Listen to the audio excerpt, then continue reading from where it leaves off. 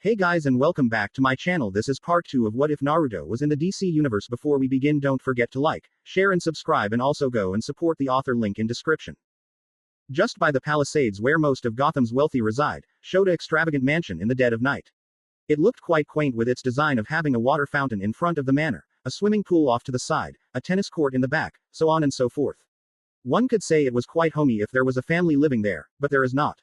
The only resident there, aside from the staff, was a wealthy woman in her late 40s, early 50s. Shows off her wealth with how large her home is, making the residence quite cold despite the winter season. Soon the front door of the manor opened up, showing the owner of the house. Ms. Thomas appeared to be a heavy-set woman, as looking around for some reason before hiding behind a pillar. She was out of breath as she appeared to be scared for her own life while wearing a bathrobe. When thinking the coast was clear, she ran down the steps and almost slipped a few times because of the ice. Why did I have the staff take the week off? She questioned herself as she got back up and ran down the snowy, dirt driveway. Looking back, she saw a silhouette staring down at her from the manor and could feel the malice radiating from the gaze towards her, making the wealthy woman run through her clipped hedges that decorated the lawn and into the forested property she owned. The cold, winter air started to burn her lungs as she ran as best as she could, causing the rich woman to stop to take a momentary rest. Looking back, Ms. Thomas saw the silhouette some dozen feet behind her, causing the heavy woman to scream in fright and stumble back to roll down the snowy hill. When she got back up with her spraining her ankle, she stumbled and limped her way into the forest in hopes of hiding from her pursuer. She didn't know how long she had been running with the pain in her ankle, but soon enough she tripped over an exposed root that seemed to move on its own. Falling face first into the snow as she started to hyperventilate and looked around to see where her pursuer is currently at. "What do you want?" the woman tried to call out with her burning throat as she kept looking everywhere in her frantic state. She got no response at all, but her mind was still demanding answers. "Why are you doing this?" she finally yelled out. You have leveled entire forests for your own selfish greed, Ms. Thomas." A voice called out from just about everywhere that made it seem it was echoing two voices at the same time. "And it's time for you to pay the consequences. But you can't do this. I've heard what you have done to the others." Ms. Thomas called out to her assailant. "Please just let me go and I'll pay you anything you want. You and your fellow industrialists have done enough damage with your money," the person said as it appeared that the forest started to get denser by each passing moment. "You wicked, evil, the assailant questioned while interrupting her. "No, I'm not the one who controls a company that destroyed a several thousand-year-old forest for a fucking strip mine. Now that's evil." Soon roots sprang forth from the ground and wrapped Ms. Thomas in a tightly snare as she struggled to get free and breathe. "You and most of your kind owe a big debt to Mother Nature herself," the assailant said to the woman. "And I'll be sure to collect each and every bit of it myself." Ms. Thomas tried to scream for help before one of the branches sprouted a leaf big enough to cover the woman's mouth before she was pulled into the ground to end up where all of the assailant's victims ended up at.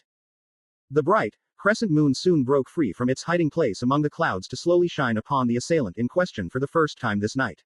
The person turned around to gaze at the moon's radiance to be reminded of someone that was truly cared for. The assailant was in fact a woman with long red hair reaching past her shoulders, glowing evergreen eyes with black sclera, and a pale green skin tone with green-like vine tattoos going around various parts of her body. She was wearing a one-piece leotard and arm-length gloves that appeared to be made of leaves. "Soon, my love, we shall be together soon enough," she stated before her body broke down into dead leaves, flower petals and twigs, leaving the forest barren and quiet. "Wayne Manor, morning. I don't care how much money we are going to lose." Bruce spoke loudly into his phone. "Wayne Enterprises isn't going to be involved with an operation that'll destroy a rainforest. So shut it down or you're gone, McCabe." Bruce slammed the phone down on the receiver before handing it to his longtime friend and caretaker, Alfred Pennyworth. He was a man of good, physical stature with his steely blue eyes to match his peppered, black hair that has been balding for years now along with a mustache. He was currently wearing a pair of workout sweats as he was exercising with Bruce in the rec room so he can keep his physical prowess. Alfred was once a member of England's Secret Service for many years before he retired from intelligence work and started working for the Wayne family as their butler for a change of scenery. But after that dreadful night, Alfred loyally stayed by Bruce and supported him throughout many of his endeavors, even when Bruce donned the cape and cowl of the Dark Knight. "Sigh. That was one of my greedy directors that was making a deal with a slash and burn outfit back in the Amazon," the billionaire tiredly said to his butler. "Then it's quite fortunate that you were able to catch it in time," replied the retired intelligence officer, getting his old charge to nod. "I know, but I hate it when things slip by me," Bruce said as he was wiping the sweat off his body. "Hell, McCabe should have remembered that we donate millions of dollars each year for the preservation of the rainforests. If he had gone through with the deal, then it would make us look like hypocrites. And from what I can tell, This is just being added onto the list of problems that have been occurring this week, hasn't it, Master Bruce? Sigh. Don't remind me. It's been a week since the terrorist Red Claw and her forces had been taken into custody by the GCPD and shipped off so Interpol and the government could take things from there. On the night after the abandoned military facility was destroyed, Bruce had made it to Selina's loft just in time for when she got into it. He assumed she could have gotten back sooner due to that nobody person giving her a ride back to Gotham, but guessed Selina didn't want him to know where she lived. Bruce had arrested her because of the various thefts she had committed, despite his feelings towards her, and is currently residing at Gotham State Penitentiary until her trial a few weeks away. Just as he got back home from dropping off Selina at the GCPD, Alfred had informed Bruce that Naruto had just called telling them that Pamela Isley has gone missing from the hospital.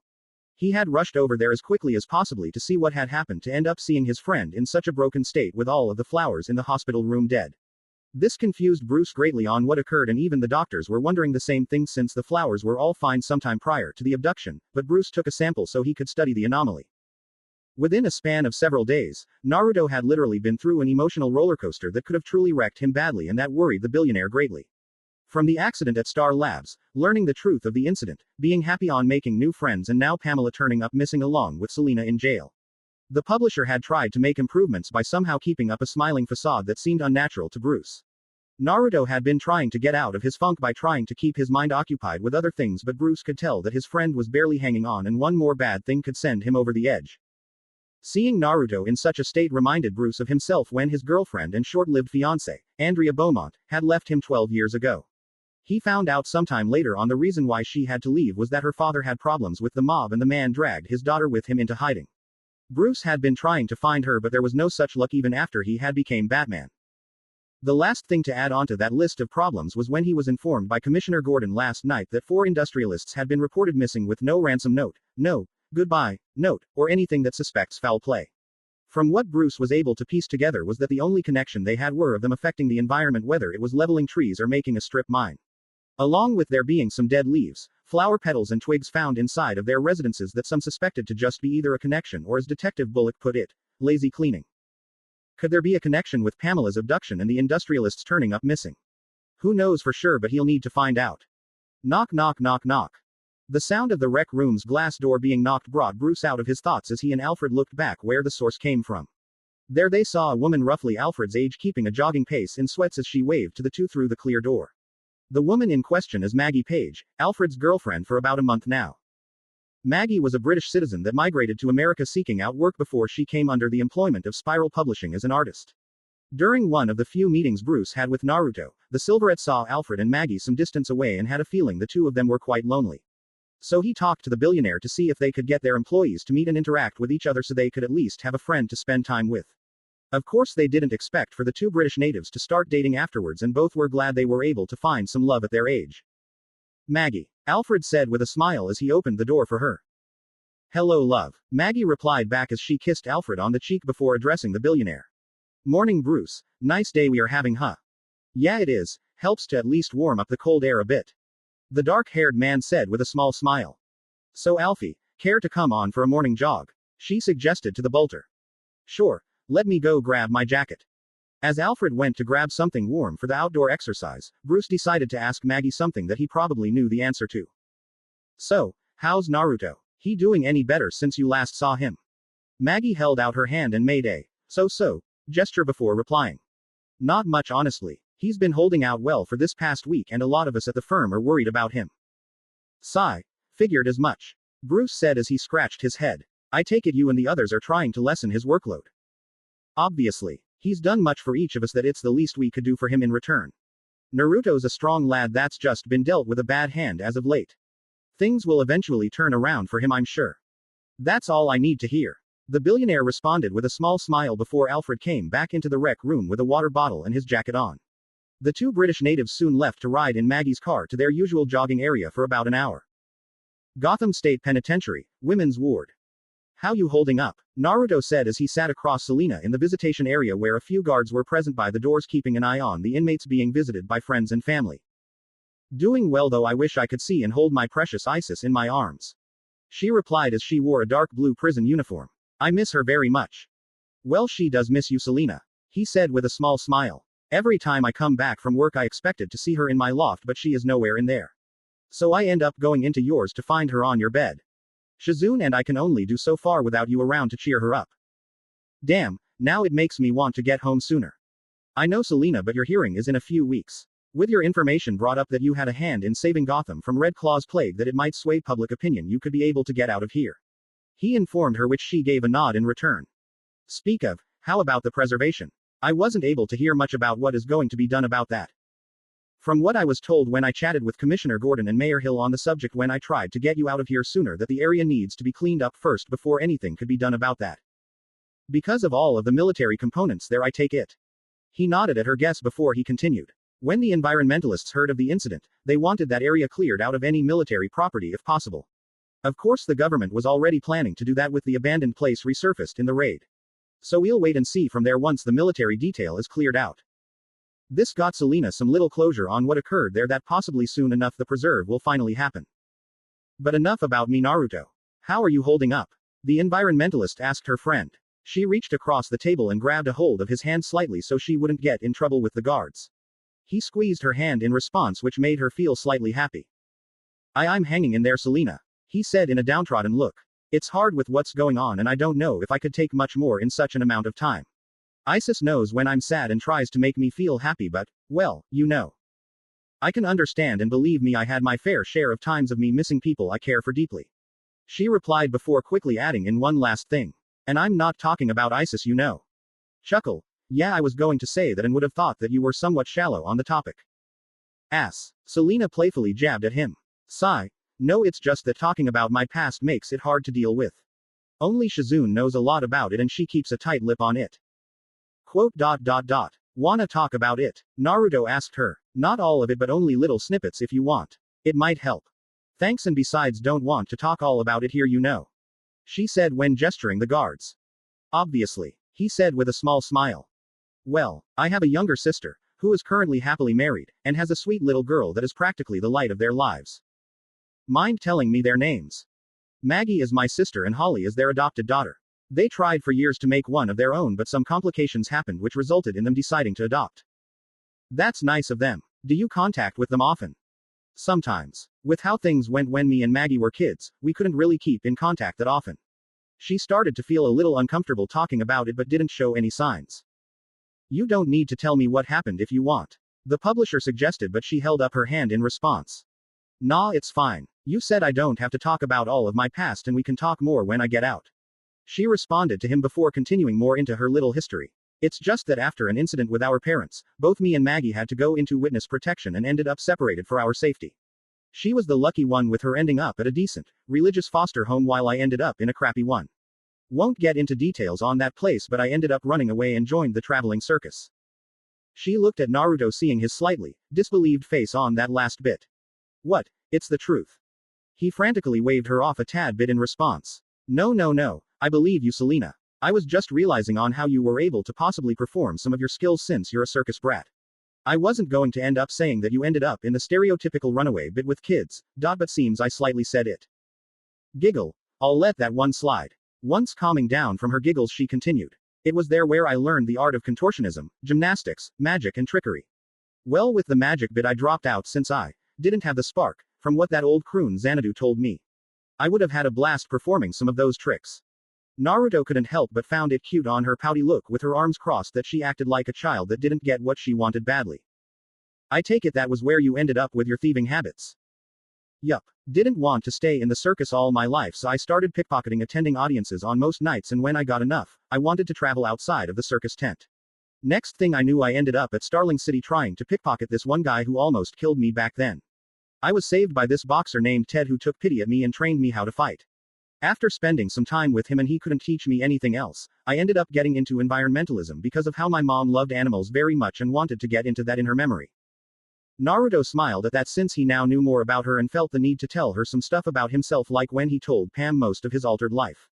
For the rest of the time of his visit, he told Selena of him being an outcast and times of pulling off pranks, which some made her laugh and astounded on the wild tales. He wanted to tell her of him traveling the world before ending up in Metropolis, but their time was over and Selena had to go back to her cell. It was good to chat with her, that it made him feel slightly better. But similar to her, not all things heal easily, especially with a fresh one. Later, outside of Wayne Enterprises. If one would be looking up towards the rooftops, they would see the Dark Knight perched on top of one of the ledges as he gazed towards his corporate building. After doing some investigating and research, he had concluded that the kidnapper is going to be targeting another industrialist this evening. The past kidnapped victims were high-ranking of sorts and possibly the assailant is going down the list from high to low. Now one might wonder, why is Batman outside of Wayne Enterprises? Well, to answer that, several industrialists that are on the list reside within several block radius from each other and his current placement would help get to either location in a matter of minutes. Using his vantage point, Batman was using a pair of binoculars to gaze at each and every one of the apartments to see if anything was amiss. Now where are you? He muttered as he exhaled his hot breath into the cold air. What's your plan for all this?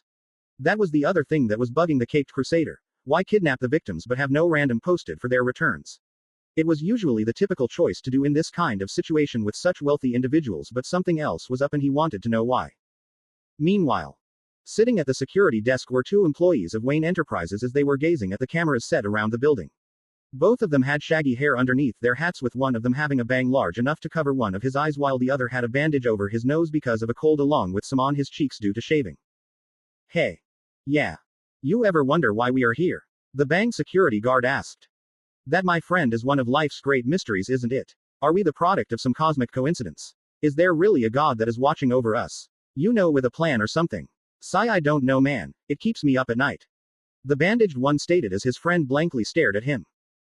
What? No. I mean, why we are working here, man, instead of taking some reefers back at the apartment. Oh, yeah. What the fuck was up with you getting all philosophical and shit? Usually that's my stick. The bang guard exclaimed. No reason. The bandaged one said as he looked towards the side, not wanting to look at his friend. Quote. Wanna talk about it? No. You sure? Yeah. But seriously, why are we here? Rolling his eyes to get off from the little philosophical bit, he decided to remind his friend on the reason. Well, Azumo, I would like to have a good paycheck that can cover not only our living expenses but also our pot habit after a long day's work. Azumo just slumped into his seat at this. But I don't wanna, Kotetsu. Well, suck it up, since if I have to work here then I'm dragging your ass with me. Kotetsu jabbed at his roommate friend. Besides, the job isn't all that bad at all with the pay and benefits that comes with. True, but I would rather be sleeping right now, Azumo said as he tiredly looked back at the screens. Yeah. Suddenly the two heard a sound near them that sounded like leaves ruffling. They turned around to see a bonsai tree they had on their desk, out of its pot, before it waved at them. Azumo. Yeah. Are you seeing what I'm seeing? Yup. Okay, good, because if I'm not going crazy or anything. If so, then I'll need to cut back on the weed laced with LSD. Kotetsu stated, getting his friend to nod. Same here.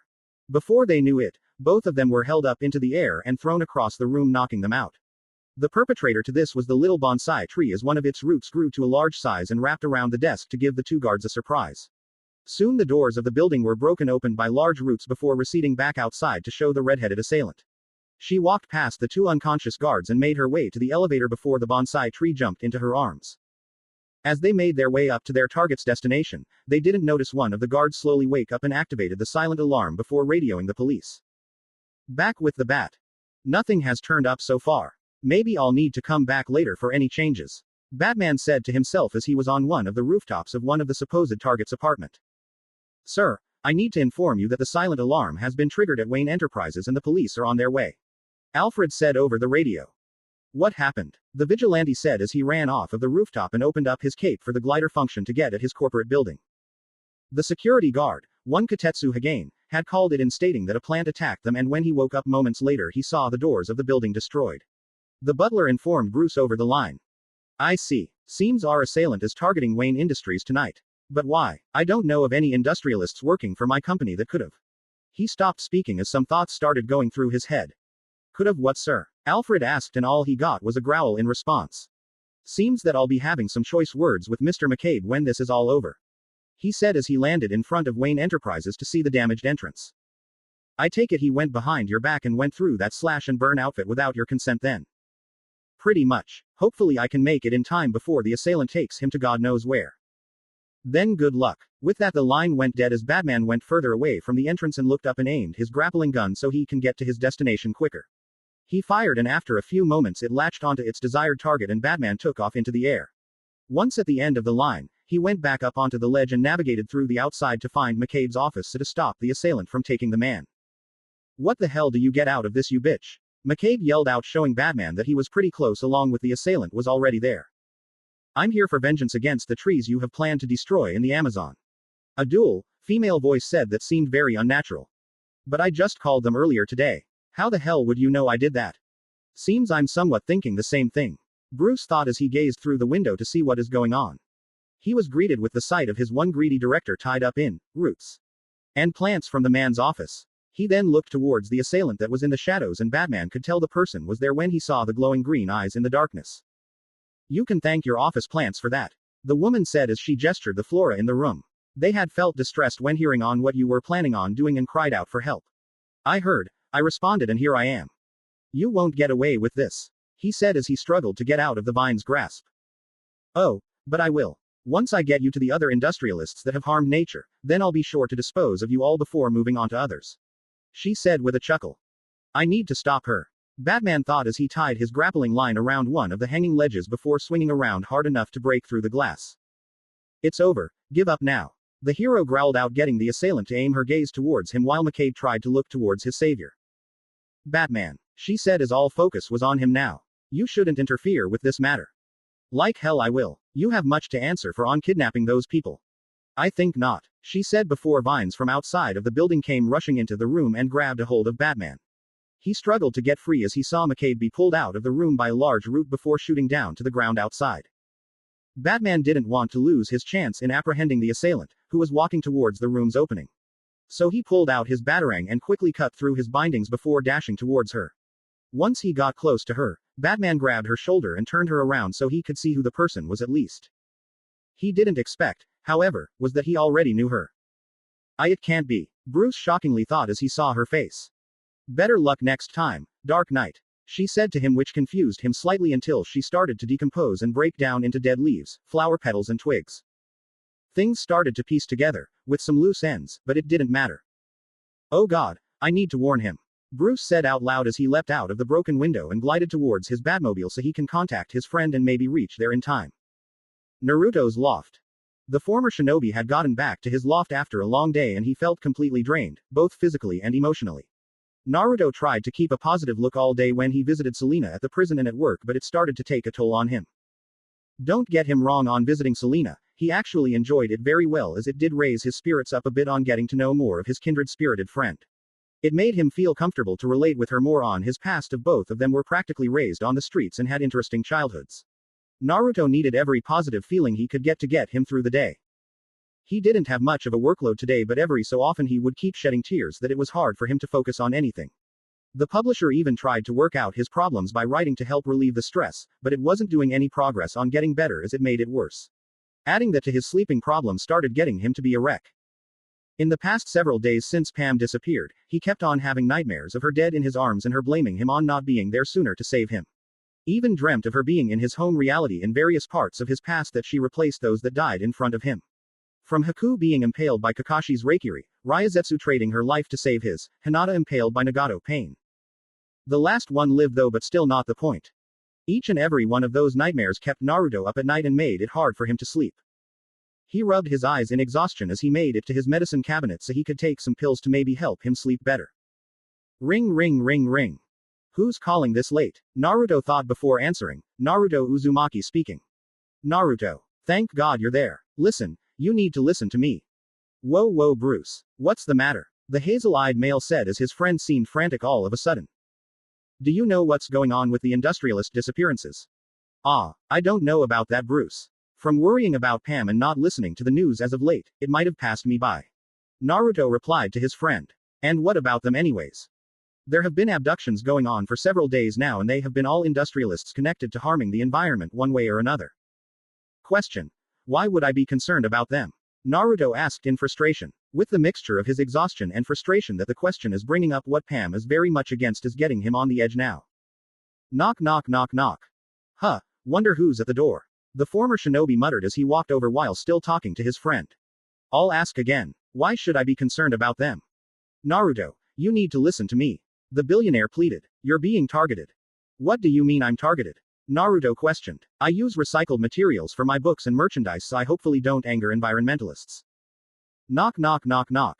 I'm coming. Naruto yelled out to the person at the door. But seriously, Bruce, why am I targeted by this assailant? It doesn't make sense since I'm not an industrialist. It's not that Naruto, but the person doing the act. Then who is it? Naruto asked as he opened the door.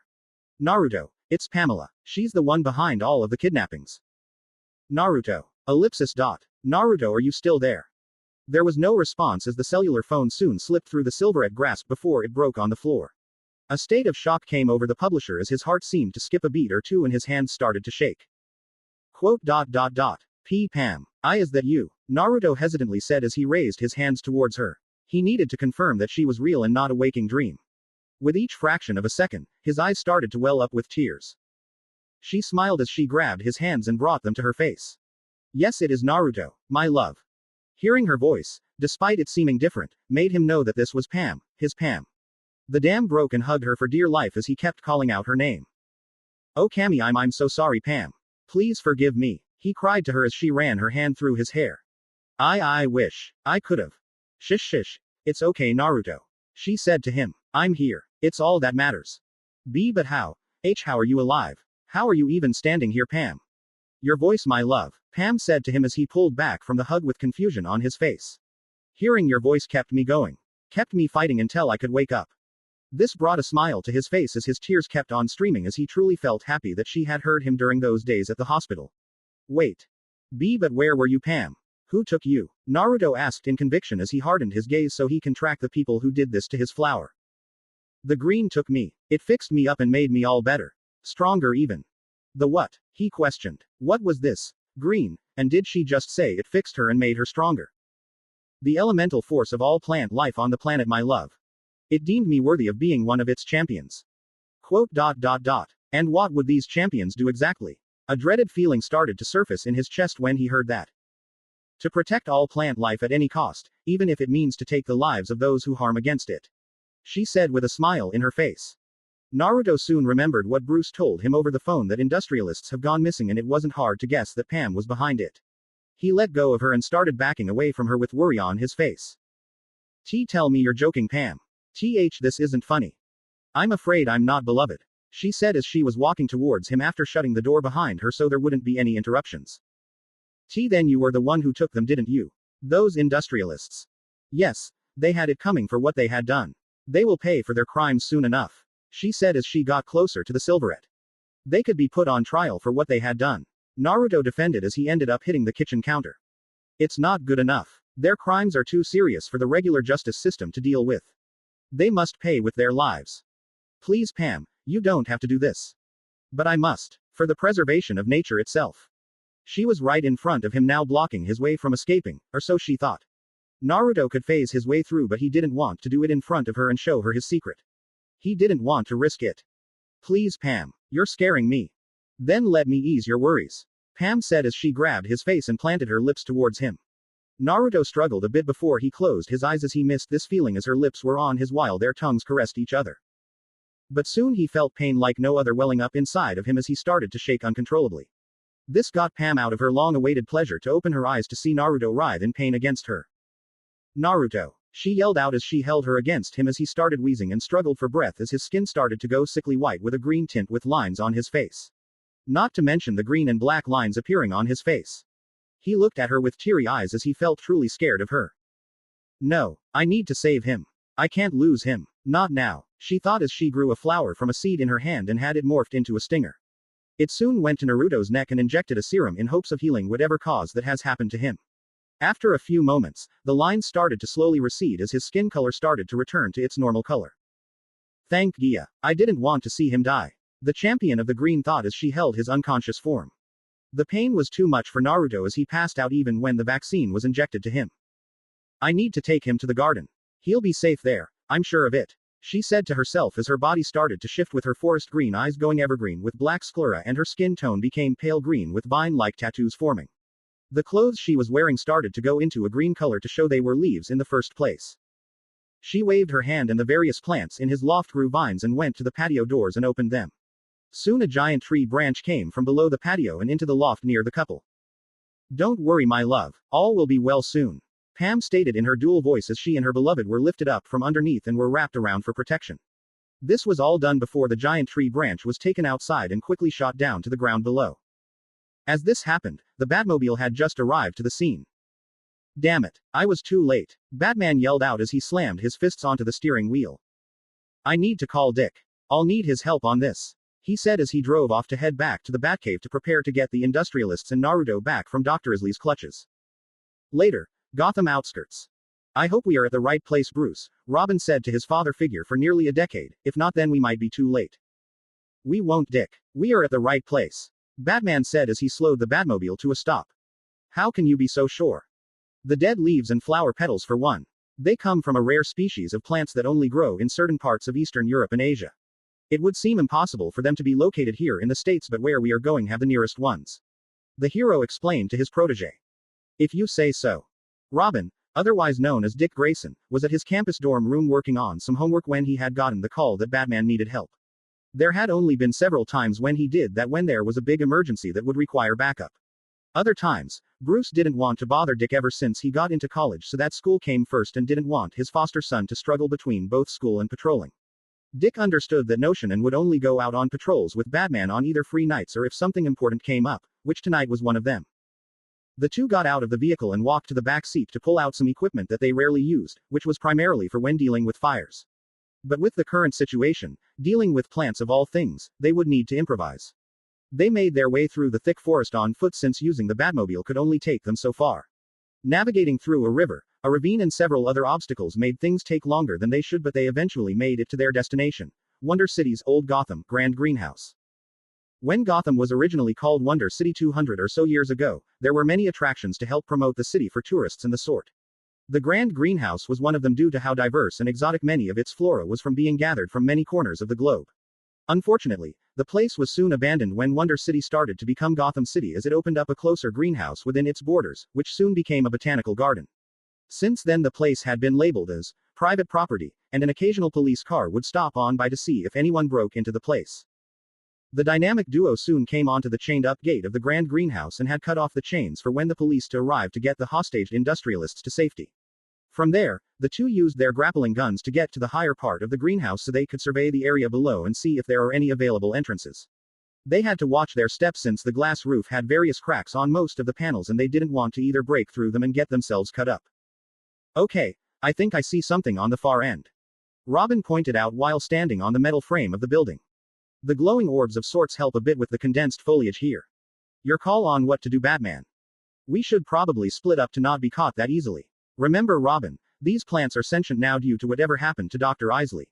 We need to watch our backs, detain her and rescue the hostages. She plans on killing them soon.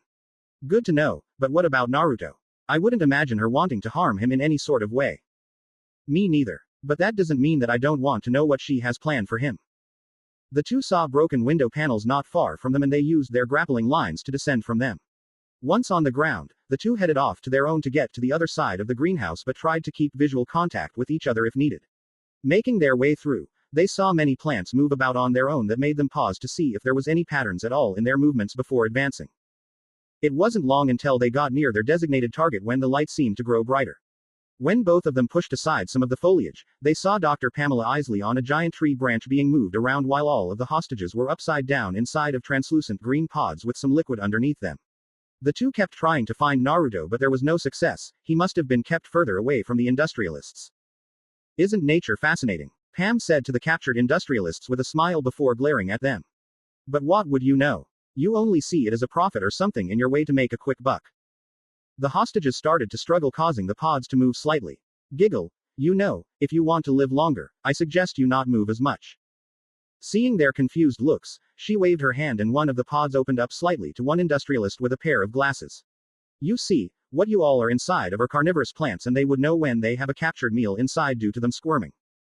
The changed botanist soon grabbed the man's glasses and dangled them above the liquid. Observe. The action presented itself that as soon as the glasses fell onto the liquid, it didn't take long for it to dissolve. The liquid you all are hanging above from are their stomach acids, and they are very much hungry for some snacks. Sure, I've been feeding them some rodents here and there that have been turning up here as of late, but my poor little babies can't wait any longer for the main course. This caused the other captives to squirm badly despite from what they just heard. Robin, not wanting things to go out of hand, drew out a boomerang and threw it with precise accuracy in hopes of cutting the bottom portion of the pods. What he didn't expect was some of the tree branches to quickly move in the weapon's path, blocking it. Damn it, Robin. Batman thought to himself before Pam called them out. You two can come on out. I already knew you were here the moment you stepped into my greenhouse, she said as she turned her branch bed around facing the two. Batman and Robin decided to step out from their hiding places with them some distance away from the botanist. You need to stop this, Dr. Isley. This isn't you at all, Batman said to the botanist as she leaned against her bed. It's Ivy, actually. Poison Ivy, and I've embraced who I am. But what about Naruto Uzumaki? He said, getting her to flinch slightly. Would he be fine with this? He loves me for who I am and nothing else, she stated. So of course he would be fine with who I currently am. But what I don't get is why have you taken him? Ivy turned towards Robin on that question and replied with a smile. Every queen needs to have a king and consort, and my beloved fits the bill. He loves me dearly and would stand by my side no matter what.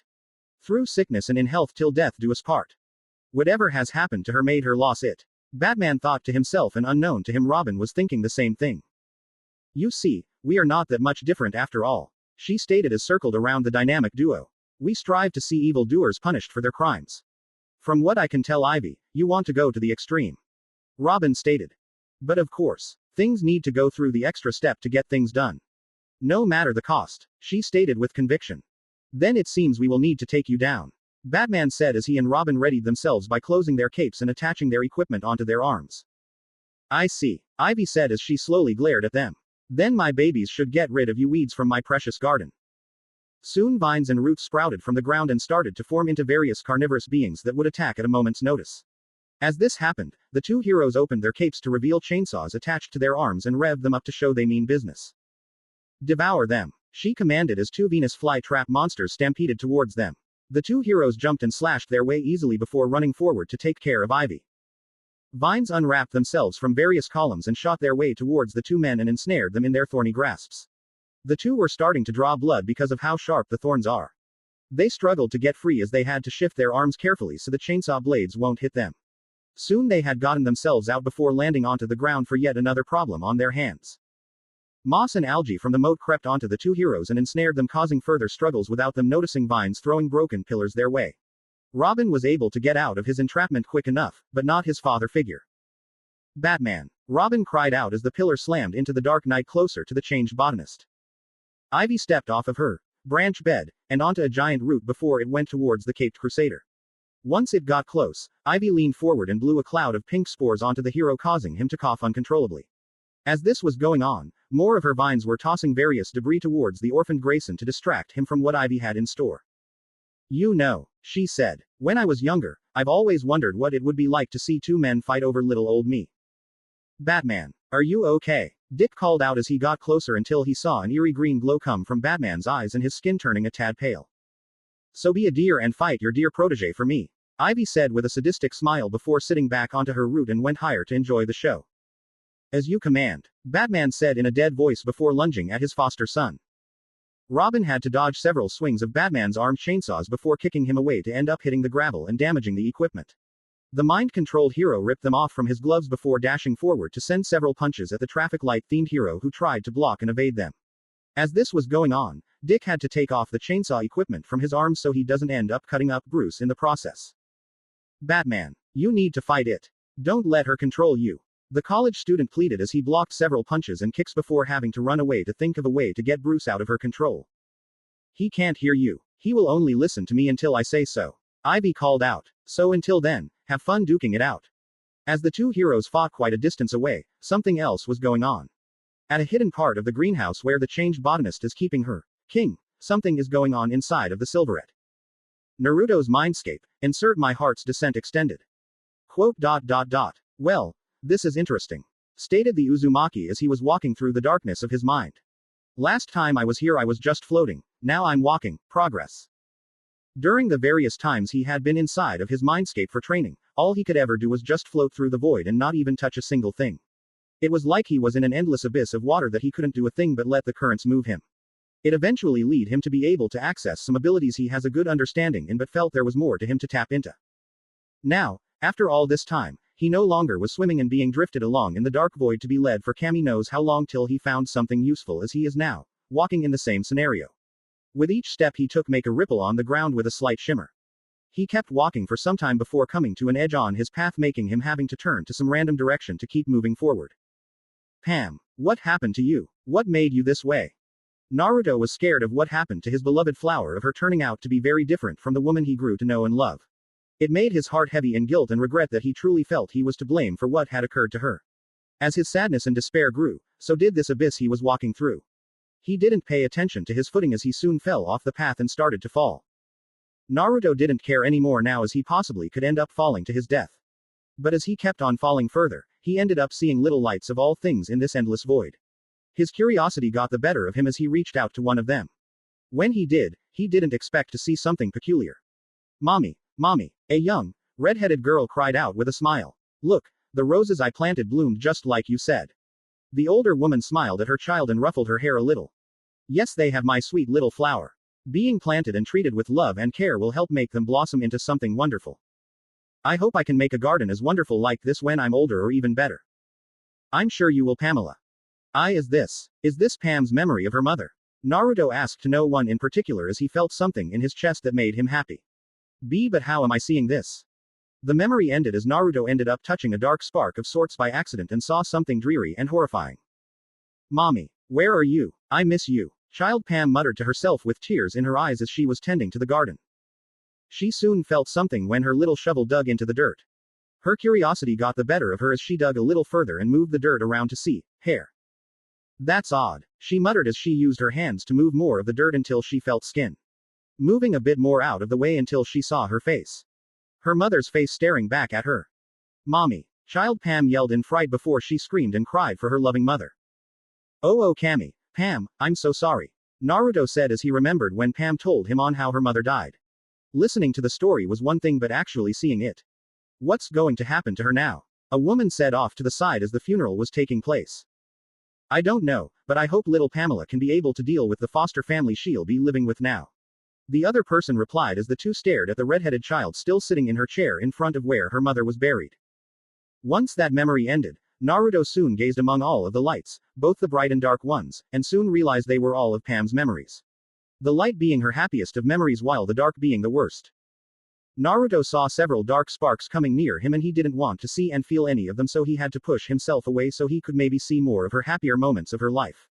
He was successful in seeing many of them as his heart started to feel lighter, on experiencing the smaller moments of Pam's greatest moments of her life. From entering her dream college, meeting her longtime friends Alec and Linda, and so many others. Soon things started to change as Naruto saw something that made his eyes water and felt truly touched. Hey mom, it's been a while, Pam said as she was tending the little garden on her mother's snowy grave. Sorry that I haven't been visiting as of late to talk to you about my problems and whatnot as usual. There was no response but Pam continued regardless. I've met someone, the botanist said with a nervous smile thinking her mother is going to egg her for answers. He's very sweet and kind and is very supportive towards my work. Pam gazed at her finished work as she stood up and dusted herself off before sitting on her mother's headstone before looking up at the sky. He's quite compassionate and loving towards those that he has friends and being with him makes me happy to just even be near him. He helps out what he can whenever possible till he gets his task done. Of what I can tell you might really like him since he was a lot like you when you were alive. A gentle breeze came by to make Pam feel that her mother was actually there now. To tell you the truth, I've started to fall in love with him. Pam said as she felt warm when confessing that. I want to be with him always and make him happy no matter what. She got off of the headstone and walked off a little with a small smile. I wish you could be here to actually meet him. So you could officially approve of him dating me. Once that memory ended, he couldn't stop crying with how touched and how loved he was. He made a promise then and there that he will find her mother's resting place and talk to her so that maybe her spirit could truly feel at peace that Pam found the love of her life. As he passed by the last remaining sparks, he felt himself flip over and land softly onto solid ground. Not feeling he was in any water anymore, Naruto wiped away the rest of his tears to hopefully calm himself down but one stray fell off his cheek and landed onto the darkened surface. Insert Destati extended. Soon a bright light was shown causing the former shinobi to block his eyes so he wouldn't be blinded, but he would soon regret it as the current surface started to dissolve away to show a stained glass portrait. When the moment passed, he slowly opened his eyes to see the intricate portrait in all its detail until he saw two faces of the same person. Pam. he said as he walked to one end to see the normal Pam he knew and loved, but when he saw the other he saw differences that were present, from the skin tone, the tattoos and the leaf-like clothing. The two were surrounded by flowers and thorny vines with an reddish-orange background. The last bit of the portrait that was shown was the crack separating the two, with vines trying to mend the damage. What is this? Her heart. Naruto Uzumaki. A voice called out from the darkness. Who's there? Naruto called out in surprise as he tried to pinpoint the source. And what did you mean? Her heart. It is like I said. Her heart, or would you prefer her mind? Her soul. I don't know, but it doesn't matter. Who are you and can I please get some answers? Very well. Soon the surface started to shake, causing Naruto to fall over before the silverette gazed to the side where the odd Pam was placed and saw a tree grow and form till it was roughly double Naruto's size. Once things settled down, Naruto gazed at the tree and inspected it when he got closer. A tree? He questioned as he scratched his head and knocked it a few times. Okay, I'm confused. Would you please not do that? The voice asked, causing Naruto to step back a bit. Chuckle. Sorry on that. It's quite alright, Naruto Uzumaki. The voice addressed the silverette. So, you're a tree. Quite the assumption you have there. I have a feeling you were being a bit sarcastic there. Obviously. Wanting to move on to his questions, he wanted to state the obvious. So, mind telling me your name since you clearly know mine?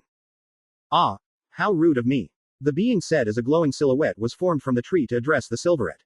My name is Yggdrasil, and I need your help. Naruto thought where that name sounded familiar until it finally clicked. Yggdrasil, as in the Yggdrasil from Norse mythology. The same. Okay, so why do you want to talk to me and need my help no less? Naruto asked in confusion. This was a first that an actual tree is asking for his help. I need your help to get your mate, Pamela Lillian Isley, under control. Yggdrasil stated to the publisher. What do you mean? Naruto asked in shock. Do you mean to tell me that she isn't in her right mind? Indeed she is, young sapling. The being stated as he continued. You see, on the night when Pamela was attacked by her late supervisor, Dr. Jason Woodrue, she accidentally injected herself with her serum both she and the Hollands had created for the benefit of all plant life. When it went into her bloodstream, it started a change that made the Parliament of Trees quite interested to see unfold, similar to Alec Holland when he came in contact with the serum. But unlike him of dying and slowly becoming our agent among you humans, she actually survived and is among the living. Naruto had some thoughts running through his head on what the Parliament of Trees were and how Alec Holland was involved, but those could be answered at a later time.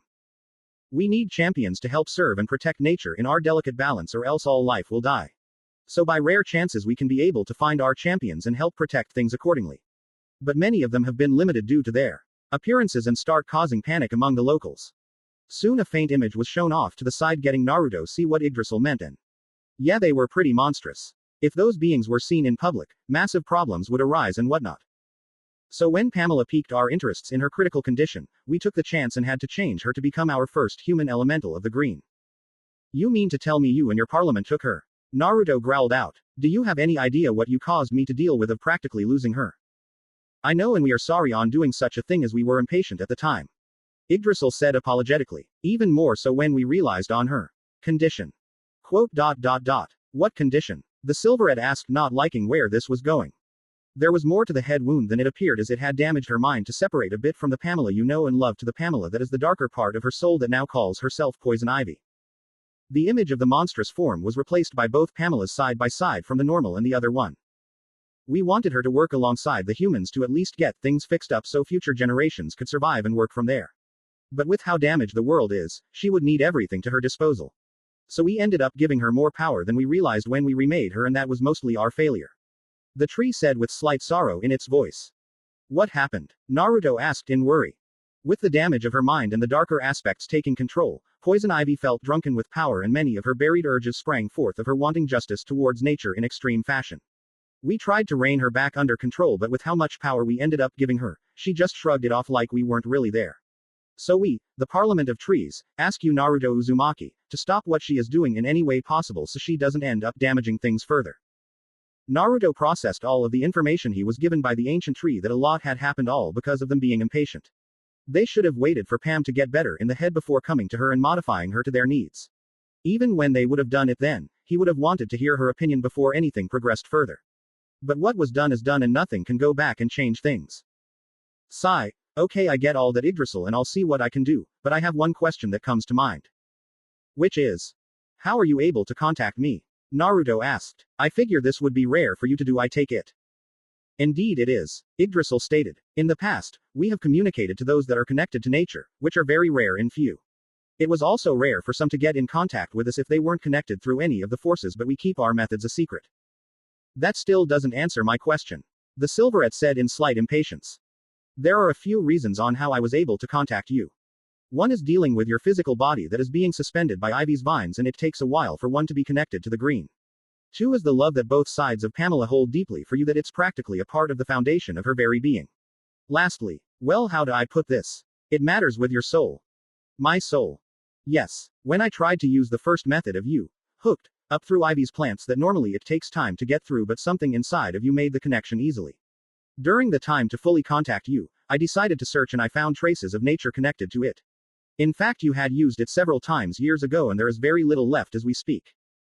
Naruto closed his eyes and adopted a thinking pose to think on that reason before a thought came to mind. I think I know, Naruto said to the ancient tree. Back where I came from, I had undergone sage training and had to take in natural energy into my being so I could get stronger. Yggdrasil hummed in thought before replying. Plausible, but I have a feeling that's not just it. What do you mean? Naruto asked before he felt the ground underneath him start to shake slightly. I'm afraid our chat has come to a close now, young sapling, and I must depart. The tree stated as parts of the tree started to fade away. But how can I save Pam? Naruto pleaded to the ancient being. Isn't there something you could do to help me on this? There was no response for a few moments before Yggdrasil spoke. I might think of one way. As the being said that, a tree branch shot forth towards Naruto's chest and went inside of him. There was no pain on the entry, but the Silverette felt something stir before the branch pulled out and receded back. What was that? The man said as he rubbed his chest on the odd feeling. Giving you better access to what nature energy you have left with me, adding to it so it can stabilize. Yggdrasil said as the rest of his tree form started to fade away. Use it wisely, young sapling, and save your mate from herself. I will, and thank you. The Uzumaki said as he bowed to the ancient tree. Once the tree faded, the shaking started to increase, causing Naruto to fall to the ground as the platform started to tilt. The publisher started to slide off to the edge, causing him to grab a hold of it with all his might, but it wouldn't last too long. The increase of shaking caused his hand to let go and plummet into the darkness before a blinding light appeared. Waking world. Gasped Naruto's eyes shot open as he took in deep breaths, since it felt he was suffocating for who knows how long. He looked around and saw where his current placement was at, with him tied up in vines, causing him to struggle. Damn it, Pam, did you have to wrap me up too tight? Groan, you want me to die with my ribs crushed or something? Naruto decided to stop his struggles and focused his energy around him to slowly phase him through his holding before falling onto the ground with a thud. Ow. Didn't realize my legs were asleep, or else I could have landed that. He said as he started dragging himself to the nearest rock so he could climb back up. After massaging them for a bit of time and slowly standing up, he was able to walk again with some slight tingles. So, how can I get out of this? Naruto said to himself as he looked around for an exit before seeing vines and branches. He was thinking to phase right through as a thought came to mind. I wonder. He closed his eyes before bringing his hand out and looked deep inside for what nature energy he had left. He eventually found it and drew it out before feeling a weight in his grasp. When he opened his eyes, he was greeted with a large, elegant-looking scythe. The curved handle had a faded, gray-green color while the blade was silvery white, giving the overall appearance of a plucked flower. The connection between the two parts was the sharp cross with a black background that was on his other summoned weapons. Well, didn't expect to see this, he said as he started doing some practice swings to see how to work with it. He started circling around with several swings and put in a lot of weight into them for more force. He staggered a bit but corrected his form so that he could hopefully not deal with that little problem later. Soon he decided to see how doing it one hand would work and started to spin it to make it appear like a pinwheel of sorts before having to use two hands so it wouldn't let go of his grasp. Deciding it was enough doing this sort of thing, he swung his weapon at the vines and started making his way through the dense pathway to hopefully get out of the area. It took a while due to the maze-like forest, but he eventually found an opening that could possibly be the end of the wraparound. Man, Pam must have really wanted me hidden if trying to go through this area is being too much of a hassle. He muttered as he stepped partially into the light to see what was before him of Robin, fighting Batman. Batman, you need to fight it. Don't let her control you. The traffic light-themed hero pleaded as he blocked several punches and kicks before having to run away from Batman. He can't hear you. He will only listen to me until I say so. Ivy called out. So until then, have fun duking it out. Well, that's not good, Naruto said as he ducked back into the darkness. Was hoping I could get out of here without being noticed, but I can't leave those two guys out there fighting against each other. He looked back down and saw his current attire and then his flower scythe. I could go out there and help out, but then it'll draw too much attention to myself and my secret will be out in the open. If only I had my suit, then I can assist those to stop Ivy. Naruto thought on a way to fix all that before remembering his conjuring ability and thought of possibly making his own outfit to as close as possible. Closing his eyes, he focused to cover himself up for the ordeal that is about to happen. After a few moments, he looked to see his vision darken to show he was wearing something over his head. This caused him to look around for a reflection to inspect himself, as he soon did from a puddle nearby. Damn, I look good, Naruto said as he twisted and turned himself around to get a better look of himself. He wore a black and white organic-looking bodysuit with faint, white lines on his chest, and it transitioned from black to grayish-white on his elbows to show white forearms. The same was pretty similar on his legs, of transitioning colors from his knees to form white combat boots. He also had a torn-up cloth hanging around his waist that was held up by several gray belts. To finish off the outfit, he wore a dark glass-like helmet with silver on the bottom to frame his jaw and wrapped around his head. Oh yeah, I think when this is all over, I'm gonna stick with this bad boy. Wonder if I could possibly merge this with my armor I got from Kurama to make it even better. Naruto said with a hidden smile. Once his inspection was done, he decided to move his way upwards with his silent manipulation so he can assess the situation. So Ivy is lounging on a giant tree root with those captive industrialists some distance away from her. The dynamic duo are entertaining Pam obviously, so that will distract her long enough for me to cut them down before I help out. Naruto concluded. Simple enough. Naruto jumped down from his placement with his silent manipulation still active. He sneaked his way through before getting close to the first. Quote ellipsis dot. Seems I won't be getting them out easily since they are unconscious. He muttered as he saw the captives upside down with their eyes closed, suspended above some acid-like liquid. If I can't get them out that way, then I might as well drain the pod, he said as he used his silence manipulation to surround each of the pods. With scythe in hand, he made big enough incisions to drain the pod, causing the pods to move, but with the sound barrier around them, nothing was going to reach on through to Ivy. Now to help Robin out on this, he said as he willed his scythe away for the time being. Naruto climbed his way up at a good height above the ground on a big enough tree for what he was about to do. He took several steps back before taking a sprint towards the Dark Knight and leapt at him. Dynamic entry. Naruto yelled out, causing the others to look at him in surprise before both of Naruto's feet hit Batman on the chest, sending him into the water face first. Not long after, the water went into a faint pink color before it went back to normal. Hiya, said the masked publisher as he waved to Robin and Ivy. After that he looked over to the prone form of Batman and started to freak out. Oh no, I killed him, Naruto cried out as he pulled Batman from the water and shaking him like a loon. I'm now a murderer. Sniffle, whatever shall I do? Naruto soon let go of Batman from his grasps, causing the masked hero to end up back in the water. Oh, I know, I should take his place and defend Gotham to make up for what just transpired. Soon Batman rose from the water and glared at the masked man with a twitch to his eye. What are you doing here, nobody? The Dark Knight growled out in annoyance. And he's back, Robin said in relief as he walked towards his foster father. I don't know who you are and I don't care, Ivy called out to the new arrival. But I hope you enjoy seeing all of these industrialists become plant food. She willed her carnivorous pods to rise up into the air until she saw what happened to them. My babies, she cried out before turning to the black and white themed arrival. You did this, didn't you? Guilty, Naruto said in a cheerful tone. I'll kill you along with Batman and Robin for what you have done. She yelled out as she summoned giant roots from the ground and slammed them towards the three masked individuals. So you're nobody, huh? Robin said as he dodged one of the roots. Seems you've heard of me from Batsy, Naruto said as he had to roll off to the side as other plants started to advance to their positions. Yup, and I gotta say I like the outfit. Thanks, and you look not too bad yourself. Though I gotta say, the orphaned Grayson said as he jumped onto one of the roots. The name doesn't seem to fit. Wait, what? Naruto asked in surprise before getting hit by one of the roots. He soon recovered and jumped some distance away. Well, it seems too simple and not imaginative. Needs to have something edgier, I think, Robin said, getting Naruto to crouch down and draw circles into the water with a dark cloud over his head. But it seemed cool at the time. The masked publisher muttered to himself, causing Batman to rub his eyes in slight frustration. Will you two focus? Batman said as he had to dodge several boulders and vines aimed at him. Sorry. The two yelled out in sync as they brought out their weapons and slashed their way through some of the vines heading their way.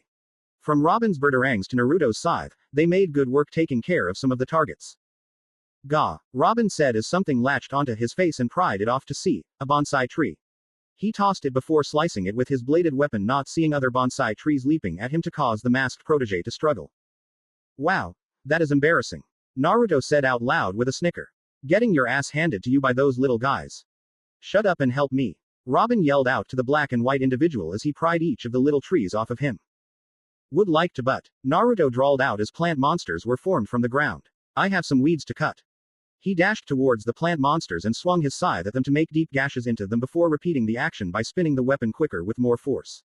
This made quick work out of most of them before some wised up and slammed their fists down onto the masked Uzumaki. He was forced to jump into the air only to see some giant boulders heading straight for him. Naruto swung his scythe on instinct and was able to cut right through them with ease. Damn, Robin said in surprise as he cut down the last of the bonsai trees. He soon saw the chainsaw attachments nearby and dashed towards them while no attention was on him for the time being. Once he got them on, he made quick work with various plant monsters as he tried to get closer to Batman. As this was going on, Batman was dealing with poison ivy as he had to use his basic instincts to dodge from a lot of the plant obstacles in his way as he tried to get closer to the changed botanist. He wished he had his chainsaw arm attachments at the moment, but those were destroyed earlier, making him use his batarangs for support. Naruto was gaining momentum as he slashed through his plant-like opponents as he was starting to leave a mixture of black-white vapors with white flower petals in his path. To anyone viewing this, they would have thought he was creating a flower trail of death. In the confusion of the fighting, Naruto landed near the entrance of the maze to take a slight breather to think of a game plan to get Pam to get out of her senses. One came to mind, even though it'll hurt her, but it should definitely work. Before he left, he focused his energy in hopes of getting this right as he was able to make a clone of himself, a void clone if you will. With it being similar to his shadow clone, it knew what the plan was as it dashed off with the weapon in hand as the real Naruto deformed his outfit and hid till the time was right. The clone saw Batman in the distance, who needed assistance, causing the masked publisher to focus getting there quicker. In response, he ended up surrounded by the black and white vapors and somehow teleported to their location, causing the two combatants to have a momentary pause of surprisal. Not wasting a moment, clone Naruto swung his scythe, hitting poison ivy with the blunt end of the blade, causing her to hit the water. I think this is enough, Ms. Isley. He said to her, trying not to sound too cold in tone.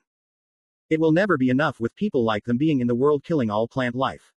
Ivy said to the masked individual. I know, and it's human nature to keep doing that. The masked individual said to her. But what about you? Will you keep doing this regardless of what everyone thinks? Of course I will, she said with conviction. And what about Naruto? We'll be fine with what you're doing. Batman asked the botanist, causing her to flinch a bit. Oh, of course he will. He will support me no matter what. Ivy said to the both of them. Clone Naruto shook his head before addressing her. I'm afraid not. Of what I can tell, he would be horrified with what you have become. And no. He can't. He loves me for who I am. She defended herself on the statement. Yes, he does, but not the current you. I have a feeling he would be truly heartbroken to see what you are doing. For all this time he has known you, he probably has known your sweet side and accepted all parts of you.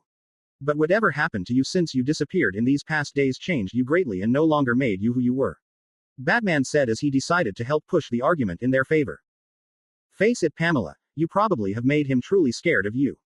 Causing whatever hope you have in your relationship to wither and die. You might end up becoming like your father. The clone coldly said in a lie. He knew the truth of what happened to her and he will do whatever he can to help her so their relationship can still survive this dark time. Off to the side, Batman raised an eyebrow on that last statement on how nobody knew that tidbit of her deceased father. He'll need to figure out who the masked man is after all this, with one guess coming to mind. As this was going on, Poison Ivy was having so many thoughts going through her head as she was starting to shake. And no, it's not true. It can't. Pam thought as she was starting to well up in tears. They are lying. He loves us for who we are. We need to get rid of them and be with our beloved, our consort, our king. The darker Pamela or Poison Ivy spoke out in their mind. But what if they are right? Am I becoming like my father? The lighter Pam thought as this was starting to be too much to bear. Pam. A voice called out, causing everyone to look towards the silver-haired male coming towards them. I think my job here is done. And Robin, I'll think of a better name than nobody. Until then, later you two. Clone Naruto said as he gave Batman and Robin a two-fingered salute before dispersing in black and white smoke. And Naruto. Pam shakily said as she broke out of her dual voice pattern. She stood up and hesitantly walked towards her beloved. Is it true? Are you really scared of me? I'm afraid they are right, Pam. What you did earlier really scared me. Naruto said to her, causing her to start shedding tears. Oh God, what have I done? She questioned as she fell down and started bawling her eyes out on her actions. Naruto came in close and hugged her before looking at the two heroes. Shouldn't you two help out those industrialists? They should probably get medical attention. The two nodded and went on their way before taking a quick glance at the silver-haired, redhead couple. With Batman, thoughts were running through his head as his thought of Naruto being nobody was thrown out of the window now. With Robin, he felt sorry on what happened and wished them the best of luck. Shish, shish. It's all right, Pam, I'm here and things will be all right, he said in a hushed tone as he rubbed her back in comfort. No, it won't, she said as she tried to push him away. I almost killed all those people. But that nobody person saved them, didn't he? Naruto responded as he kept her close to him. Saint still though. I almost went past that line, Naruto. Pam said to her love. I almost killed you as well. Naruto pulled away slightly and lifted her head up so they could meet eye to eye. But you saved me in the end, Pam. He then leaned forward and captured her lips with his, causing her to widen her eyes in shock, thinking she is going to kill him again. She tried to push him away, but he kept her in place. In the end, Pam realized that she isn't affecting him now, causing her to hold on to the kiss as she kept crying for a bit longer. It held so much love and felt so right that her mind seemed to be mended a tad better. I need help, Naruto. Sniffle, I need serious help, she said as she tried to calm herself down after breaking the kiss. And we will get you that help. Won't we, Batman? Naruto said as he addressed the caped crusader. Of course we will, Batman said to his hazel-eyed friend. Whatever is happening to Pamela is clearly not in her right mind, indicated earlier with her breaking down. After a bit of time, the police arrived to the scene to help take care of things while Batman talked to Commissioner Gordon on what happened. In the end, Pamela was escorted into a police vehicle with power-dampening cuffs with Naruto sitting next to her to help comfort her. The officers tried to separate the two, but Gordon ended up insistent to let this happen this one time after hearing what occurred and Naruto being the one to calm her down. Arkham Asylum. Quote. You know, I was quite surprised to hear you wanted to intern here at Arkham Asylum. Anyone who had gone through med school with your high grades could have ridden their ticket anywhere. A female doctor said as she strolled through the hallways of the building. She was of African American descent with short hair down to her jawline and bangs covering her forehead with dark eyes and pink lip gloss on. She wore a typical doctor's lab coat over her dark blouse with a black skirt and stockings while having a pair of 1-inch heels. Well, I've always had quite the interest for extreme personalities. I feel they are more exciting, more challenging, more rewarding, more high profile. The dark-skinned doctor finished the intern's thoughts. The intern in question was a blonde woman with fair skin with her hair tied up in a bun with some hanging off into a bang covering part of her vision. She wore a pair of glasses that covered her sapphire blue eyes while wearing a lab coat over her red button-up shirt, a black skirt, stockings and 1-inch heels. You have to admit that there is a form of glamour with these patients depending on how severe their cases are. The blonde intern replied back with a slight smile. Well, I'll have to warn you now that these are hardcore psychotics, and if you plan on cashing in on all of this by writing a tell-all book, then think again. The doctor warned the new addition to the staff. They will literally eat a novice like you for breakfast. Don't worry, ma'am. I won't, the intern said to reassure her supervisor at her stay here. Dr. Leland. Paging Dr. Leland. We need you at the entrance as soon as possible. A voice in the intercom spoke out, getting the two females' attention. Seems they are calling my name. Well, it seems we have a new patient coming our way, or a returning one. The now identified Dr. Leland said with the last bit in a mutter. Seems so. How about you come along with? Depending on who this new patient is, I might assign the person to you tomorrow. Dr. Leland said as she went on ahead. Thank you, Joan. I hope I won't let you down. The two made their way to the entrance to see some police officers there guarding someone behind them until the proper security could transfer the person to their cell. When looking past them, they saw Batman and Robin there, and the two wondered who the person was now. I'm Dr. Joan Leland. I can take it from here, the Arkham doctor said, getting the police officers to head on back to reveal more of the dynamic duo. Batman. Robin. Good to see you two again. Good to see you as well, Doc. Robin said while Batman just gave a nod in response. So who is the patient this time? Victor Jaws, the Joker, Jonathan Crane, or just some new one that lost their senses? Dr. Leland guessed. The later, I'm afraid, and this one's a special case. How so? The blonde intern asked, not getting much attention from the two crime fighters. Well, you might need to see this one, Robin said as he moved away to show Pam in her power-dampening handcuffs with Naruto holding onto her. I don't understand what's going on, the blonde woman asked while voicing the same thoughts as the Arkham doctor. This is Pamela Isley and she wants to be committed to Arkham till time unknown, Batman responded. And what's the problem exactly? The intern questioned the caped crusader as her training was kicking in to assess the situation. Off to the side, Dr. Leland had a small smile to see the new intern doing her work right off the bat. From what is concluded in our interactions so far indicates she is suffering from a split personality disorder due to a head wound she received last week. And why is she wearing power dampening cuffs? She is a metahuman with plant-based powers. It's recommended that she will need to be in an isolation chamber so she doesn't interact with plants that much. But from what her boyfriend stated that she would be fine to limit herself to a vase full of flowers to help calm her down on most days. Robin added in getting the intern to look at him quizzically. As that's so. Well, I'll see what I can do about that, she said as she gazed at the hugging couple with interest and wondered if she could be able to work on her first. Not known to her, her supervisor was already having plans now to let the new doctor have Pamela as her first patient here at Arkham. The protege nodded before he ushered Naruto to bring Pam to some of the Arkham staff. Naruto had let go and gave her a nod, which she returned back as she was led past the doors. As this happened, the dynamic duo left the building to finally call it a night to let things be taken care of from there. Sigh.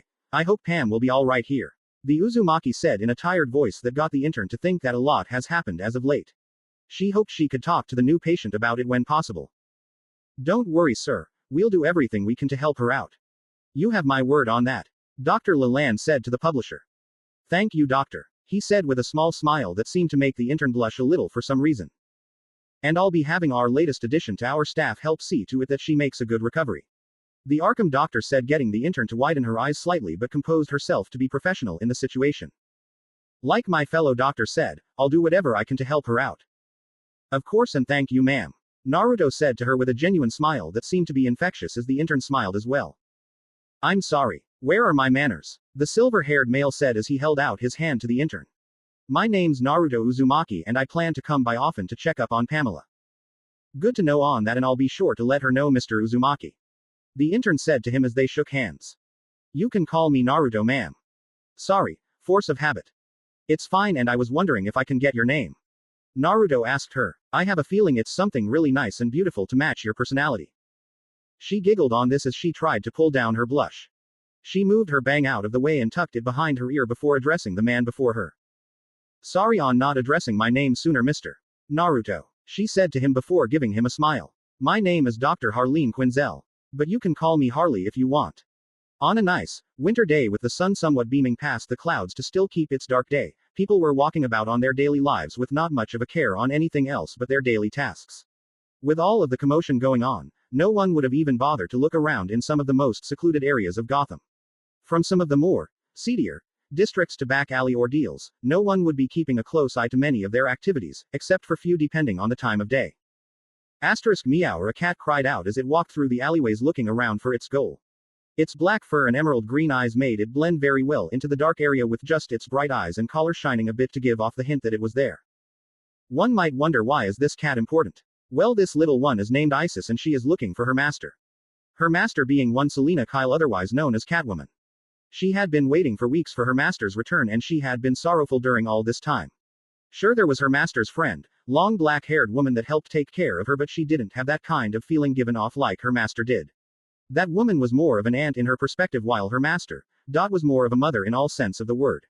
Isis loved her ever since she was just a small kitten and took care of her every day to the point of the black feline imprinting on her as her mother, and no one will replace her master. On one night weeks ago when she and her master were going out for their nightly walks, she had caught sight of an interesting individual inside of the clock tower.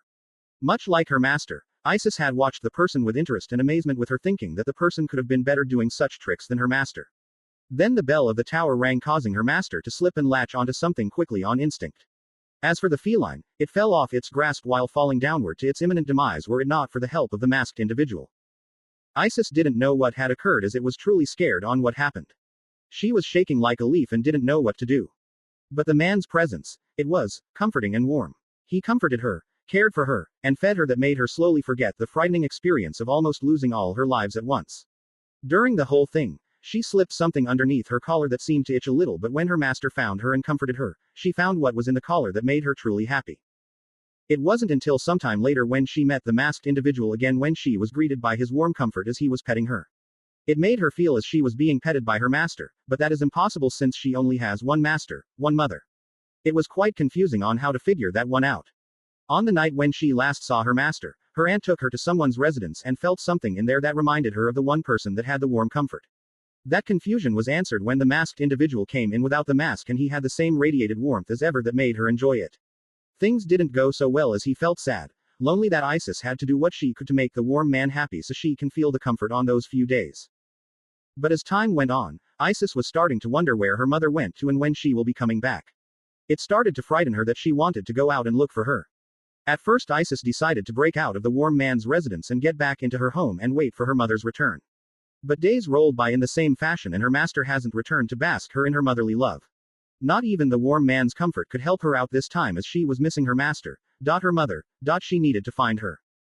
So here she is for some time now, searching every nook and cranny she can access to so Isis can find her mother. She heard a vehicle come into the alleyway as she moved out of the way so she wouldn't get squashed and whatnot. Then two people stepped out of it, a man and a woman, that radiated coldness and made her want to get as far away from them as possible. Of course they started to walk towards her and she was trapped on the dead end of the alleyway with no way out. Dirty, stinking furball. Keep wondering why we have to keep rounding up these vermine. The woman said with a net in hand. Cause the boss said so and we are paid to do so. The large man replied. Shut it Paunch and nab that cat. The woman said getting Paunch to throw the net at Isis. Meower. Isis cried out as she was in the net, trying to get free but it was no use. The net was raised with the green-eyed, black cat trapped inside. All right Paunch, get that inside of its cage and let's move on. Right Jesse, he said as he walked to the vehicle and threw the cat inside of its containment. Isis soon got free from the net but was stopped when the cage closed shut making her cry out for help. She cried out for her master, her mother, the warm man, anyone to save her and bring her back home. Gotham Cafe. Sorry I'm late, the traffic was terrible getting over here. It's quite alright Harley and besides I just got here. Naruto said as he saw Harley sit down at the cafe table. The Uzumaki was wearing a thick button-up shirt with loose jeans and snow boots with his jacket hanging off from the chair. Good to know, the asylum intern said with a smile as she adjusted to her seat after taking off her coat. She wore a few layers to keep her upper body warm while wearing a pair of tight jeans and non-slip shoes. Harley had to take off her glasses and clean them off due to them fogging up when transitioning between the cold air to the warm. So did you order anything before I got here? Just some water with lemons and limes. Didn't want to order anything to eat just yet. Naruto said to her getting the blonde woman to nod. It's been a few weeks since the two first met at the asylum when Naruto had dropped off Pam. Things started out well on their first interactions with one another since they needed to work with each other in the coming times to get Pam back together. So during the various times when Naruto stopped on by to visit Pam, he would chat with Harley as much as possible. Those conversations were mostly focused on how much he knows about the botanist so Harley could try to delve into the shared personalities of the redhead's mind and work from there. In their first few sessions, things were going well on introductory phases and learning basic things about one another. Though when Harley brought up most of the information from what she learned from Naruto, it wasn't all that great. Flashback. Where did you learn about that? Ivy yelled out at the intern. Crap, should have timed that bit better. Harley thought to herself as she shortly berated herself on what she did. Things were going pretty well for starters on how the session was going but with the recent outrage made Harley forget what led up to the blowout. I'll ask again. Where did you learn on how my mother died? Ivy cried out demanding the answer. F from Mr. Uzumaki Ms. Isley. Harley said with a stutter as she cowered a bit behind her chair in a comedic fashion. How could he? How dare he tell someone about that sensitive part of my past? Ivy yelled as she started pacing around the room while pulling on her hair. It wasn't his fault Ivy. Pamela said to her darker half indicating with the shift on vocal tones and body language. He possibly didn't know that it was alright for him to tell someone about that. Surely you could forgive him on that. It was an interesting case with Pamela Lillian Isley from what Harley noted. With most split personality cases, the two consciousness would speak to each other inside of their mind. But Pamela was an interesting one that both consciousness actually switch back and forth at will. Practically instantaneously with no big breaks in between like most split persona cases. From what she learned from Naruto that when the two actually sync up, both voices are speaking at the same time. Humph, fine, I'll forgive our consort on his slight mistake. But he better make up for it when he shows back up again. Ivy said with her arms crossed. That was another thing that Harley found interesting when working with the two, was Ivy calling Naruto either her consort or king at times. But the intern thought it was just because Ivy thought she was the queen or goddess of nature itself so she just pushed that bit off to the side. Please forgive my sister. On her outburst Dr. Quinzel, Pamela said apologetically to her, but I would like to know why you thought it was good to bring that information up in this session. I agree with my sister on that and I ask the same thing obviously. Ivy stated as she harshly looked at Harley. Harley stood back up and went around the chair while facing the two, with a downtrodden look. Sigh. Look, I'm sorry on what I did was uncalled for and I shouldn't have brought up such sensitive information like that. I'm new at this and I want to try my best to get a good handle in the profession. I didn't think things through not knowing you would blow out like that. It's just that I promised Mr. Naruto that I would do everything I can to help you, too, out so you can be with him happily. Both Pam stared at the intern as they could tell she really meant on what she said. Naruto really wanted the two of them to try and work out their problems and get things solved, and Harley was wanting to help take care of it. It made Ivy feel like an ass while Pamela felt sorry for the intern. Sigh. Look, Dr. Quinzel, we can understand what you're trying to do, but please, try tread carefully on what you say from what you learned from Naruto. Pamela said to the blonde before Ivy took over. Much of the information we trusted with our king is very important to us and would have been better to hear from the source than from the messenger. I understand that, and once again I'm sorry. Harley replied back to the meta. Then apology accepted. Pam said in psych. But shouldn't there be something I should do to make up for what I've done? The intern asked. This got them to pause and adopt a thinking pose as they discussed things in their head on what the blonde should do in return. There is one thing that came to mind, Pamela said to the intern. Which is what exactly? Harley asked in hopes it wasn't too bad or too demeaning. Pam went up to Harley and sat her down onto the patient's couch as the meta sat on the doctor's chair. They soon picked up the blonde's notepad and pen and said one simple yet complicated answer. We would like you to tell us a story. Flashback end. But the end result was pretty interesting, that the botanist and psychologist started to become friends, with one hell of a rough start. To make up to the Pams on what she did, Harley told them a story about her past that was equally emotional to the death of Ivy's mother. Ivy did promise though that they won't tell Naruto what they learned on that story, since it was Harley's to do so when she is comfortable in talking about it. Naruto was told of what happened in that session and he apologized to both Pams on his mistake in hopes that Harley could get through to them easily. They forgave him, but in return for what he had done, they requested for Naruto to bring more flowers and all of the plants from their apartment to make it more homey. Not only that, but needed one hell of a makeout session to satiate their urges for the time being. Suffice to say, Harley ended up being the sole audience member to see how frisky both Pams got to be. Poor intern had to run out of the room with an embarrassed blush that got the meta to laugh inside of their head. Anyways, after that whole debacle, Pam had urged the two to at least spend time together out of the office so they could at least relax and get their relationship better than before with the whole doctor-patient thing. They complied and had hung out a few times when they were available as per Pam's request. Naruto only learned a small amount about her during each of their times together from Harley being a fan of some of the writers under Naruto's employ, having a gymnastics scholarship to Gotham State University as a teenager, and that she was a shy child when growing up. Currently, Naruto was hoping he could learn more about the blonde intern since he had today off along with the next few days. As for Harley, today was the only day she had off for the week until who knows when. So Naruto wanted to use this time to the fullest. So what would like to get Harley? Naruto asked as she browsed through the menu. A turkey club wrap with fries and a vanilla shake. She answered. You. A Philly cheese steak sandwich with onion rings. A waiter came on by once seeing the other person of the party finally showed up and took their orders before doing his other tasks. While waiting for their meals to arrive, they had small talk on things as of late. Quote. Of course there is Selena's trial tomorrow that I plan to go to. Yes, I've heard about her exploits, and it's quite interesting on how a thief could end up saving a city with some help. Harley said as she took a sip of her drink. Well, life sometimes enjoy making some interesting scenarios that will surprise others. Naruto replied back, getting her to smile a little in agreement. Point. Once emptying his glass, Naruto had something to say. So I've been wondering, Harley. You know quite a lot about Pam from what I've told you, and you know me more than I know of you. And you were wondering what you can learn what you don't know about little old me then. The intern said to finish up the publisher's statement. If you don't mind sharing. He offered the suggestion to her. She was about to answer when the waiter came back with their completed meals along with refilling their glasses. Well, this looks delicious, Harley said as she munched on a few fries dipped in the milkshake before seeing Naruto giving her a look. Aren't you forgetting something? He asked with a smirk. Oh yeah, momentarily forgot. Stomach was stronger than the mind for a moment. Harley said with a giggle that made her sound cute. It's fine, Harley, and I have the same problem when it came to my childhood comfort food. He confessed. Oh. And what is that exactly? Ramen. Ramen, she asked, since that was not a food item she would expect a kid to have at that age to be his favorite. Naruto munched a bit into his food before replying to her. Back in my hometown, I was an orphan living in a rundown apartment with an allowance I got from the old man that checked up on me from time to time.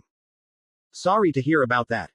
Don't be, the silver-haired male said as he waved her off. With me being an outcast due to my looks, I wasn't allowed to eat at certain places and shop at certain stores.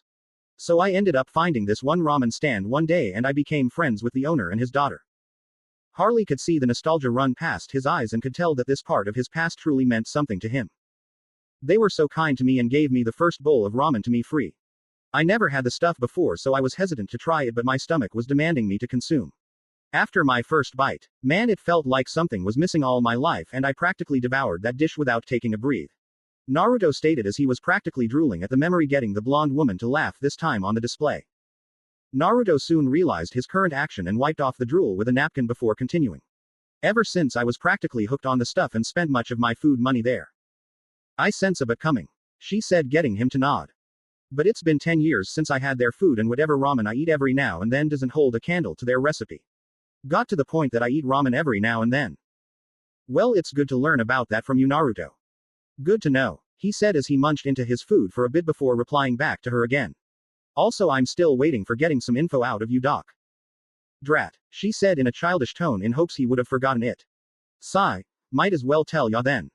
Once taking a sip from her glass, she started to talk. I believe I haven't told you why I became a psychologist in the first place. I think you haven't and it would be nice to know your motivation. It starts out with my family as like most people have in their career choices if they wanted to follow into family legacies or suggestions. For me it was something different. You see I didn't have much of a good childhood that things were not that great when growing up. Had a harsh, yet forgiving mother that tried to make things right for the family despite some naggings every so often. A younger brother that is a deadbeat, and FYI he currently is still one while living with dear old mom. As for my dad, let's just say that I have bad history with him and his tendencies of being a con man. Sorry to hear that about your family, Harley. I hope things got better when you moved out. The hazel-eyed male said to her. Oh, it did. Reason why I worked my ass off to get that gymnastics scholarship back in high school and skipped a grade or two so I can get out sooner. Impressive. He kept munching on his meal as he listened to her tale. For years while living under the same roof, I wondered what made my family tick and wanted to understand all of their reasonings to the best of my knowledge. It takes a while to fully understand a person until something pops up causing you to rethink about the person more and more. It's pretty much what drives me now and to really push me to my limits and beyond. That was for me working at Arkham to understand the real crazies there. Well, it'll be one hell of a challenge for you to accomplish since it won't be an easy task to handle. I know, but I enjoy challenges and it makes it more rewarding in the end. After that, the two continued with their meals and had small talks before they decided to go around Gotham and see what else they can do to spend the rest of the day. They ended up seeing a movie to get some laughs out of it while Harley kept psychoanalyzing the characters after the film was over. Eventually it was time for them to head back home since they had a big day in their own respective ways. You know you didn't have to walk me back to my car, Naruto. I can defend myself quite well just so you know. I know, Harley, but then I wouldn't be such an overprotective friend now, could I? He said, getting her to stop in her tracks and look at him in surprise. Why, you consider me your friend? She said with widened eyes. Well, yeah, why wouldn't I be your friend, Harley? Well, I don't know. The intern said as she rubbed her arm. It's just that I never really had that many friends. Period. Pam, and now you consider me your friend and it feels nice. Naruto smiled as he held her close from the side, getting her to blush without him knowing from the contact. Even helped when she tried to cover her face more with her scarf. Then I'm glad to be one of your first friends, Harley, and I hope I don't ruin it later on. She smiled at this and hugged him back before they got to Harley's car. After saying one last goodbye, they went on their separate ways, with the day being a pleasant part of their lives. Next day, Gotham City Courthouse. Bam! The judge's mallet sounded out in the courtroom as the verdict was being made. Selena was currently in the best civilian wear she had, not too gaudy or showy, but just something appropriate for the proceeding. Naruto and Shizune were sitting behind her for support for whatever verdict is placed upon her. Other people in the courtroom were consisted of animal rights activists and environmentalists. Selena Kyle, you have pled guilty to the charges set against you as Catwoman. The judge said to the raven-haired woman. And you understand that you can serve up to 25 years in prison. Yes, Your Honor, the environmentalist said. Regardless to the fact that you have committed these acts for the benefit of animal rights and wildlife. The lady judge said as she adjusted her glasses. Theft is still theft. Of course, Your Honor. However, you did help save Gotham City from annihilation from a terrorist plot, and District Attorney Dent had recommended a plea bargain. The lady judge brought out when pointing to Harvey Dent, who was helping out on the case on behalf of his friend Naruto. I have decided to sentence you 5 years of a probationary period. This got the courtroom occupants to cry out in joy, for some reason, when hearing the verdict. Selena looked back to her two friends with a wide smile while getting the same reaction towards her. Bam bam bam. I'm not finished yet, people. The lady judge called out to settle down the proceeding. She looked around the room to see if anyone else was going to cause a fuss before she continued. Now I'm warning you, Ms. Kyle. If you ever don your Catwoman costume again to violate the law, then I'll not only revoke your probation, but I'll throw the book at you and give you the full sentence up to 25 years in prison. I understand, Madam Judge, Selena said as she composed herself in front of her. You may go now, Ms. Kyle. The lady judge said, getting the court meeting to end and getting the occupants to slowly disperse from the room. Thank you for helping me out on this, Mr. Dent, Selena said as she turned towards the DA, who just gave her a reassuring smile. Hey, don't sweat it, Ms. Kyle. You should be thanking Naruto for me seeing your case. It would have come up on my desk eventually, but he made me go search for it sooner than later. The man said, getting the environmentalist to smile towards her silverette friend. I think I will, but still thanks. The raven-haired woman said, getting the DA to nod as he started packing up his things for the next stops for his day. Selena was then greeted by a smiling Shizune and Naruto, with the latter holding her coat during the proceedings. The raven-haired woman took it from him and placed it on as they made their way out of the courthouse, only to be assaulted by various reporters on the issue, but Selena didn't want to say a thing at all. She was tired and just wanted to get back home and see her precious Isis after so long. Selena's and Shizune's loft. Oh, Naruto, Shizune, I can't believe I'm finally free, Selena said as she walked through the door of her loft. It felt great for her to be back as she went into her bedroom and laid on top of its soft sheets and comfy mattress before rolling off to the side to look underneath the furniture. She ended up doing this throughout the loft as she was indeed looking for something, or someone. Huh, she's not here, the environmentalist said to herself before calling out to her two friends. What are you looking for, Selena? Asked the Uzumaki. Why, Isis, of course. I don't see her here at all. Maybe she's in your loft, Naruto, she said as she made her way to the door. Selena, there's something we need to tell you, Shizune said in a tone that didn't sound all that good to her roommate. She stopped in her tracks as she looked at the two and something started to click as her features started to show worry. Guys, where is Isis? Where is my cat? We don't know, Selena, Naruto said, getting her attention. I got back home from work when I saw my patio door opened with Isis claw marks. I assumed she went into your loft and went down there, but she didn't show up in here either when he stopped on by. Shizune picked up where Naruto left off. I'm afraid she left to find you, Selena. But how could you let this happen? She yelled out at them before she had to sit down and grabbed a picture of her with Isis when she was just a little kitten. We're sorry, Selena, and we looked everywhere for her when we could. We even checked out the animal shelters if she turned up there, but there was no such luck, Naruto said as his friend hugged the picture frame to her chest for a few moments before she got up and went into her bedroom to open up the closet. What are you doing? Shizune asked. What does it look like? I'm going out there so I can go find my baby, Selena said with determination in. Not alone, you're not, Selena, Naruto said to her, momentarily gaining her attention. This is mostly my fault to begin with on not properly having the door secured after the several times she left. She was about to say something, but Shizune added into the conversation. Besides, you need a friend with you and we don't know how long you'll be out. I would go with you, but I'll stay here just in case of anything. Whether it's Isis coming back or of me calling the animal shelters again. Sigh. Alright, and thanks on this, you too, Selena said as she closed the door to finish getting changed. When she got back out, she was in a pair of jeans with the bottoms rolled up a bit to show thick wool on the inside of the pants. She also wore a purple turtleneck sweater with a leather jacket, a scarf and brown boots. Well, let's get going then, the environmentalist said as Naruto opened the loft door for her. Good luck, Shizune said to them as they walked out of the door. Hours later. Time passed for the two friends as they had been walking around Gotham in the various districts showing pictures of Isis on her own if anyone had spotted her. The same result had been going on with Naruto and Selena getting, I'm sorry, never spotted her, or responses of the sort. They not wanting to interrupt the search, Naruto went over to a passing food stand and got food for the two so time wouldn't be wasted. Even with all that training I've done in these past weeks, I can't seem to find Isis at all, Naruto thought as he looked at Selena in worry. And now she's paying for my little mistake. After getting Pam admitted to Arkham, the Silverette had been training again to improve his skills, especially with the newfound scythe he ended up getting from Yggdrasil. From what Naruto had noticed during his fight against Ivy's plants, he started to access into other abilities that started to make things interesting on how they were done. From running faster, able to cut through certain things with ease, to finally being able to clone himself for the first time in years. It felt so exciting for him to finally be able to do all that after so long that he couldn't wait to train again to maybe make up for what he had lost since coming here. First part of his training was once again meditation, since he wanted to check on a few things. Yggdrasil had done something to him while they were chatting on Pam's heart platform, saying that he made the hazel-eyed male have better access to the nature remnants inside of him with it being better stabilized. Naruto went back onto Pam's platform and tried to figure out what he could do exactly, but with the knowledge he could possibly access nature chakra. Again, after so long, he decided to do his sage training again. Sure enough, he saw improvements that he can somewhat tap into that ability again of drawing natural energy into himself. But with his expansive void inside of him and with what remnants there are, it would take a very long time for him to have a fraction of his old sage mode. But he got time and would come back to that concept at a later day. The scythe, though, was an interesting one that he had gotten from mix of his powers and from what Yggdrasil did to him. When he was training out in the woods on what he could do with it, he did indeed cut through trees and rocks with a single swing. But of course the Silverette apologized to the trees he had slaughtered. Naruto maneuvered through the forest with his scythe on hand and seemed to get a bit faster than moments prior. When he stopped, he saw some white flower petals falling behind him and confused the Silverette more until thinking it was an odd perk his scythe gave out.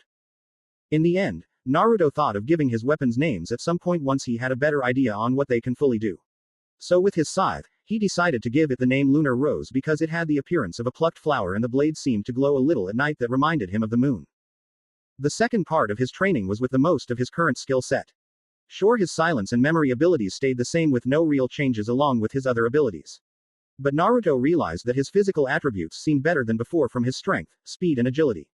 When he had been doing his salmon ladder workout, it seemed that he wasn't really breaking a sweat at all with how easy he was doing the whole process.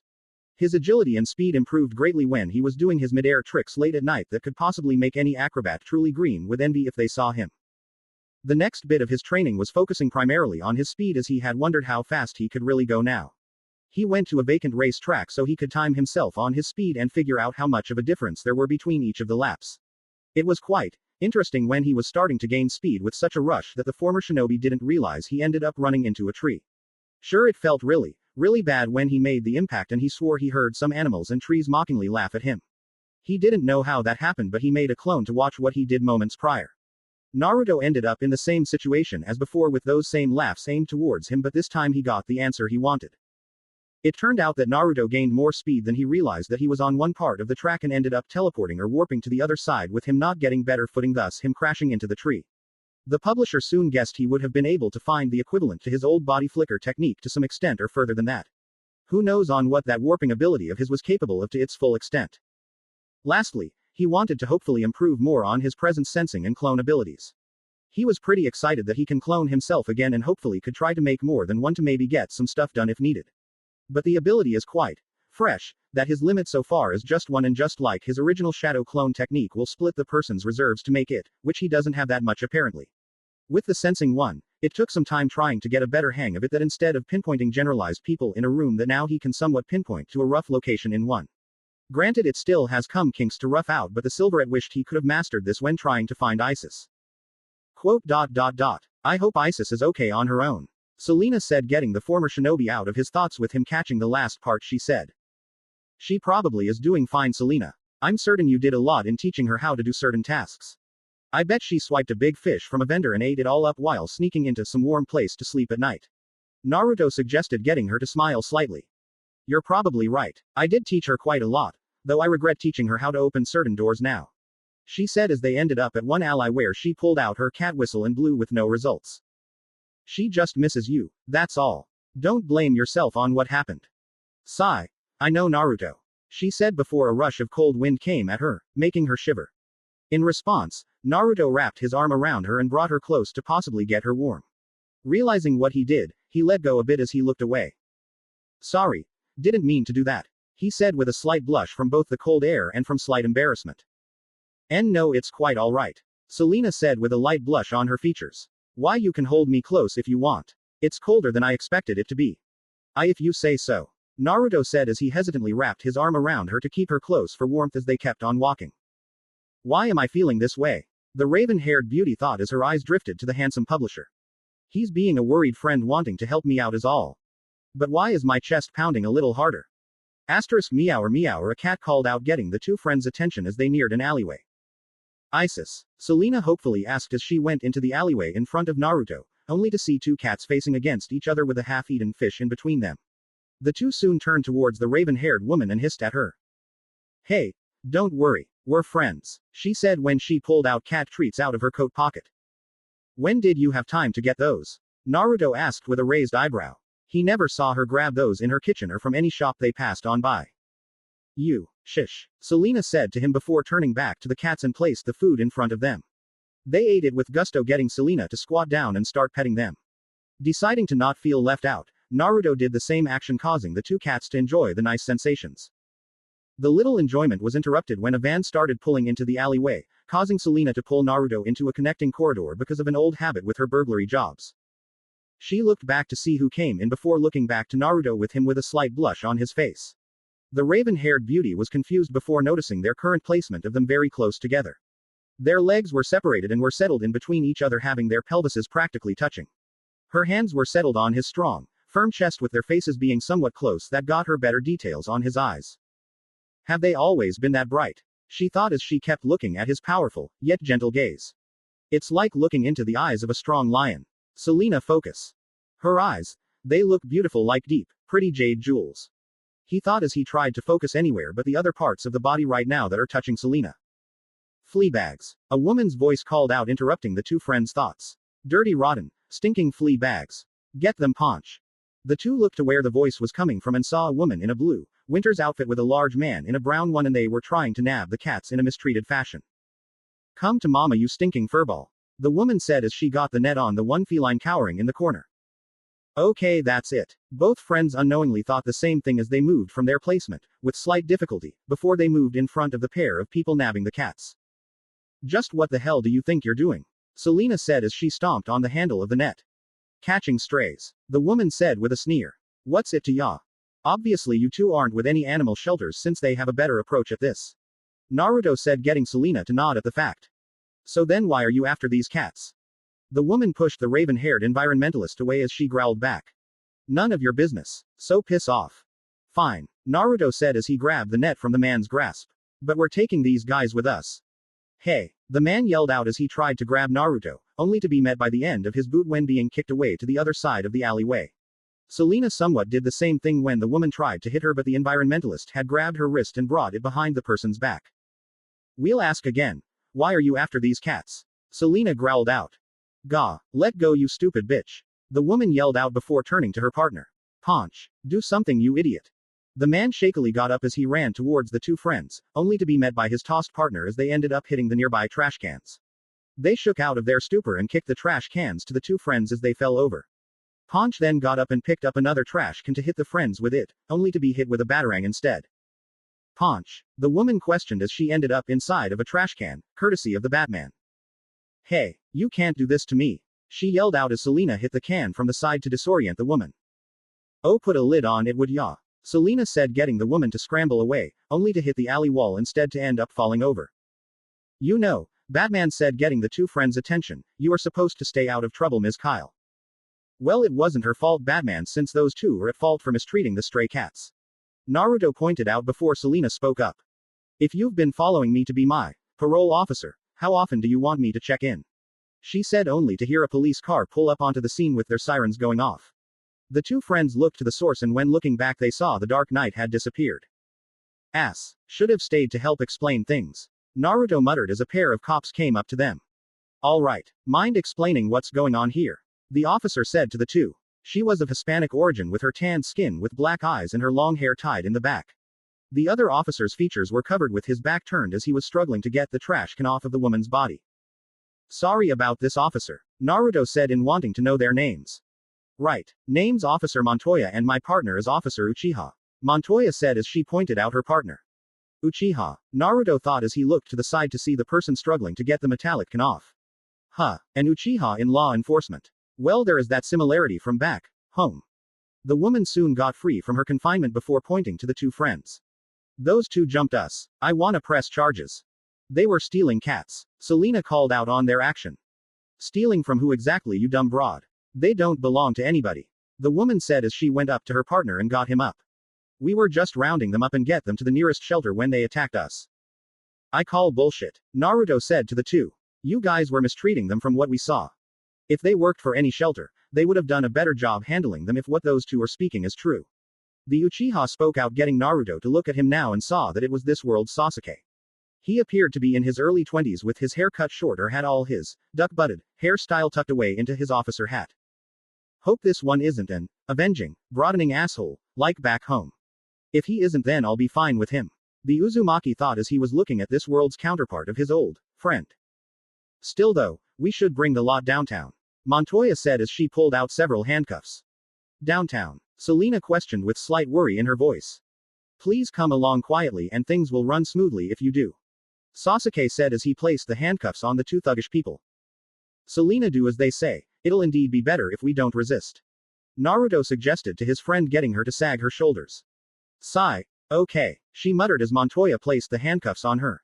The group was then led to the police vehicle, which was a van, and the lot was escorted inside of it for transport to the station. Sasuke had radioed in for a tow truck so it can be taken to the station as well. Later, GCPD. The doors were opened onto the darkened entrance as Naruto and Selena walked out of the precinct. Man, I thought we'd never leave, Naruto said as he rotated his shoulder with it feeling locked while being in that cell with Selena. I agree, she replied back, only to be greeted with Shizune with her coat. Shizune, were you the one that bailed us out? She asked her roommate, getting her to shake her head before pointing to the car with a man standing in front of it. Naruto recognized the man as Alfred, so that means. Seems that Bruce got us out of this jam, Naruto said as he walked Selena to the car. You coming, Shizune? Nah, I have some errands to run before heading back to the loft, she said, getting the publisher and environmentalist to nod as they kept walking to Bruce's car.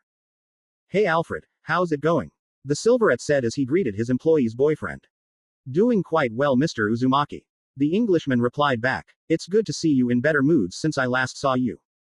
Thanks, I appreciate it, the Silverette responded as he opened the car door and ushered Selena inside. Once both were in, Alfred got into the driver's seat and went off. Thanks for doing this for us, Bruce. I'll pay you back in full on the bail money, Naruto said as he greeted his friend.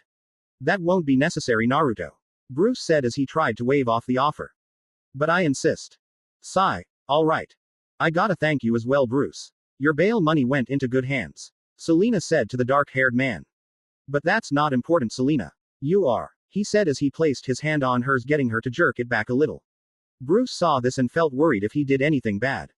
Bruce, I like you a lot. But only as a friend, she said as she tried to settle things down. I hope you understand, and I'm sorry if. I understand completely, Bruce said as he held up his hand to calm his friend down. Though he seemed a little sad that a potential love interest settled that line, but it was probably for the best. Then as a friend, I want to say that this arrest will make it look bad on your probation. I agree, and even on the very day you had your court hearing, that this will wave a big red flag over your head, added in the publisher.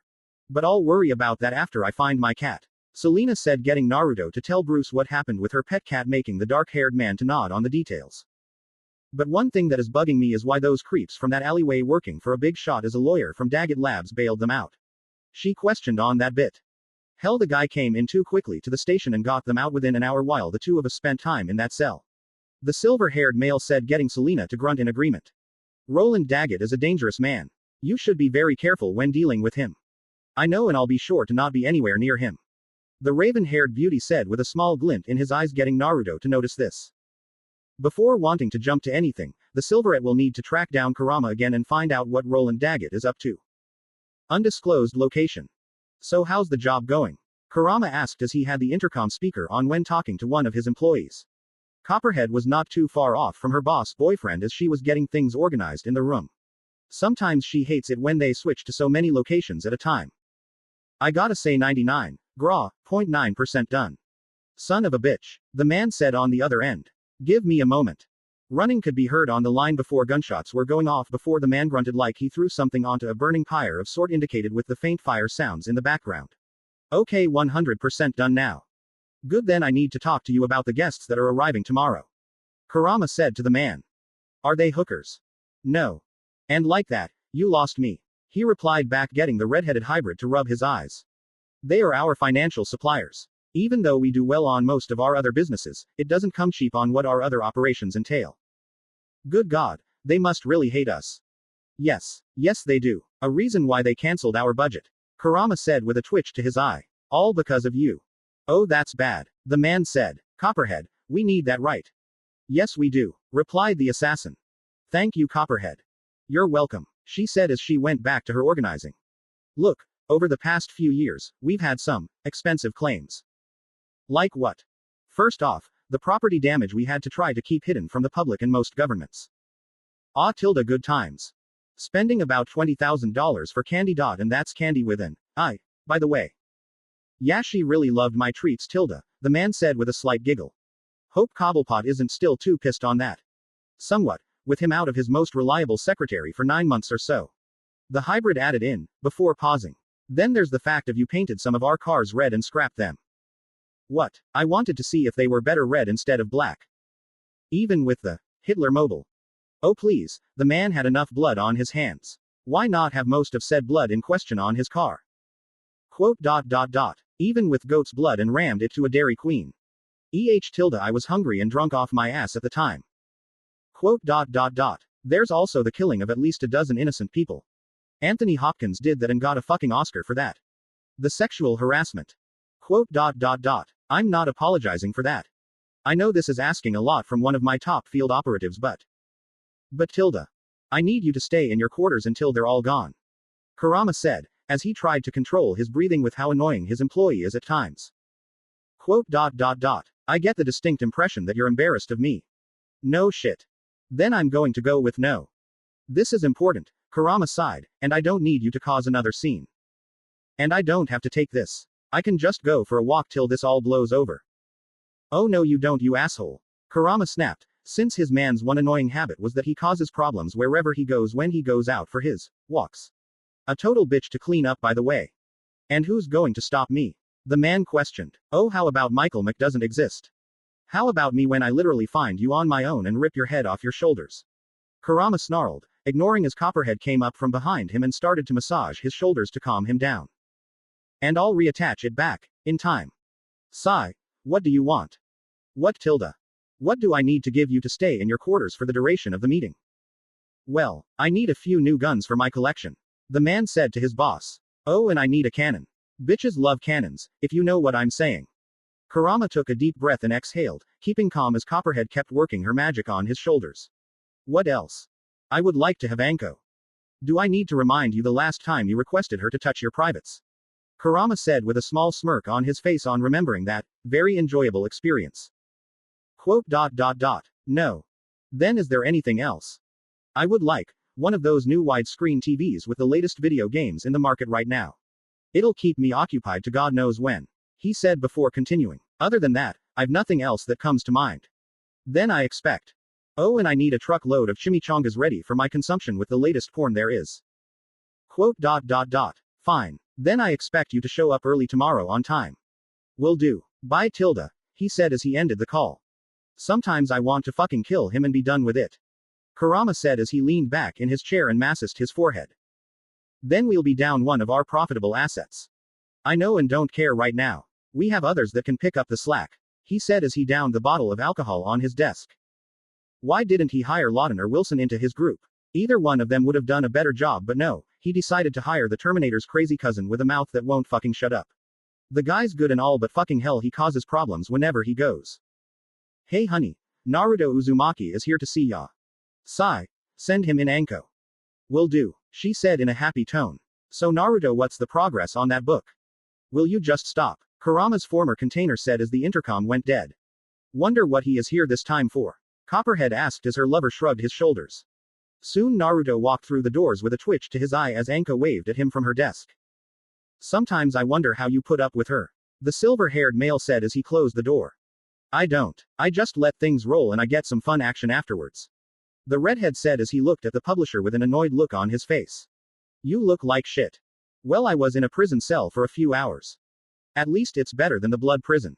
The crime lord pointed out. True, Naruto said to his former tenant. At least I had some company. Oh, did someone in there decide to make you his bitch? Fuck you, asshole. Once again, do I need to remind you that I don't swing that way?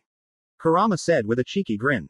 Having fun on the former shinobi will help brighten his mood a bit after the call from earlier.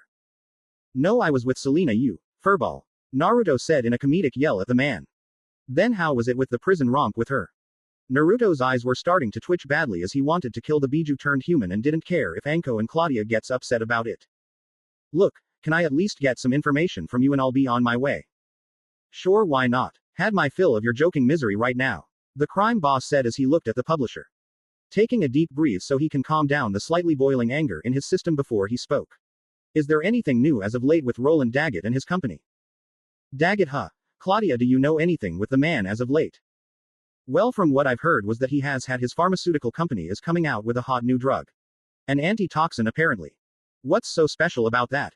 Naruto wondered as Claudia rubbed her head on that. Don't know for sure. The guy has had a tight lid on it, and had his best scientists working on it. She replied back. Sadly, none of our agents in his company haven't been able to find out what it is for. From what I can tell, it's quite suspicious and I want to find out what. Thank you for the information and have a good one. Naruto said as he started to leave Kurama's office. Well, have fun storming the castle. The hybrid added in before Naruto left. Should have stayed longer and had a nice chat with me. I think you probably wore out his patience the last time you chatted with him when dealing with Red Claw. True. So is he going to be fine? Copperhead asked her lover. I said I'm not working on that book, Anko. Naruto's voice rang out from the other side of the door. Yeah, he'll be fine. Batman will probably show up to investigate or whatever. The man said as he went back to other businesses for the day. Outside of Gotham, Daggett Labs. Good God, is it cold or what? One security guard asked his partner. How cold do you think it is? I bet it's below freezing, right? Highly doubt it, but there's, well, ice. The other guard replied as he gestured the ice-covered pavement with lots of rock salt on it. Patrolling in the ice and snow. Give me a fucking break. Guard 1 said. Do you know who doesn't go out on patrol this late in the day? I'm sure you'll tell me. Guard 2 said with a droll in his voice at his partner's rant. Jenkins. I bet the asshole is sitting in his comfy chair in the nice and warm monitor room. Well, that's him, I guess. God, sometimes his partner doesn't stop bitching and moaning about the guy. He walked off the side to get away from him when something hoisted him up. I mean, seriously. I've been doing monitor duty for 8 weeks straight, and when he complains to the boss that I'm not pulling my fair share of work, I end up in this while he gets to enjoy and relax inside without the cold, winter air. So here I am doing this thing here with you. The first guard brought up his gun and searched for where his partner went to as he spoke out. Hey Murphy, where you go, man? Quit hiding around since it's not funny. In here. I thought I heard something. Murphy said, getting the security guard to the man's location. What did you hear exactly? A stray cat or something? The guard asked as he walked into the empty storage space. Yeah, you can say something like that. A voice said as it changed from a man to a woman before knocking the guard out. Cough. God, I hate doing that, she said as she rubbed her throat to make it feel better. One of the least favorite tricks I learned at the circus tends to wreck the vocal cords. Once moving the body to a better hiding place so she can proceed with finding what is going on. After being dropped off by Bruce Wayne, Selina made it to her loft and quickly nabbed her Catwoman attire before getting to her car and drove to her hideaway that is near the labs.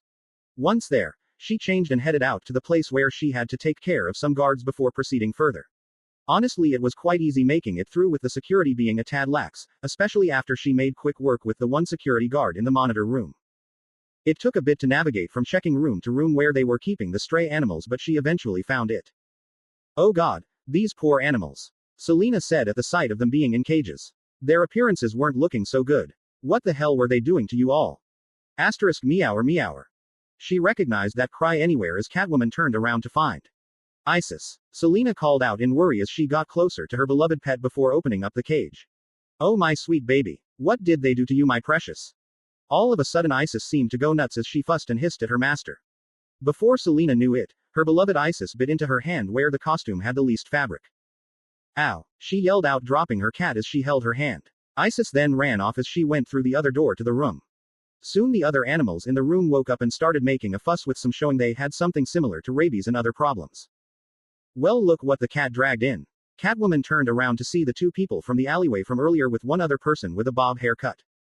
Wow, that's one nasty cut you got there, pussycat. The bob haircut man said sarcastically. Aren't you going to lick it better? What did you do to these animals? Selina demandingly asked. Nothing compared to what we are gonna do to you, pussycat. The woman said as the three started walking towards her. Not wanting to be caught, Selina pulled out her whip and had it clung onto a rolling table filled with chemicals and pulled to make it fall and make smoke. Using the distraction, she left through the other doorway where Isis went through. Let's skin that cat. The woman called out as she walked forward to the doorway. No, Jesse. We got other priorities to attend to. The bob haircut man said to the two. What do you mean, Dr. Milo? If you two yahoos didn't notice, but she had been bitten. The now identified Dr. Milo pointed out. She can run away from us all she likes, but she can't run away from that toxin. Oh yeah, guess you're right, she said before laughing a little. Back with Selena, she had been chasing after Isis for a bit where she ended up on the lab's rooftop. Once making it past the doorway, she saw her beloved cat standing on the ledge. Isis. Wait, Selena called out only to have a hiss as a response before the black cat leapt off of the building. She made to the edge and looked down to see where Isis went until her vision started to go a little foggy. The environmentalist soon lifted up her goggles so the fogginess won't block her vision, but apparently it wasn't the goggles at all since it was her eyes. My head, she said as he had started to feel like it was spinning.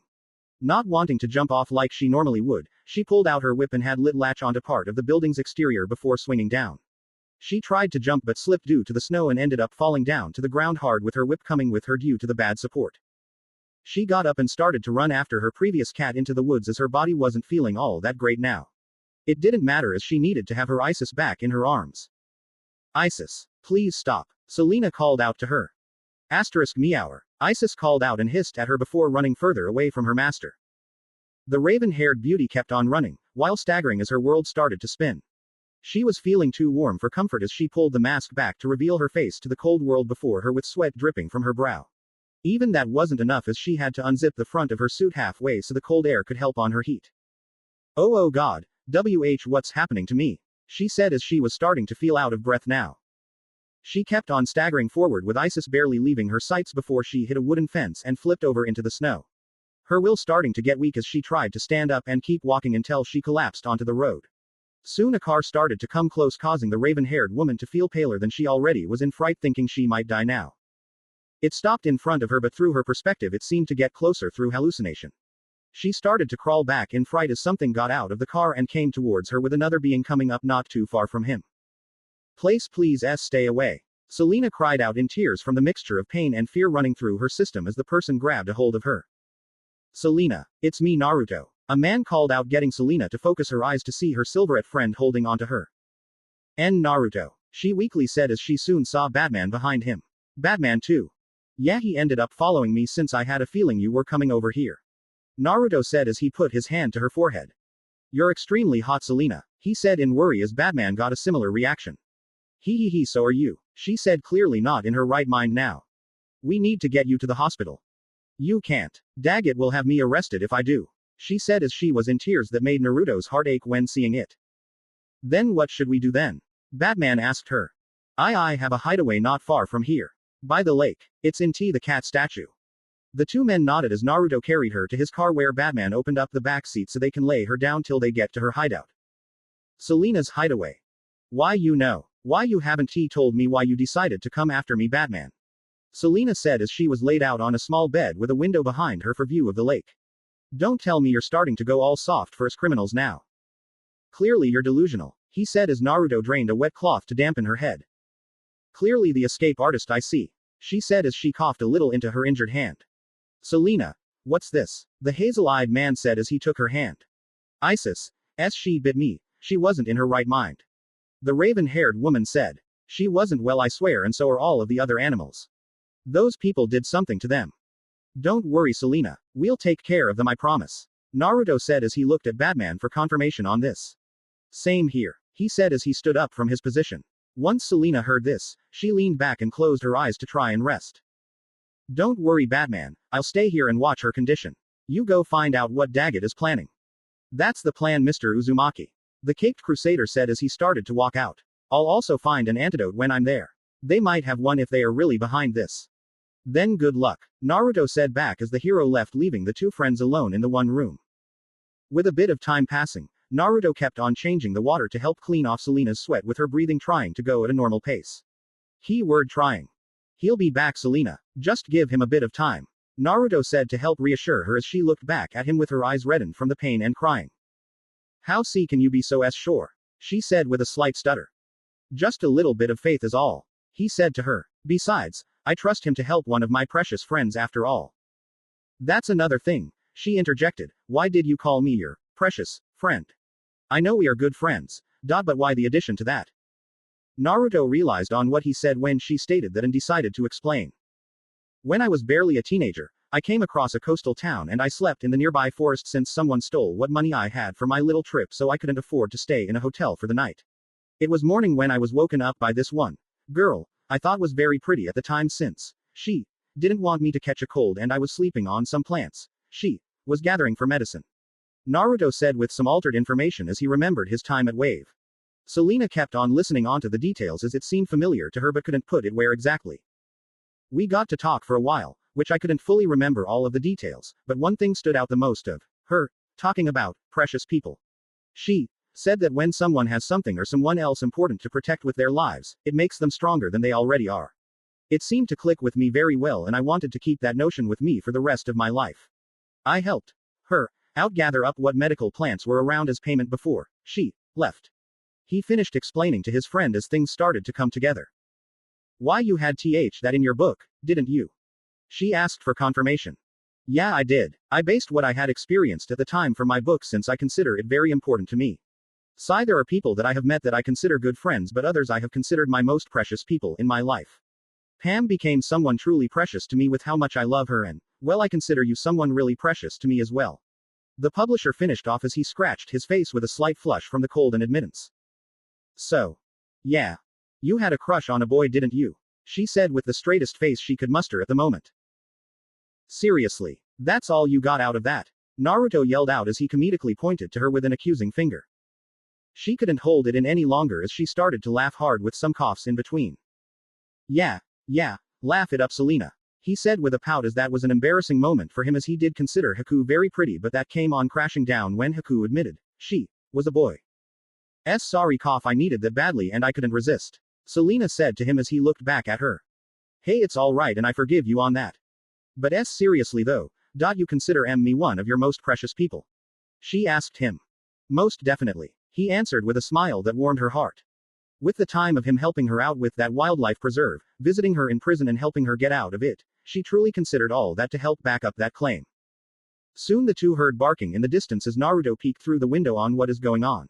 He felt Selena shift in her bed so she can see what is going on, making him hold her up for a better view. Thanks, she said as she turned towards the scene of Batman running across the frozen lake with a rabid dog chasing after him. The hero dodged to the side, getting the dog to skid on the ice before it tried to get back up while the Dark Knight slowly walked so he wouldn't fall or start breaking the ice. The dog soon got up and lunged at the hero, causing him to fall and made their worries worse with the hero fighting the mad beast off. Oh no, Selena weakly yelled out as Naruto held onto her and rubbed her gently to calm her down. Soon the two saw people exit from a van parked a bit away from the lake and walk onto the ice with one of them aiming a gun at the hero.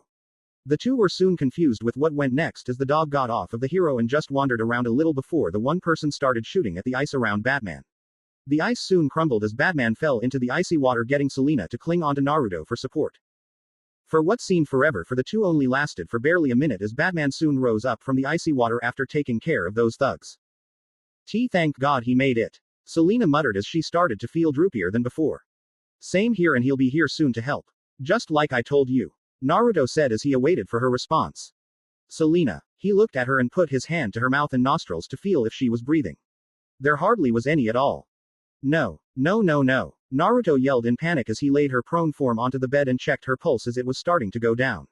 Acting fast, he started to perform CPR on her as he placed his hands on her chest and started pressing it down to hopefully get her breathing and heart back up. Not again. I can't let this happen again. The former shinobi thought as he was determined to bring her back long enough for Batman to arrive with a possible antidote. He placed his mouth on hers and blew into it before checking if she was breathing again. This action kept going on for Kami knows how long, which scared Naruto greatly. He didn't want to lose someone precious to him. He almost lost Pam the first time and he isn't going to let that happen to Selena. Just as all hope seemed lost, Selena took in a slight bit of breath before coughing a bit. Selena, Naruto said in relief as he hugged her. Don't scare me like that. What do you mean? She asked as she soon peeked over her shoulder and saw Batman coming towards them. I got the antidote. It's a viral antitoxin and she just needs to breathe it in. He said as he came to the two. Naruto turned around to see the hero of Gotham with the antidote and nodded on the information. Okay then Selena, you're going to need to lay back down so your airways can be fully opened. Naruto said to her as she weakly nodded at the request. Soon she breathed in the viral antitoxin as the effects were slowly appearing with her skin going into its natural tone, her breathing getting back to normal and her no longer feeling hot. Not soon after, she started to fall asleep with how exhausted she is from today's events. It seems to be working. Naruto said in a hushed tone as he saw the caped crusader have a hint of a smile on his face. Then I need to get going and alert the authorities on what's going on. The hero said as he started to head out. You do that. I'll keep her here before I get her to her loft. The publisher said to the bat. Need to be sure the antidote fully works out or if something is amiss. The Uzumaki looked back for a response only to hear the Batmobile's engines roaring into the cold night as it sped off to the GCPD and wherever else there is to do for the man's evening. As the sounds of the vehicle faded from the distance, Naruto turned his attention back to his friend and covered her back up with the blanket before wiping off any residual sweat so she won't get sick after she got better. Don't worry, Selena, I'm here and everything will be fine, he said to her as he adjusted to his seat so he could properly rest as well from the long day the two had. Next day, Selena's and Shizune's loft. Well, it says here and on the news that people are calling you a hero, Selena. Shizune said as she held up a copy of the Gotham Times with the headline of Batman and Catwoman Uncover Medical Scheme. Sooner or later they might start making Catwoman dolls and Halloween costumes for little girls. Naruto added in as he came in from the kitchen with some hot tea for the three of them. Yesterday was quite crazy for the two friends with what happened. After the two woke up, with Selena feeling much better, they went out to get themselves a hot breakfast at a nearby diner when they saw on the news that Batman uncovered a potential plot upon the city and that Catwoman assisted him. This at least got Selena to have a better public opinion from the Red Claw Plague event and now this. I know, but I wish it could have been better on the results. Selena said as she took one of the cups. On the fact that Isis hasn't been found yet or that Daggett had gotten himself out of the hot mess. Naruto added in. It was stated on the news that Roland Daggett got away scot-free on the accusations with him stating that the people of the One Lab were making the One virus without him knowing. It was to make it look like he was innocent in the whole situation with him disavowing all of the employees working at the area. So for now the man is being investigated on what is going on, but the Silverette has a feeling that Daggett will rear his ugly head back one way or another. Both, she muttered as she opened up the patio door to get some fresh air and clear out the stuffiness of the loft. Are you sure you'll be okay? Shizune asked as she got up and headed towards the door. Yes, I'll be fine, Shizune. The environmentalist said. You go out and enjoy your date with that teacher of a boyfriend of yours. I will. Uruka and I had been wanting to go out for a while, so this means a lot to us. The assistant said as she opened the door. And don't worry, she'll turn up eventually. I know she will. I hope you're right, Selena said as Shizune left for the day. She is right, Selena, you just need to give it time. She'll turn up eventually, and if not, we can go out and keep searching for Isis. Naruto said to hopefully raise her spirits. But what if she doesn't come back? She responded back at him with sadness in her voice. What if she is gone, and the virus? Naruto cut her off as he hugged her and he patted her head to hopefully calm her down more. Don't say that, Selena. She'll be fine and is a strong girl. You just need to have faith is all. Selena slightly smiled at this while in his embrace as she felt a tad better despite what has happened. Ever since last night, she didn't know what was going on, if it was just the sickness or something else. But she started to feel truly safe while being near the Silverette, and her heart starts to beat a little faster whenever she is in his grasp or touching him. Unbeknownst to the two, a shadow appeared on the patio floor as a basket started to come on down from the floor above. The basket moved to show two green eyes poking out from the darkness of the sheet. It soon moved more and jumped out of its placement to land on top of the Silverette head. The hell? Naruto said as a weight suddenly came upon his head. Selena looked up from the suddenness when she saw Isis. She yelled out in joy as she took her beloved cat off of Naruto's head. Oh, thank God you're all right, Isis. I missed you so much, Selena said as she kept on kissing her precious baby and spinning around in joy. Naruto smiled at the interaction and couldn't help but be glad to see the two together again after so long. Hell, he can see the happiness in their eyes shine brightly. But there was something that seemed to bug him now. How did she get here? And how did she get up high enough to jump on my head? Naruto asked, getting Selena to pause in the action. Yeah, how did you get here, Isis? She asked as her cat turned her head towards the basket on the patio floor. They soon saw the shadow move, causing the two friends to move to the entrance to see who did this. Their questions were soon answered as heard some cloth ruffling, and soon they saw Batman gliding away from the building. The two gained smiles on their faces and got closer to each other as Isis started to loudly purr in their warmth. The warmth of a mother and the warmth of a comforting man. So glad the snow is starting to let up now, Naruto said to himself as he was driving down the freeway. It would have been a pain if the snow kept on going with all the ice. Naruto had been driving for a few hours now from Gotham City because of the snowstorm that hit last night. It was not a fun experience waking up to it and having to leave at a good time so the roads and traffic wouldn't be bad. When he stepped out of the towers, he saw the plow trucks were barely starting their jobs for the day, which pissed off the Uzumaki that his plans were going to be delayed. Naruto had called the hotel that he was going to be late from his desired check-in time, and they understood since the storm hit them as well. He packed up a small lunch for the road since he could tell he would end up at his destination late in the afternoon instead of 10 or 11 in the morning. But as soon as he got onto the road, he was hearing radio reports of several accidents already happening due to the ice. So now the plans got delayed even further, that he might end up at the hotel roughly 3 or 4 in the afternoon. One of the many things I despise in this world is the damned roads with its damned ice. He muttered as he was driving a tad slow with several other cars around him so that no accidents wouldn't occur. I just hope that this storm didn't dampen my plans too much. One might wonder why the publicist is on the road and of what the destination he has in store. Well, it's quite simple really. He is killing two birds with one stone by going to Metropolis. He was called up by his New York branch to see if he can open up a new location in Metropolis so that things could get processed better with certain dealings. Naruto understood that possibly getting a major business, or even a minor one, would make leaps and bounds if a location was opened up in that city, so he decided to give it a chance. Of course, he would need to go to the city in person so he could find a suitable building to open up the location at. While he is there, he might as well check up on a few places to see how things have changed since he last been there. Don't know if I should have taken a flight to get over there instead of driving. But no, I didn't want to fly in a metal death trap. It would have been cheaper to drive. Naruto grumbled as he pulled out a sandwich and took a bite out of it. Should have listened to their advice and booked the damn flight, he said as he remembered his conversation at Arkham last week. Flashback. There's no way in hell I plan on flying to Metropolis when it would seem better to drive over there, Naruto said as he sat in front of his girlfriend of the visiting area of the asylum. He, however, wasn't alone, however, as the publisher was currently with a few people in the meeting. Don't tell me you're scared of flying now, don't you? Selena said with a small smirk. Selena was in the group since she wanted to finally meet Pamela when it seemed good enough for the change botanist to see other guests that weren't on her guest list beforehand. No, it's just that I really don't like being in a confined space while flying thousands of feet in the air, he said while looking away from the two women. It is really quite rational of you not wanting to be in a vulnerable position for several hours on end, Harley said as she was sitting on one end of the table with a clipboard in hand. Harley was mediating the meeting to see how progress is coming along on Pamela's condition.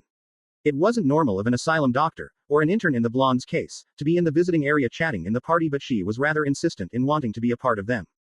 It's not just that actually, Pam interjected with a small smirk aimed at her boyfriend. He just had a bad case of air sickness on a supposed first flight, among other things. Really? Selena said with a gleam in her eye. Mind telling us? Pam, Naruto said with a twitch in his eye. All right, I won't say it, she said to wave him off. Okay, good, he said as he then realized when she said, but I will. Ivy said as she took over. Oh no you don't, Naruto said as he tried to lunge forward to cover her mouth when Selena grabbed a hold of him and put her hands on his mouth.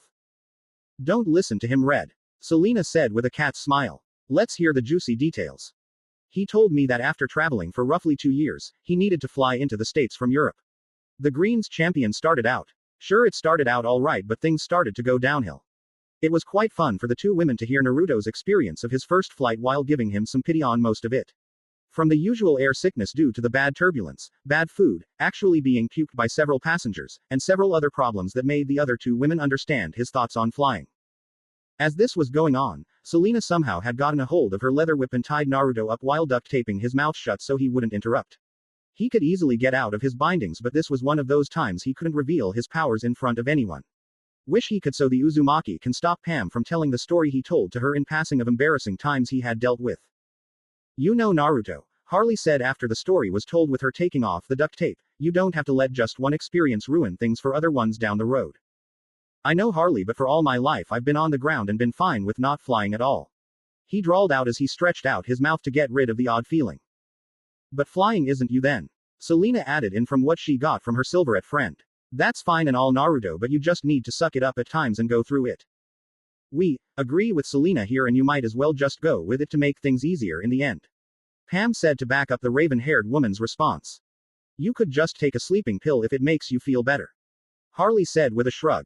Aside from the fact that it'll take you like an hour's worth of flight to get from here to Metropolis. Look, I appreciate your concerns and take things under consideration, but I don't plan on flying anytime soon. So can we please just drop this? He asked the three women. All right, have it your way, Selena said to him. So aside from that, I think the preserve outside of Gotham got finalized. Flashback end. Honk asterisk honk asterisk honk asterisk honk. Alright, I'm moving, Naruto yelled out despite the driver not hearing him. Caught up on his recent memories made him not notice the traffic was finally clearing up, causing the drivers to honk at him in irritation. Aside from the discussion with him not enjoying airplanes in general, they ended up talking about the wildlife preservation slowly coming into fruition. After weeks of cleaning and removing the remaining military equipment from the grounds, Mayor Hill had given the okay for the land to develop into a wildlife preserve. It'll take a while for things to be properly taken care of from there, but environmentalists are very much satisfied in the end. During those discussions, Naruto noticed that both Pams and Selena were slowly becoming decent friends at best, and it'll take time for them to enjoy each other's company despite having good care for the environment. The Silverette knew the two wouldn't become friends by the end of their first encounter like with Harley and both Pams, but it's a start at least. As for Harley, she was starting to get out of her shyness, even if it's just only a little bit at a time. From what Naruto had learned from Selena, the two had met outside of the asylum by chance while running errands and had hung out for most of that day and on the following day, with the two not having much to do. Once again, the progress of Harley having another friend was imminent. Few hours later. Feels damn good to be out of that car and on this comfy bed, Naruto muttered as he was sprawled out on his hotel bed with his suitcase not far from him. Being in the car for close to 5 hours when the trip was supposed to be close to 3 all because of the weather can be quite tiresome. He got to Metropolis by roughly 2 in the afternoon, an hour or so earlier than he expected, with the city's roads roughly cleared out, so it made things quick for him to get to his hotel. Naruto properly got checked in, and the moment he stepped through the door he just wanted to be lazy and sleep for the rest of the day. But with him being cooped up in the car for too long made him want to at least stretch out his legs and go out for a walk, after taking a slight rest. Once changing into a pair of warmer clothes, Naruto had started out his walk of the snowy streets of Metropolis for quite some time. Seeing a lot of familiar sights made things seem nostalgic when he lived here for roughly 3 years. Even with some other places got replaced made the Silverette want to properly check them out when he had a better schedule idea for his duration here. Growl. Naruto's stomach sounded, getting the organ's owner to notice the feeling. I should have packed more than just that meal for the ride over here, he said as he rubbed his stomach. Now where is a decent place to eat close by? His eyes soon caught onto a diner with the name that seemed very familiar to him, getting the Silverette to scratch his head to figuring it out. Bebo's Diner. If I remember correctly, that building was closed down before I left here, he said as he walked towards the restaurant in Korea City. When he opened the door to give off the little bell chime, he was greeted with a familiar sight. Hello, welcome to my diner, the man said before narrowing his eyes at the silver-haired male for a moment before gaining a big smile. As I live and breathe. If it isn't the little runt.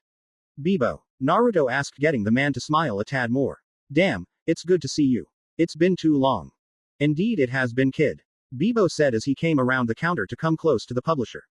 He was a short-haired, blonde in his early 50s that towered Naruto by several inches, with a physique that showed of a retired boxer with him having some weight added on certain areas. He wore a pair of jeans, black non-slick boots, and a red button-up shirt underneath a white apron. So how've you been, old man? The publisher asked with a smile at his old friend. Doing well, obviously, he gestured with a wave of his hand of the diner.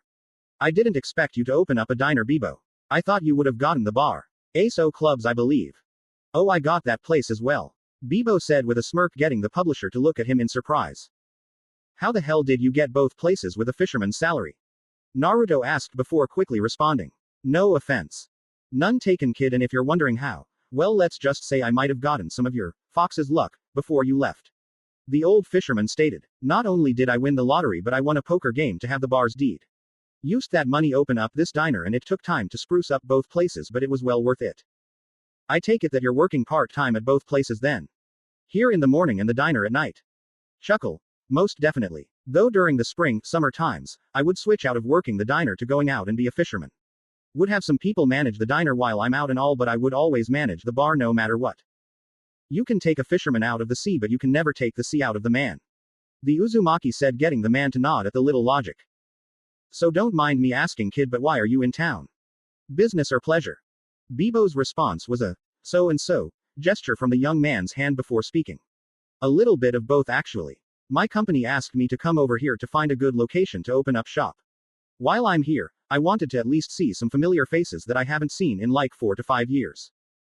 Sounds like you got a handful to deal with, kid, the fisherman said with a knowing nod. So asides from that, you hungry? My treat. No, Bebo, Naruto said as he tried to wave him off. You shouldn't do that for me, man. You should remember my eating habits. Oh, I remember, Bebo said in a smile with a twitch to his eye. Broke my wallet the last time I treated you to a meal. Reason why I'll only treat you to pie. Chuckle. Of course. Ring. The door opened up with the chime to interrupting their conversation. Hey Bebo. A man's voice called out from the entryway of the diner. Party for two if you don't mind.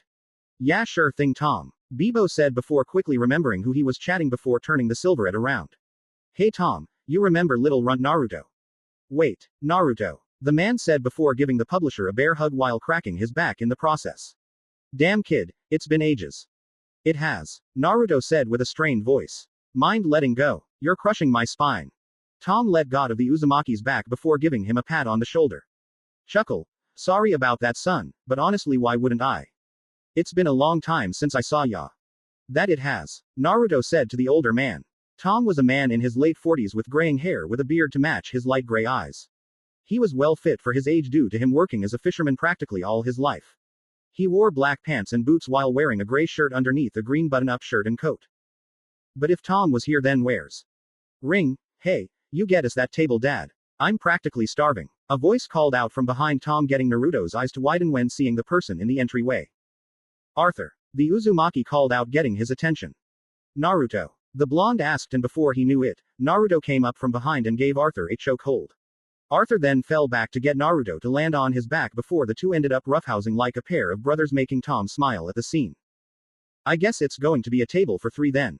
Bebo said as he looked upon the two youngsters meeting each other after several years. Definitely. Was all the patriarch of the Curry family said as he came up to the two and slammed his fists on top of their heads, giving them comical smoking bruises. The group ended up at one of the tables at the far corner of the diner so they can have more privacy. Once they were situated, Naruto decided to speak up first. Why are you two here? In the winter time, no less. The publisher asked, getting the head of the Curry household to laugh. Oh, we still do come by at those times for an occasional visit or getting away from Maine for a while. He said before going into a somber tone. But the reason why we are here was that I had to come over to pay my respects for an old friend of mine and Bebo's who recently passed. I'm sorry to hear that, Tom, and hope it wasn't too bad on his passing. Naruto said in sympathies. Oh, it wasn't. He was in his late 70s and died in his sleep. Me and Bebo lost a good mentor, who taught us everything we knew on being a fisherman and dock worker. Well, that's good to know. The Uzumaki said before looking at the blonde-haired son. Not that I'm glad or anything to see you, but why are you here? I came along to help support Dad at this time. Arthur said to his friend. Tazuna was practically a grandfather to me. We even had to help support Kaiza, Tsunami and Inari at this dark time in their lives. They very much appreciated it very well though. Arthur Curry is a year older than Naruto with shaggy, sun-kissed blonde hair with sideburns down to his jawline with oceanic blue eyes on his strong features that came from his father. His build was a tad bigger than that of an Olympic swimmer's. The man was currently wearing a pair of green pants with several pockets in them, a gray long-sleeve shirt underneath, an orange button-up and black boots along with his leather jacket that was off to the side. That's great to know on how much you're looking out for his family, guys. Naruto said before glancing at the menu. They are the only other form of family I have asides from Dad here. Arthur pointed out before he too looked at the menu. Even though I keep telling Arthur to make friends, but he tends to drive them all away. Tom said as he scanned through the list of meals on what to have for the early evening. Bar fights, I take it. The silver-haired male guessed with a small smirk, knowing it's probably the answer. Yup. But what about finding a girlfriend? Naruto asked the older Curry, not seeing the younger Curry's eye starting to twitch. Surely with his good looks and charm, he could possibly get one. Same result, I'm afraid. The man said as he shook his head. Sigh. I even helped set up some dates, but nothing seems to work out. Maybe he's not finding the right girl. He should find one that could actually put up with him. Don't talk about me as if I'm not in the room, Arthur said with his eye starting to madly twitch. The blonde actually forgot how annoying his old friend could unintentionally be whenever he is around him. Things settled down once Bebo came to their table and took their orders. The three eventually talked about what things have been like since they had last saw each other. With the main natives, it was mainly working at the family lighthouse and usual fishing jobs with not much of a change. After that, the former shinobi started talking about him founding and leading his publishing company. Quote, You've done well for yourself in these past 5 years since we last saw you. Tom said to the publisher as their meals made it to the table. First seeing you at the docks for a story for the Planet and now a book publisher. It's not easy, that I can tell ya. Naruto said as he eyed his food. A lot of times I drink a lot so I can try to numb the pain of paperwork. I even sometimes wish for a simpler life, but what can I do exactly? I love what I do. I hear ya, Arthur said in agreement. Sometimes I've wondered what it would be like to be in a different position in life, but I've been born and raised in my current one. It would be hard for me to change from what I'm comfortable with. Even though I've told you that you should try something else. The eldest Curry told his son. But I have, Dad. I've worked around all over town in various jobs, from the post office, the library, construction work. The blonde listed off. But you feel more comfortable working near the ocean, I take it. Nodding at his friend's response, he continued. I was practically born in the water and I work better in the surrounding areas. So if it means that I'll work as a fisherman, a dock worker, or even at the lighthouse for the rest of my life, then I'm all for it. Then you should keep doing what you love, Arthur. There's nothing wrong with that.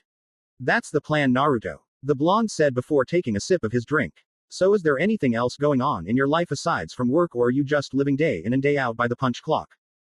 Oh, if it was ever that simple. Naruto thought as he reflected back to events that have happened for the past few months. Well, I'm actually in a relationship with someone. Really? Arthur asked, getting his friend to nod while taking a sip of his drink. So who's the lucky guy? PFFT asterisk. WH cough what? Who's the guy you're seeing? You're saying that to get back at me for earlier, aren't you? Naruto said, getting the young Curry to smirk at the question. Guilty. With this going on, Tom had to laugh a little on the interaction since he missed seeing this. Okay, we had our laughs here, you too. But honestly though, kid, who's the lucky girl? Her name's Pam, and despite hitting a rocky part of our relationship, we still love each other very much. The publisher started explaining to the two on how he met the botanist at the gala event in Gotham to a few things about her profession. Of course, after remembering the little incident at Arkham, he decided to not bring up too much information other than the basic facts. Well, it's good that you were able to find someone to be happy with, kid, and hope it works out for the best. Tom said at the end of the explanation. I hope so too, Naruto said as they finished up their meals. Well, it's getting pretty late and I need to get back to the hotel. Same here, the young Curry said before continuing. We've gotta head back home in the morning, and our flight's at that time. We would have left today, but due to the weather our flight got transferred for tomorrow. The elder Curry added in, getting the silverette to nod in understanding. Well, that's a shame. It would have been nice to hang out a bit more, but we can't have everything. Naruto said with a shrug. True. But was nice seeing you, Naruto, and if you're ever in Maine, you know where to find us. Arthur said as he held out a fist bump to his friend. The Old Curry Lighthouse. The publisher said in confirmation as he returned the gesture. Never been to Maine before, but I'll be sure to look it up. The Currys nodded at this and said their goodbyes to Bibo as they left his diner, leaving Naruto at the table to pay for the party's meal. So since you're here in Metropolis, I take it you're gonna stop on by the planet? Bibo guessed with a small smirk. That's the plan, Bibo, and sorry to hear what happened. It's all right, Naruto, and no worries. Sure, it did hurt hard when I heard Tazuna passed away, but I can tell he's in a better place now. The diner owner said as he gave Naruto a box with a full pie inside. Now don't forget your pie, kid, since this one's on me. Yeah, I remember, and thanks. The silver-haired male said as he finished getting wrapped up for the cold weather outside. So while I'm at the planet, should I expect a few changes over there since I last been there? Bibo adopted a thinking pose and thought for a bit before responding. Aside from Ms. Grant no longer being there, nothing much has really changed. I think. Good to know, the former shinobi said as he headed to the door. Hope you have a good night at the bar, old man. The man nodded before remembering something and called out, making the silverette to stop. There is one thing though. Which is? Well, Ms. Lane has been rather moody lately and don't know what's wrong. Maybe you could cheer her up, suggested the old sailor. With me here, she'll definitely be in better moods, Naruto said with a smile as went out of the door and headed back to the hotel. He was going to eat the pie in his hotel room while going over the documents of building candidates for the future Spiral Publishing location. It will be a long day, so he needed every bit of energy he can muster for tomorrow. Next day. Sigh. Well, that one was a bust, the publisher muttered as he drove to the next stop of his building, shopping as it were. He got up early and gotten himself a decent breakfast before making his trek throughout the city of the several locations that could be potential for his new Metropolis branch. It was even better when the roads were cleared out of the snow than from the previous day, so that made it seem better. But of course that only hid the difficulty Naruto had to deal with for the majority of this day. His first stop was at St. Martin's Island, where the rich and wealthy of the city's denizens are located. Sure, the location was pretty nice and spacious on what he saw in the tour, but the price was practically ridiculous, with it being worth a few locations altogether. The second was a location in Hobbs Bay where the river connects to New Troy, the central area of the city. It sounded promising when he was looking through the documents of the place, but when he got there, the location was burnt to the ground due to some troublemakers burning the place up last night. Currently, Naruto was on his way to New Troy where all of the city's main action was taking place and hoped this last location would do well. When he pulled up to the building, he saw a pair of people walking out of the front door. One of them, the publicist guest, was a realtor given the suit he was wearing, the badge and clipboard Naruto has seen in the past hours of today. The second one, however, got the former shinobi to groan knowing the man was going to buy out the building.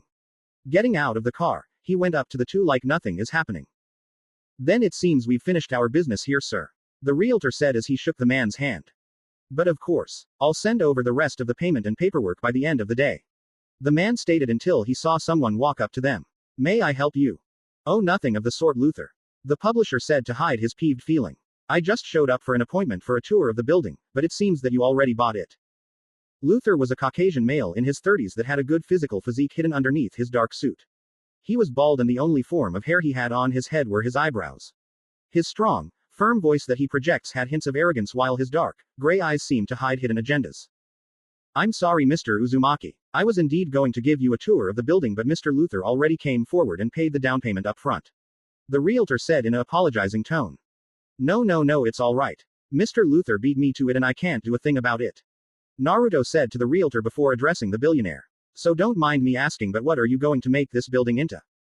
Well, since you seem to be such a good sport, I'll humor you. Luther said with a smile that seemed to annoy the silver-haired man. I'll be outfitting the building into either another R&D or science division once I gut out some parts of the area. But why this location? The publisher asked in interest. Wouldn't it be better if it was in the outskirts of the city or in a safer area in general? The bald man took pause at this to quickly think of an answer. Mr. Uzumaki was it. To tell you the truth, I was taking interest in one building in Hobbs Bay, but it was burnt to the ground. So I had to make up for it by taking interests in this building. I saw promise in both locations on varying ideas on what could be placed, so I needed to snag them when possible. It didn't take much to think that Luther had some ulterior motives in this scenario given some small rumors he'd heard in the past years of some business deals, but there was nothing to really back it up. So with that, Naruto took a sigh of defeat and had to suck it up. Then I guess congratulations are in order for you, Mr. Luther, and I hope your business decision today does well for you in the future. Naruto said as he held out his hand for good gesture. The corporate man looked at the offered appendage for a brief moment before taking hold of it and shook the publisher's hand. You're welcome, and yes, I do hope this does well in the near future. Once that was over, he walked towards his car where a woman stepped out of the driver's side and walked around to open up the door for Luther to step in. From what Naruto inspected of the woman, she was roughly a few inches shorter than him while wearing a black chauffeur's uniform to contrast her slight fair skin. She wore no makeup on to show her beauty with her sharp features with her light gray eyes. Naruto guessed she must have longer hair given the fact with how big of a hat she was wearing to show it was slightly bulging. Thank you, Mercy. Luther said before taking a pause and turned to the publisher. Oh yes, now I remember where I heard your name before. Naruto Uzumaki of Spiral Publishing, one of the best known publishers on the globe. Took a bit for me to remember. Chuckle. I wouldn't brag about me being one of the best, Mr. Luther. Oh, but indeed you are, Uzumaki. Given the chances that you have snagged the best writers, both veteran and upcoming, into your company that ended up making outstanding works. Not to mention of you writing a good handful of novels as well. The bald man said while getting Mercy to look at the silver-haired male and gave him a smile with her eyes to light up. Well, those were honestly good choices I had made with very lucky breaks, mind you. The former shinobi said while scratching the back of his head. Indeed, Luther said before continuing. So pray tell, why are you here in Metropolis? I'm guessing with you wanting a tour of the building seems that you wanted to open up a branch here. Naruto nodded at this before telling the corporate man in front of him. My branch in New York suggested me to find a suitable location here to help make things more profitable, and I wanted to appease them. So yes, I'm currently searching for a building to my standings, but I'm afraid I've had no luck on my end. And such a shame too, since as of right now nothing is available at this time. Sigh. Guess so. I'll be contacting my branch and let them know of the bad news since they were hoping something would be available soon. Then good luck in the near future. With that said, Luther sat down into his car before Mercy closed the door with the realtor leaving the area to head back to his place of business. Naruto was about to leave as well but soon saw the woman walk up to him with a growing smile on her face. I take it you're one of my fans, aren't you? Naruto said with a small smile, knowing where this is going. Yes, I am, she said as she had no restraint on her gushing over him.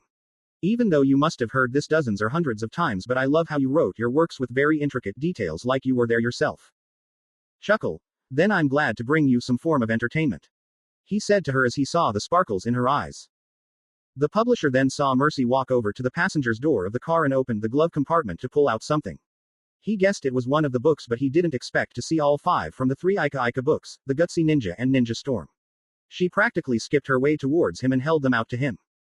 Mind doing me a favor and sign these for me? It would mean a lot to me, she said with a slight stutter at the start, making him laugh a little.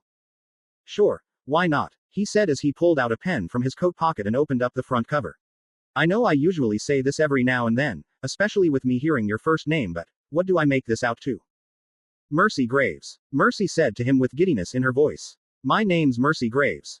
He gave her a smile that made her blush slightly before looking down to the page before him he wrote inside of it. He then switched to each of the books and wrote down the same passage before handing them all back to Luther's chauffeur. Once this was done, she opened up the cover to see the message below. To one of my favorite fans, and hope this brightens up your mood on the darkest of times. Naruto Uzumaki. Below the passage showed a little chibi drawing of Naruto waving at her with one of his smiles, to which she couldn't help but find cute. Thank you, Mr. Uzumaki, she said while holding the books close to her chest. This means a lot. You're welcome, and since you're one of my fans, I could let you in on a little secret, he said in a cheeky tone that made her smile a little. Which is? I'm practically done with my latest book and I plan on having it hit shelves in a matter of weeks, Naruto said, getting her eyes to bulge out slightly and made her even more giddy than before. Really? Then what is it? The assistant asked before quickly waving him off. Wait, don't tell me, I want to have it as a surprise. But mind telling me what the book is called so I can look out for it? The book is being called Loveless, and the only thing I want you to expect from it is being an epic poem, he told her, making her smile at the information. Can't wait. But anyways, I hope you have a good day, Mr. Uzumaki, Mercy said as she headed back to the car. It's Naruto. You can call me Naruto if you want, Naruto said, making her look back with the kept smile. Once turning back around, she kept on walking with a small skip to her step with a small hint of her swaying her hips. At least she is better than some of my rabbit of fans in the past, he thought as he saw Mercy get into the car and drive off to whatever else Luther has plans for the day. Sigh. Now what am I going to do? He thought as he made his way to his car. He'll need to inform his New York branch of the latest developments, that things will be put on hold on the new location by the end of his trip. I have a lot of time now to kill till I need to head back home, Naruto muttered as he started up the car. But what should I do exactly? A quick thought came to the forefront of his mind, getting him to snap his fingers before driving his car to the next destination. Daily Planet. I hope these can at least appease Lois and Perry while I'm here, Naruto said to no one in particular as he had bags of food from Big Belly Burger in each of his hands. He was currently in the elevator waiting to get onto the main floor of the business. On his way over to the planet, he had stopped on by a Big Belly Burger to grab some food from what he remembers on the various food runs he had to grab for Perry, Lois and Kat. Given the fact from what Bebo told the publisher last night that Lois has been moody, so possibly the food could help. As for Perry, well, he might as well get him something if he is showing up unannounced or if the man is in a bad mood. Once the elevator opened back up, Naruto was greeted to the old site before him of the ground floor of the Daily Planet. The varying desks with the computers attached, the several large windows onto the side giving a grand view of the city, and the giant model of the company logo right above some of the elevators on the side of the room. They even have the same old green paint on the walls, he said out loud as he navigated his way to Lois' desk, if it was still her same desk. Well, if it isn't the old intern Uzumaki, a voice called out, getting Naruto to turn around to see a familiar face. Hey Ron, how's it going?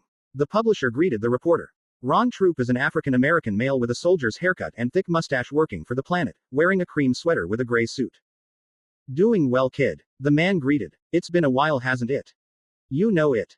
Not that I mind seeing you, but why are you here? Well, I'm here on business and I had time to kill, so thought I could come on by to see Perry and Lois, Naruto said before looking around the room. So just wondering, but is Lois here at the moment, or can you direct me to her desk? Don't know if she still has her old spot since I interned here. I might as well show you her desk, Tom said as he ushered the silver-haired man. She's currently out at the moment but will show back eventually. Good to know. Just wanted to drop off her food before seeing Perry. I can tell, the dark-skinned man stated. You know, ever since you and Kat left, it's been a bit quiet. Yeah, I bet, Naruto said, referring to all of the banter between his two female friends and some of his old antics. It really didn't take long for Tom to show the publisher Lois' desk, with it not far from her old one if he remembered correctly. Well, here it is, the male reporter said. I gotta head back to do my thing now, so see you later. Later, Tom, the former shinobi said as he waved the man goodbye. The hazel-eyed man soon set his gaze at his old friend's desk and saw a few pictures on display. The first one was a picture of Lois' deceased mother, Ella Lane, where Naruto could tell where all of beauty came from. The second one was probably an updated picture of Lois' family members of her father Sam and her younger sister Lucy. The last photo was the three friends together when Naruto and Kat were still a part of the Daily Planet. I should probably leave this here just in case she comes back soon. He thought before writing a little note on her desk. Once that was done, Naruto made his way to Perry's office to finally say hello to his old boss, which was located at the far end of the current room. As he got near, the publisher started hearing some yelling coming from the room. Seems someone pissed Perry off really badly, either that or it's one of his off days. He said as he got to the door and knocked. Yes, what is it? Perry yelled from the other side of the door. Opening the door, Naruto gave his old boss a reply. Hope this isn't a bad time for a visit, Perry. Hearing the voice, Mr. White looked up from his desk to see the old intern that used to work for him roughly 5 years ago. When he set his gaze upon the silver-haired male, he gave out a small snort with a smirk before looking back down onto his work. It's been a while, hasn't it, Naruto? Perry said as he kept his focus on his paperwork. Sorry if I'm not in a hugging mood of sorts. I understand, Perry, and I hope I didn't come in at a bad time with me hearing you yell moments ago. The former intern said to Mr. White as he entered the office. The editor-in-chief of the Daily Planet is an African-American male in his early 50s with a heavy-set physique with his dark, short hair starting to gray out on various areas. He was currently wearing a white-gray plaid shirt with a red tie underneath a black sweater vest that went with his dark suit indicated with his jacket hanging from the post near his desk. It's nothing really, Perry said as he waved it off. Just some issues in one of the departments. Well, hope this helps make things better. Naruto said as he brought up a bag of Big Belly. Got some of your favorites. Chicken Caesar, fries, and a cheeseburger with special sauce. Well, that saves me the trouble on what to get for lunch. The editor said as he snagged the bag from Naruto's hands. So how have things been since I've been gone? The publisher asked as he sat down on the nearby seat. I was told by Tom that things have been quiet. Naruto asked. In a way, yes. Perry said as he moved a few things on his desk to the side for his food. Nothing really has changed since you left aside from Kat and Lois bickering at each other more often. Though when Kat left things really died down on volume and excitement. Sigh. Yeah, I figured as much. Meanwhile, ding, the elevator to the main floor of the planet opened up to reveal several people starting to walk out, leaving one person at the very back of it. Quote. I know, I should have listened to you sooner when you noticed all of the red flags. The person said as she walked out of the elevator just as it closed. Hell, I should have noticed sooner when I was dating the man. Yes, I'm glad I dumped his ass, she said as she got closer to her destination, though I wished I could have done that sooner to at least save me the trouble.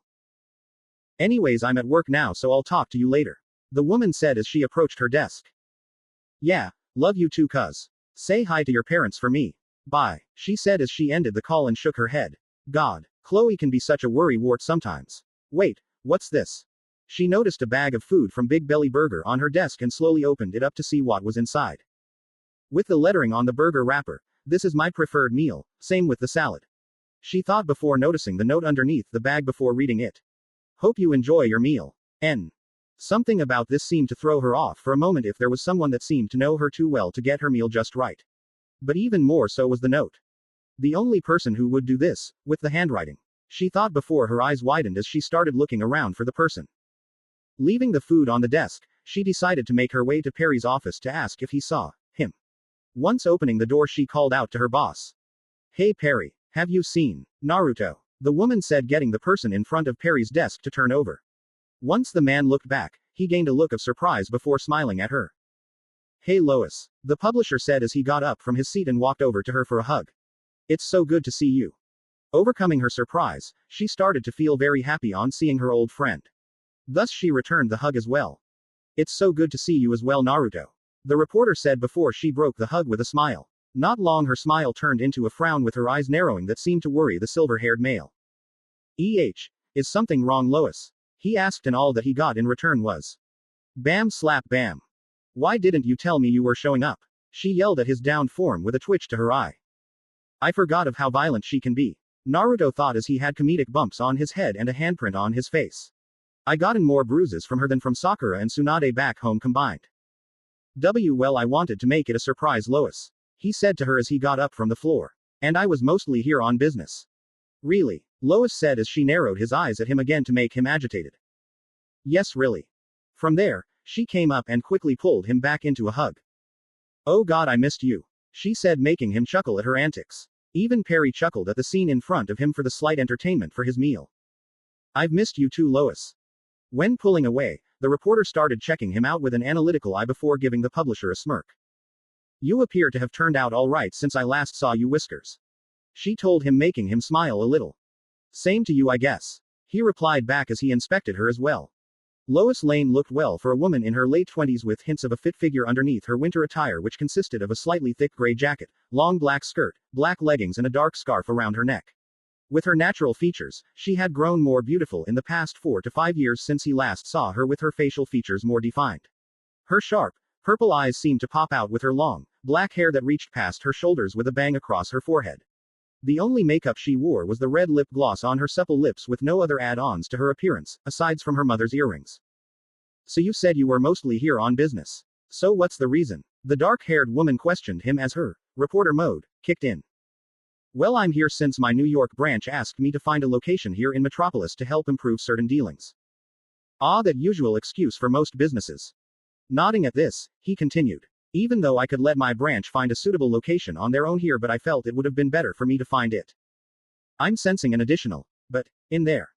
Sigh. But my search hasn't been successful, Naruto said as he then explained to her, and unintentionally to Perry, of today's events. Sorry to hear all that, Naruto, and I wish it could have gone better for you, Lois said in sympathy. Thanks, he replied to her. Sigh. It's gonna be a while until I can possibly be able to get a branch opened here. You know, Perry interjected into the conversation as he ate a few fries, I might know a spot that you can possibly do your branch at. Hearing this, Naruto asked. Really? Where? It's this one spot at Queensland Park, the editor said as he took a bite out of his salad. Hasn't been used in years and think it would be nice to have it opened again. It took a few moments before the two friends to gain a realized look. Wait. You aren't suggesting the old printing plant? Perry finished their thoughts, getting them to nod. Yes, that's what I have in mind. But don't you still own it, Perry? Naruto asked as the thought was trying to wrap though his head. I do, he said while taking more bites out of his salad, but it's been collecting up dust ever since I transferred the whole staff over here in New Troy with the current building you two are standing here. Scratching his head, Naruto thought for a moment before speaking. So, Perry, can I have it? Sure, the editor said as he looked at the former intern. If you can pay for the building itself and all that fun stuff for me to transfer the deed and rights to you. This made the former shinobi smile at the offer and went up to his former boss and held out his hand. Thank you, sir, and I hope you won't regret this. I won't, he said as he shook Naruto's hand. You're a good kid and pretty responsible. Besides, I need to get rid of that place sooner or later. Then I'll inform my New York branch to help get things settled with you for the building transfer. Good. Now do me a favor and leave my office, Perry said as he tried to shoo them away. I want to eat the rest of this in peace before continuing work. When the two old friends left the office, Lois was the one to first speak. Well, congrats on the new location, Whiskers. Thanks. I need it given the stress I had today. So what are you going to do for the rest of the day? Well, I need to contact the New York branch on the latest development, but aside from that I have no clue what to do, he informed her as they walked towards her desk. So when do you need to get back to Gotham? Well, I was expecting to only stay for a few days just in case of searches, but with Perry offering to sell the old printing plant I could possibly leave sometime tomorrow. Something about the last part of the statement bugged Lois a bit on how he said that he would be leaving tomorrow even though he had a few days being here. Soon things clicked together, making her voice her thoughts. You drove here, didn't you, Naruto? She asked, making him scratch his head before nodding. Why haven't you gotten over your stupid airplane problems after all this time? Sigh. I do not want to go over this conversation again, he said as he rubbed the bridge of his nose. I already had this conversation with my girlfriend and I don't want to deal with it again. Quote. Wait. You have a girlfriend? She asked in surprise, getting him to widen his eyes. Shit. I didn't want her to know I'm in a relationship, he thought as he berated his slight mistake. Now she'll be bugging the hell out of me in her older sister mode for more info. Well, Lois said as she wanted to know everything. Can we talk about this later, Lois? I don't feel comfortable doing it here, Naruto said as he gestured the current environment. This caused her to notice on how he said it that talking about his girlfriend is a sensitive subject to him. I'll tell you about her, Lois. I promise. Lois thought for a moment to process the information before replying. Sigh. Maybe after I get off, we can go hit the ASO club so we can not only talk but also catch up. Thanks, Lois. He nodded at her suggestion. Hope you enjoy your lunch. Still, thank you for the meal, Naruto. You're welcome. The publisher said as he walked away before stopping. Oh yeah, what time do you get off today? This made her slap her forehead before telling him her clock off time. With that said, Naruto said his temporary goodbye to her as he left for the elevator while Lois started to dig into her meal. Later, ASO clubs. The sun was setting upon Metropolis when Naruto pulled up to the bar. Gotta say, Naruto said as he got out of his car and looked around the building, this place looks a whole lot better than the previous place. I actually feel safer here. At first, the publisher had thought that the ASO clubs was still located back at the suicide slum of the city. He was worried as to why Lois had suggested him meet up with her at that bar even though Bebo had bought the place out. It turned out when he checked online for directions of the place just in case, the bar was relocated to New Troy from its original placement. From what the former shinobi remembered of the old location, it was a mixed standing in that particular area of the city as the hangout of the lowlifes.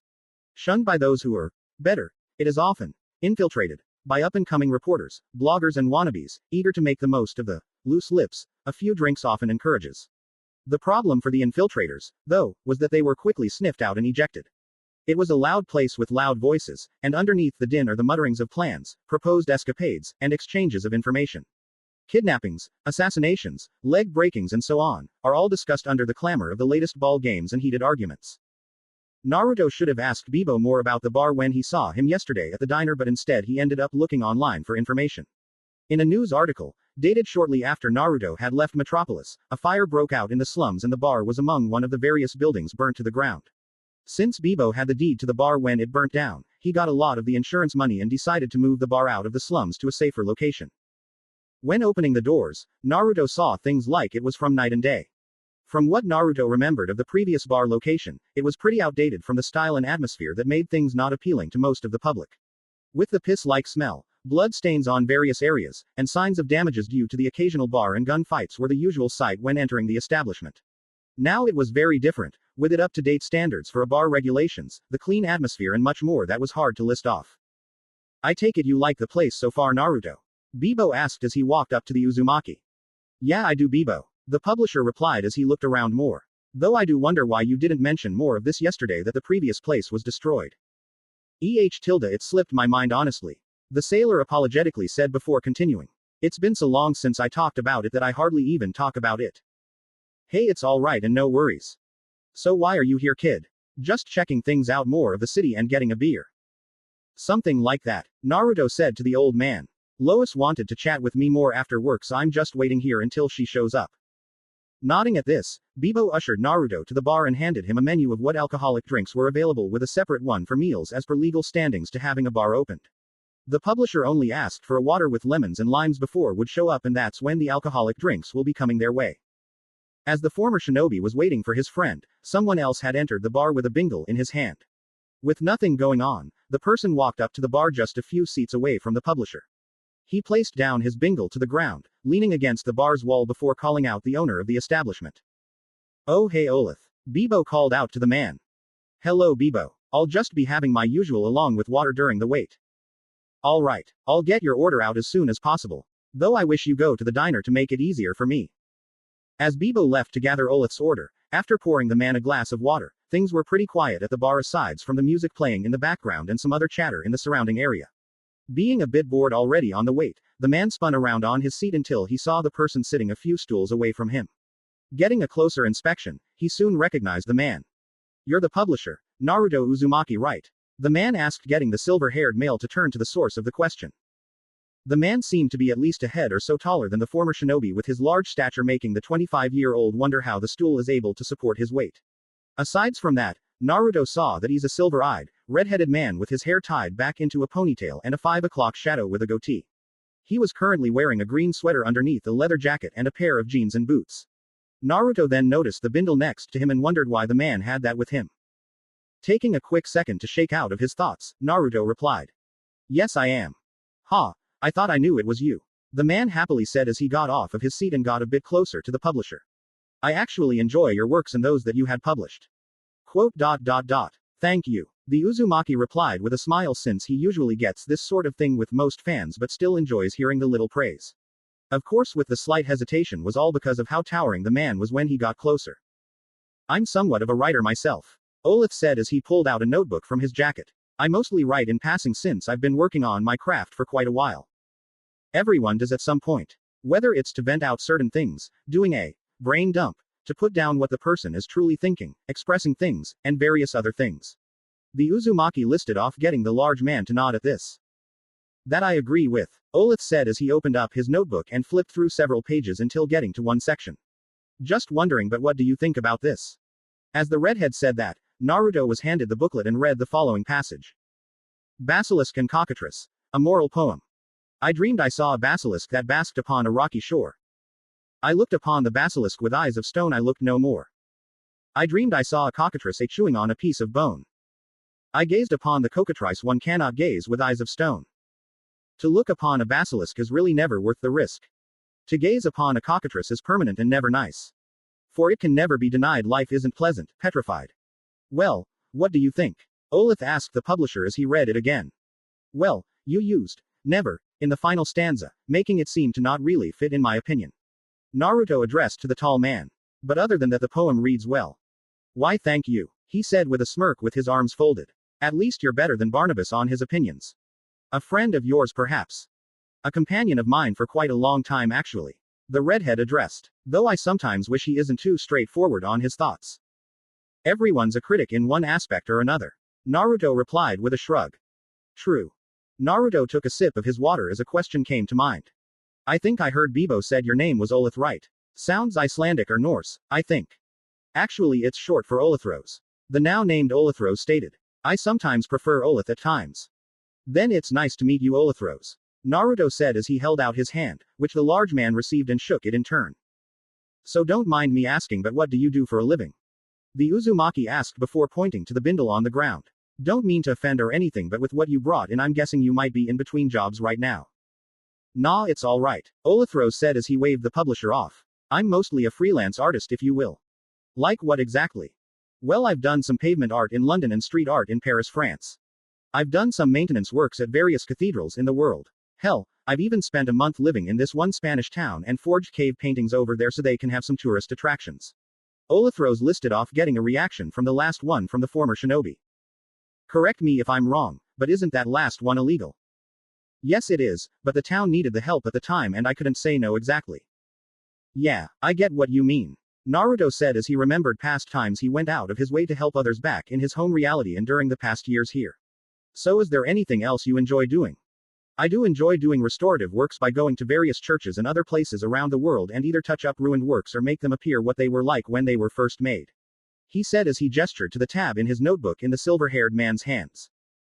Turning to the pointed out section, Naruto saw various photos that Olithros had taken of his various works with ones with him inside of the frame to show proof. Going through several pages, he took glances of the details of the works that he could try and see from the photos taken.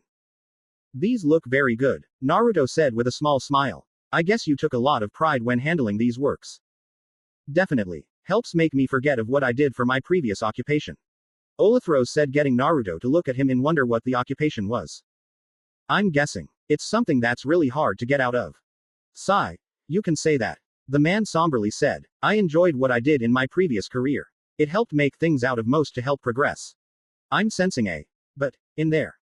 But there was something I came across that made me no longer want to be associated with my job with the end result. So I left it all behind. My responsibilities, my home, my family. The only things I had kept from my departing are all in my bindle. The redhead explained, getting Naruto to look at him and guess that he went through a lot before making a big change in his life. It must have been hard for you to do all that. The publisher finally said. To drop everything and try to move on from that life. All because of one little instance. Yes, even with my abandonment of my former occupation, the end result still happened, and it made me realize that even with me gone, things still kept going on without me being a part of it. Obviously, some wheels keep on turning without someone being there to keep pushing or turning it. Once the ball is rolling, it keeps on going. Naruto said, getting Olithros to nod. I realized that fact a long time ago. Even when I went into creating, things being the exact opposite of what I did. But what about your family? The Uzumaki asked to change the subject. Don't they miss you? They probably are still missing me even to this day. Sigh. I can tell that they would want me to come back home, and even a few of them would want me to take up my old job, but I would still refuse. The man said as he scratched his head and looked off to empty space. Then tell those siblings that you won't take up that role anymore. Naruto blandly said, getting Olithros to look at him with a raised brow. You seem very fine with what you're doing and things are still going on with your old job that it probably doesn't really need you anymore. The large man kept staring at the smaller one as the smaller one kept on going. They think that you're someone of big significance, that things won't really run properly without you, but they are wrong. Sometimes people need to be reminded that you don't always have to follow what destiny has written for you, since you can make your own fate. We really can't know what we are doing, we just do things we feel are right and pretend that we don't. After Naruto finished his piece, Olithros kept on looking at the man sitting in front of him to let it sink in before he couldn't help but chuckle a little before it went into a bellowing laugh for a few moments. This got varying people in the bar to look at their direction, but it was only temporary before going back to their own thing. Why, Cough, you sounded just like my sister just a minute ago, and she actually told me almost the same thing you did. The redhead said, getting the silver-haired man to tilt his head in slight confusion. Really? Tilda? Naruto asked him, getting a nod from the man. Then she must be one very smart woman. She is, was all the man said as he kept his small smile on his face in remembrance of that same conversation all those years ago. But still, Olith, the publisher said, getting the freelancer to snap out of his thoughts. You should still see your family, even if it's for a little while. You should still visit them from time to time to at least settle their nerves and worries. It would make them happy to spend some quality time with them before you go back doing your own thing. Unless if some of those family members are complete and utter assholes, then to hell with them. When hearing this, the man leaned back and thought things over from what Naruto said to him. The man scratched his brow a few times before he sighed from what was told to him. I think you're right, Naruto. Olithros said with a slight defeated tone. I should visit my family to at least get this out of the way. A few of my siblings would still want to see me, and I know I can make them laugh and smile just the way I do to get them out of their funks. Good to know. Though you don't have to see your family so soon, just go when you feel seems appropriate to actually see them. The hazel-eyed man said to the silver-eyed one. I'm not forcing you on this at all, since this is just a suggestion, really. I know that, but I will take your suggestion and try to see them eventually. The large man said as Bebo came out from the kitchen with a few bags in hand. Well, here you go, Olith. Took a while but got it all ready for ya. The sailor said as he handed the freelancer the food. Thanks, Bebo. Hope you have a good one. The man said as he fished out his wallet and paid for the order. Will do. The bar owner said as he went over to some other customers. When Olithros got up from his spot, he picked up the glass of water and chugged it all down without taking any breaks before putting the glass down onto the counter. Well, it's been nice chatting with you, Naruto, and I hope I won't be disappointed in what books you bring out to the masses. The man said with a smile as he picked up his bingle from the ground. Oh, I won't, Naruto said with a slight laugh as he handed back Olithros' notebook. I take pride in what I do now, and I don't plan on ruining my reputation on that.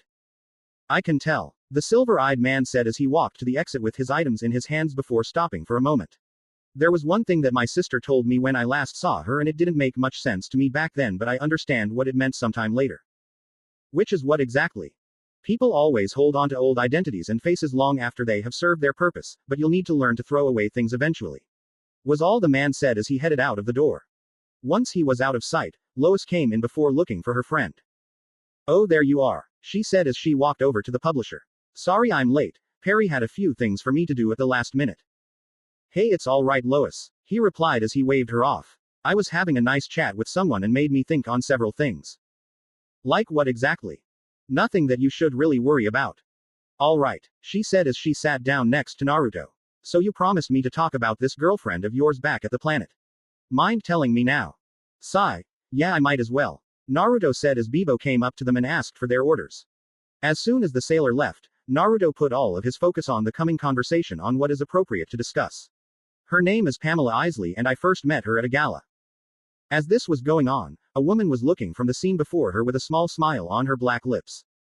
The woman in question appeared as an attractive, pale young gothic woman with hair as black as the night sky that reached to her shoulders with some bangs coming across her face.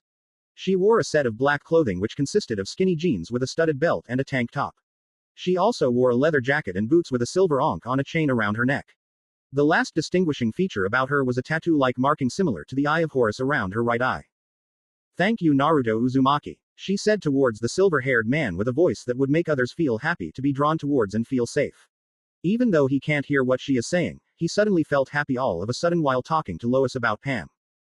Thank you for telling my brother what he needed to hear, the gothic woman said as she got up from her seat in the bar and walked out of the door to continue her busy work. After all, death rarely has any time off. At the middle of the night in Gotham City, a car was going down the road to a certain part of town. It soon came to a stop in front of the abandoned tramway of Gotham Island, which has been closed for nearly a decade. When the driver's door opened, a dark-skinned man stepped out into the cold night air with a briefcase in hand before closing the door and locking it. Soon the man started looking around as he walked to the boarded-up entrance of the building. Bruce. The man called out in a distinctive voice. Mr. Wayne. Soon a man stepped out of the shadows wearing a large, blue trench coat and a hat to cover his features before calling out. Over here, Lucius. Lucius Fox, an African-American appearing to be in his late 40s, early 50s, is the acting CEO who helps run the day-to-day business in Bruce Wayne's stead. He had short, pepper-colored hair with a mustache to match with dark freckles on his cheeks. Lucius was currently wearing a dark suit with a blue bow tie underneath a dark, cream trench coat with a scarf and gloves. Bruce, it's 3 in the morning. The businessman said to his employer as he held up the briefcase. I could have given this to you in the office. All Lucius got in response was Bruce shushing him with him shaking his head. He then gestured the dark-skinned man to follow him as the billionaire had moved some of the wooden panels out of the way so the two would enter the building. As they were walking further into the abandoned area, Bruce decided it was time to speak. I called you out here since my phones are bugged. My house, the office, everywhere, Lucius. He knows we are onto him. Thinking for a moment, the board member soon realized who his employer was talking about. Daggett. Who else? The billionaire rhetorically replied. You said that he was trying to take over the company. Sigh. Of course. Insider trading. Mr. Fox replied as he looked at his briefcase before remembering what has been happening as of late. Ever since what happened with Daggett's medical scheme to make a profit from infecting Gotham with a virus his company made, the man had been trying to buy stock from Wayne's company. But of course, with how things have been going since then, the company had been refusing to sell anything to the company owner. As a result, Roland Daggett had started to scheme and plot to get Wayne Enterprises at any cost. Both Bruce and Lucius noticed this, so they had been building up and acquiring evidence against Roland. One such evidence was connecting Roland to the incident last year at Park Row, aka Crime Alley, when he tried to blow up several city blocks for a redevelopment project of his. He was able to evade the charges and cover his tracks, but the two Wayne executives were able to gather all of the sources. When the time was right, they would turn in their evidence to Harvey Dent and possibly take down Daggett for good. Once you give these papers to the DA, Daggett will be under indictment before he can even tie his own shoelaces. The board member said with a small smile. If I turn in the evidence. Bruce said with a smile that seemed to unsettle Lucius as he reached for the briefcase. But I won't. Soon several people started coming out from the shadows with guns pointed towards the two, or rather Mr. Fox. You see, Lucius, I plan on destroying these papers, and since you have brought them, we won't be needing you anymore. Mr. Wayne had said, getting Lucius to get very nervous on what is going on while trying to get the briefcase out of Bruce's grasps.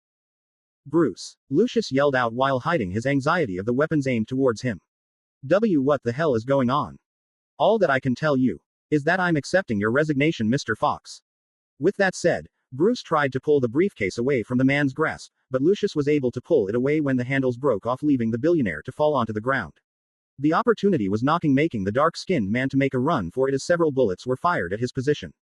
Of course, one thug decided to fire upon several signs hanging above to make them fall onto the ground. As a result, one of them landed on Mr. Fox and made him groan in pain. 2 Baker 6, 2 Baker 6. A woman's voice called out from one of the thugs. The man was wearing a headset with it connected to a pocket radio set to the police frequency. He had set it to the speaker setting so every other thug got the message. 204 at Gotham Island Tramway, Southside Terminal. Please respond code 2. Come on guys. Let's get this over with before the fuzz show up. The headset man said as he made his way down the stairs. Too late, dirtbags. A voice called out from practically everywhere. Who said that? One of the thugs called out as he searched for the source. Of course, one of the thugs then realized it was coming from above as some light was shown up on top and a silhouette was seen. When seeing the person, he aimed his finger up on high and called out. It's the Batman. Shit, not him. One thug said as some of the men started to get closer to each other and aimed their guns at random spots just in case if one of them spotted the Dark Knight. It wasn't long until Batman glided down and drop-kicked 2 of the thugs to immediately knock them out before making his way through several opponents. The caked Crusader then dashed towards several thugs at a time as he quickly kicked and punched them in vital areas to immobilize them before picking up one of them and threw the person at a group of them. Some of the thugs then opened fire with their assault rifles and shotguns but were not making their mark as the hero of Gotham was evading the stray bullets. Batman then got close as he slid on the ground to kick one thug on their midsection and used that momentum as a slight springboard to jump towards another thug. As this was going on, Bruce saw that this was going nowhere now and he had to leave or else he'll get in trouble. So taking his cue, he slowly crept into the shadows and had to make a break for it. As all of the thugs were down for the count, Batman was looking around for any clues to what is going on when he heard a shotgun get clocked behind him. He used his quick reflexes to turn around and push the weapon out of the way as it fired off before knocking the man out. When everything settled down, Batman peered off to the side and saw someone down on the ground that was probably injured. The masked hero would have gone down there to help the man out, but the police broke through the makeshift barriers surrounding the building.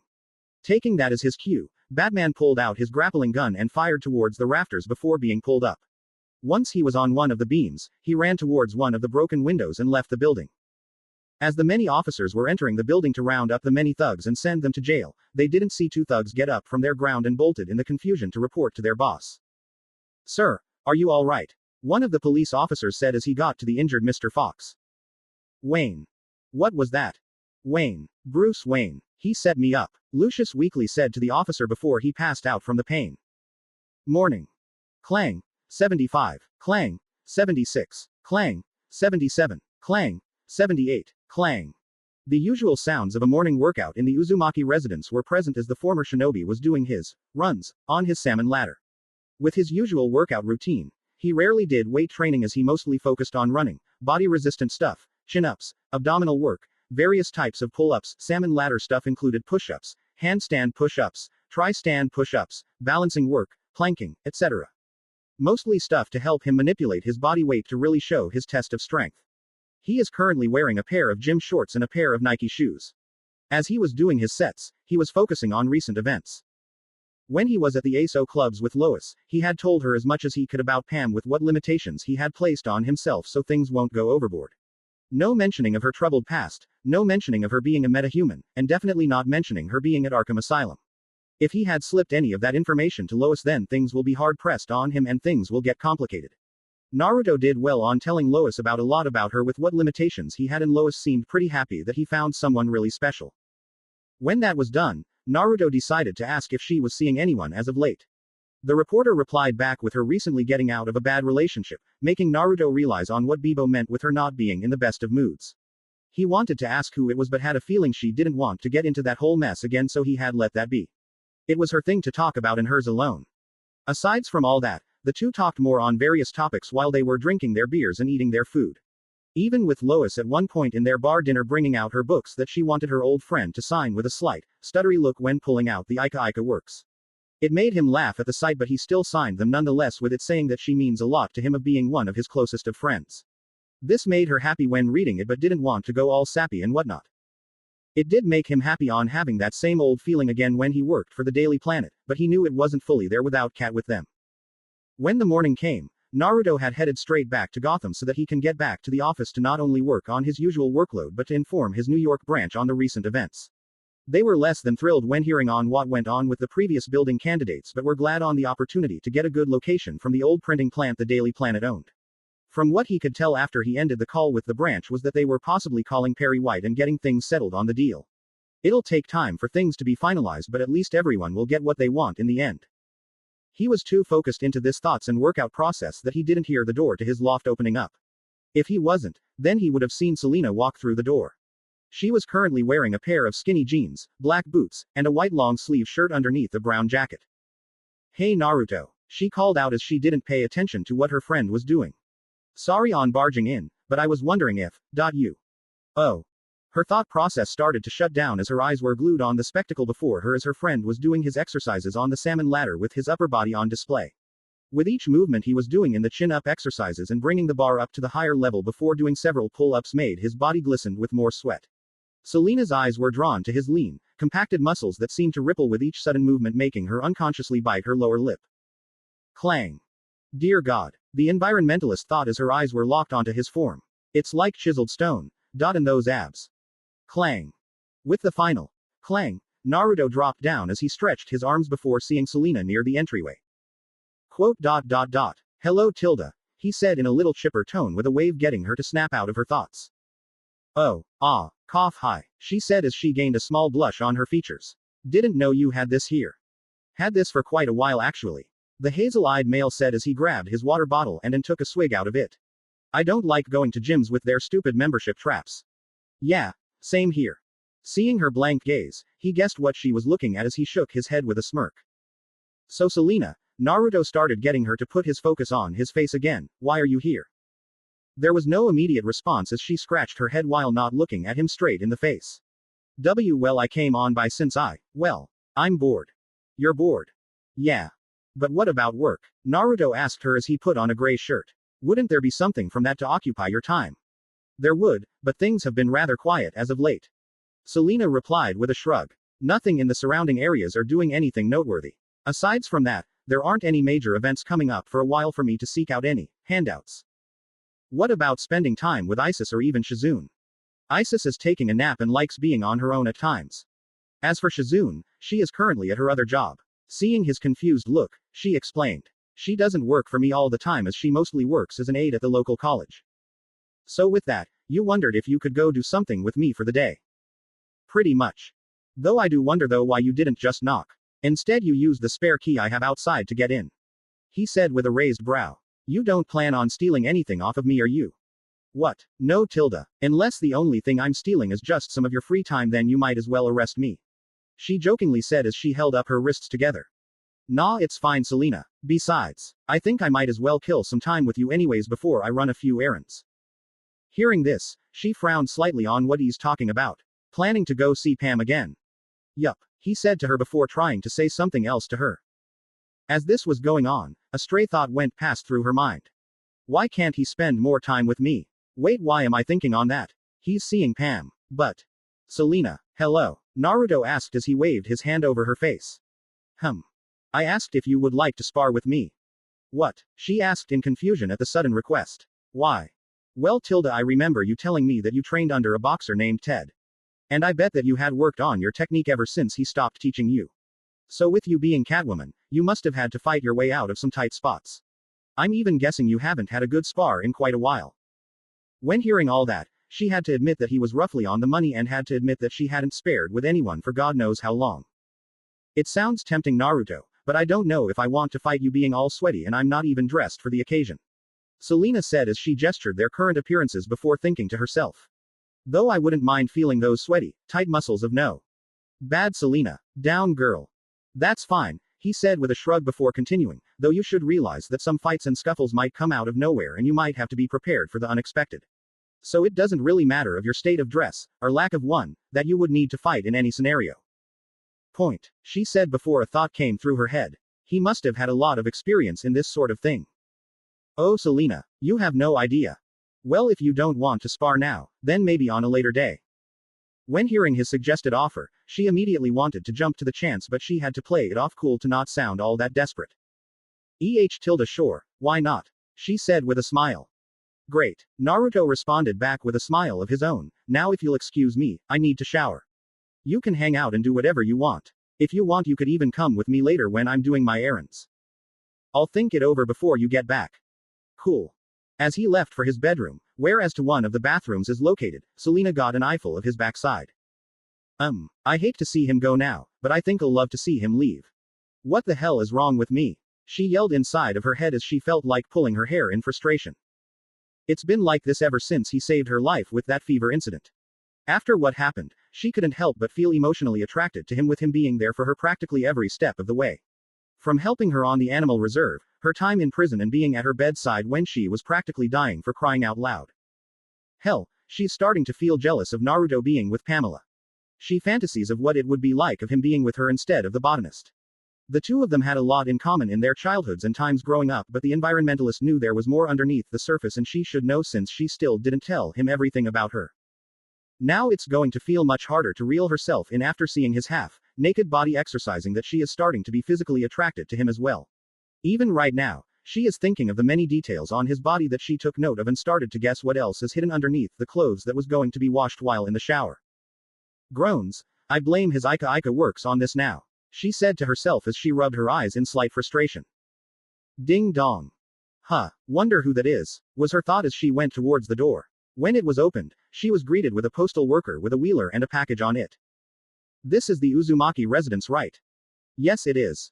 Great, the man said as he pulled out a clipboard and gestured for Selena to sign it. Once she did, the man went into the loft and dropped off the package before leaving. Have a nice day. With the man gone, the environmentalist was looking at the package with intrigue. Wondering what was inside of it, She hunched down and made the motion to cut it open with a pair of keys she had pulled out of her pants pocket before hesitating.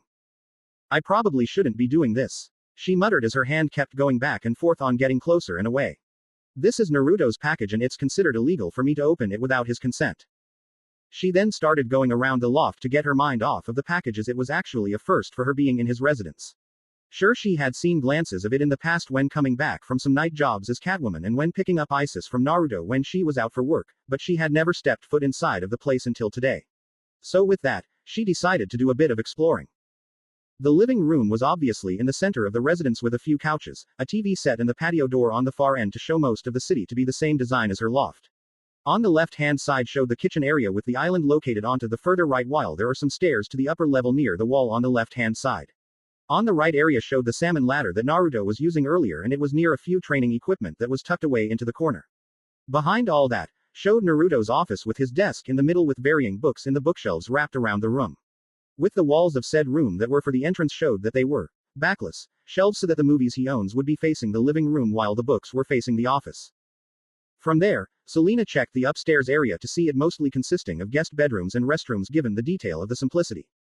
She would have gone into the last bedroom but that one was indicated as Naruto's given the little plaque hanging off of the door with a chibi Naruto on it along with the door being closed.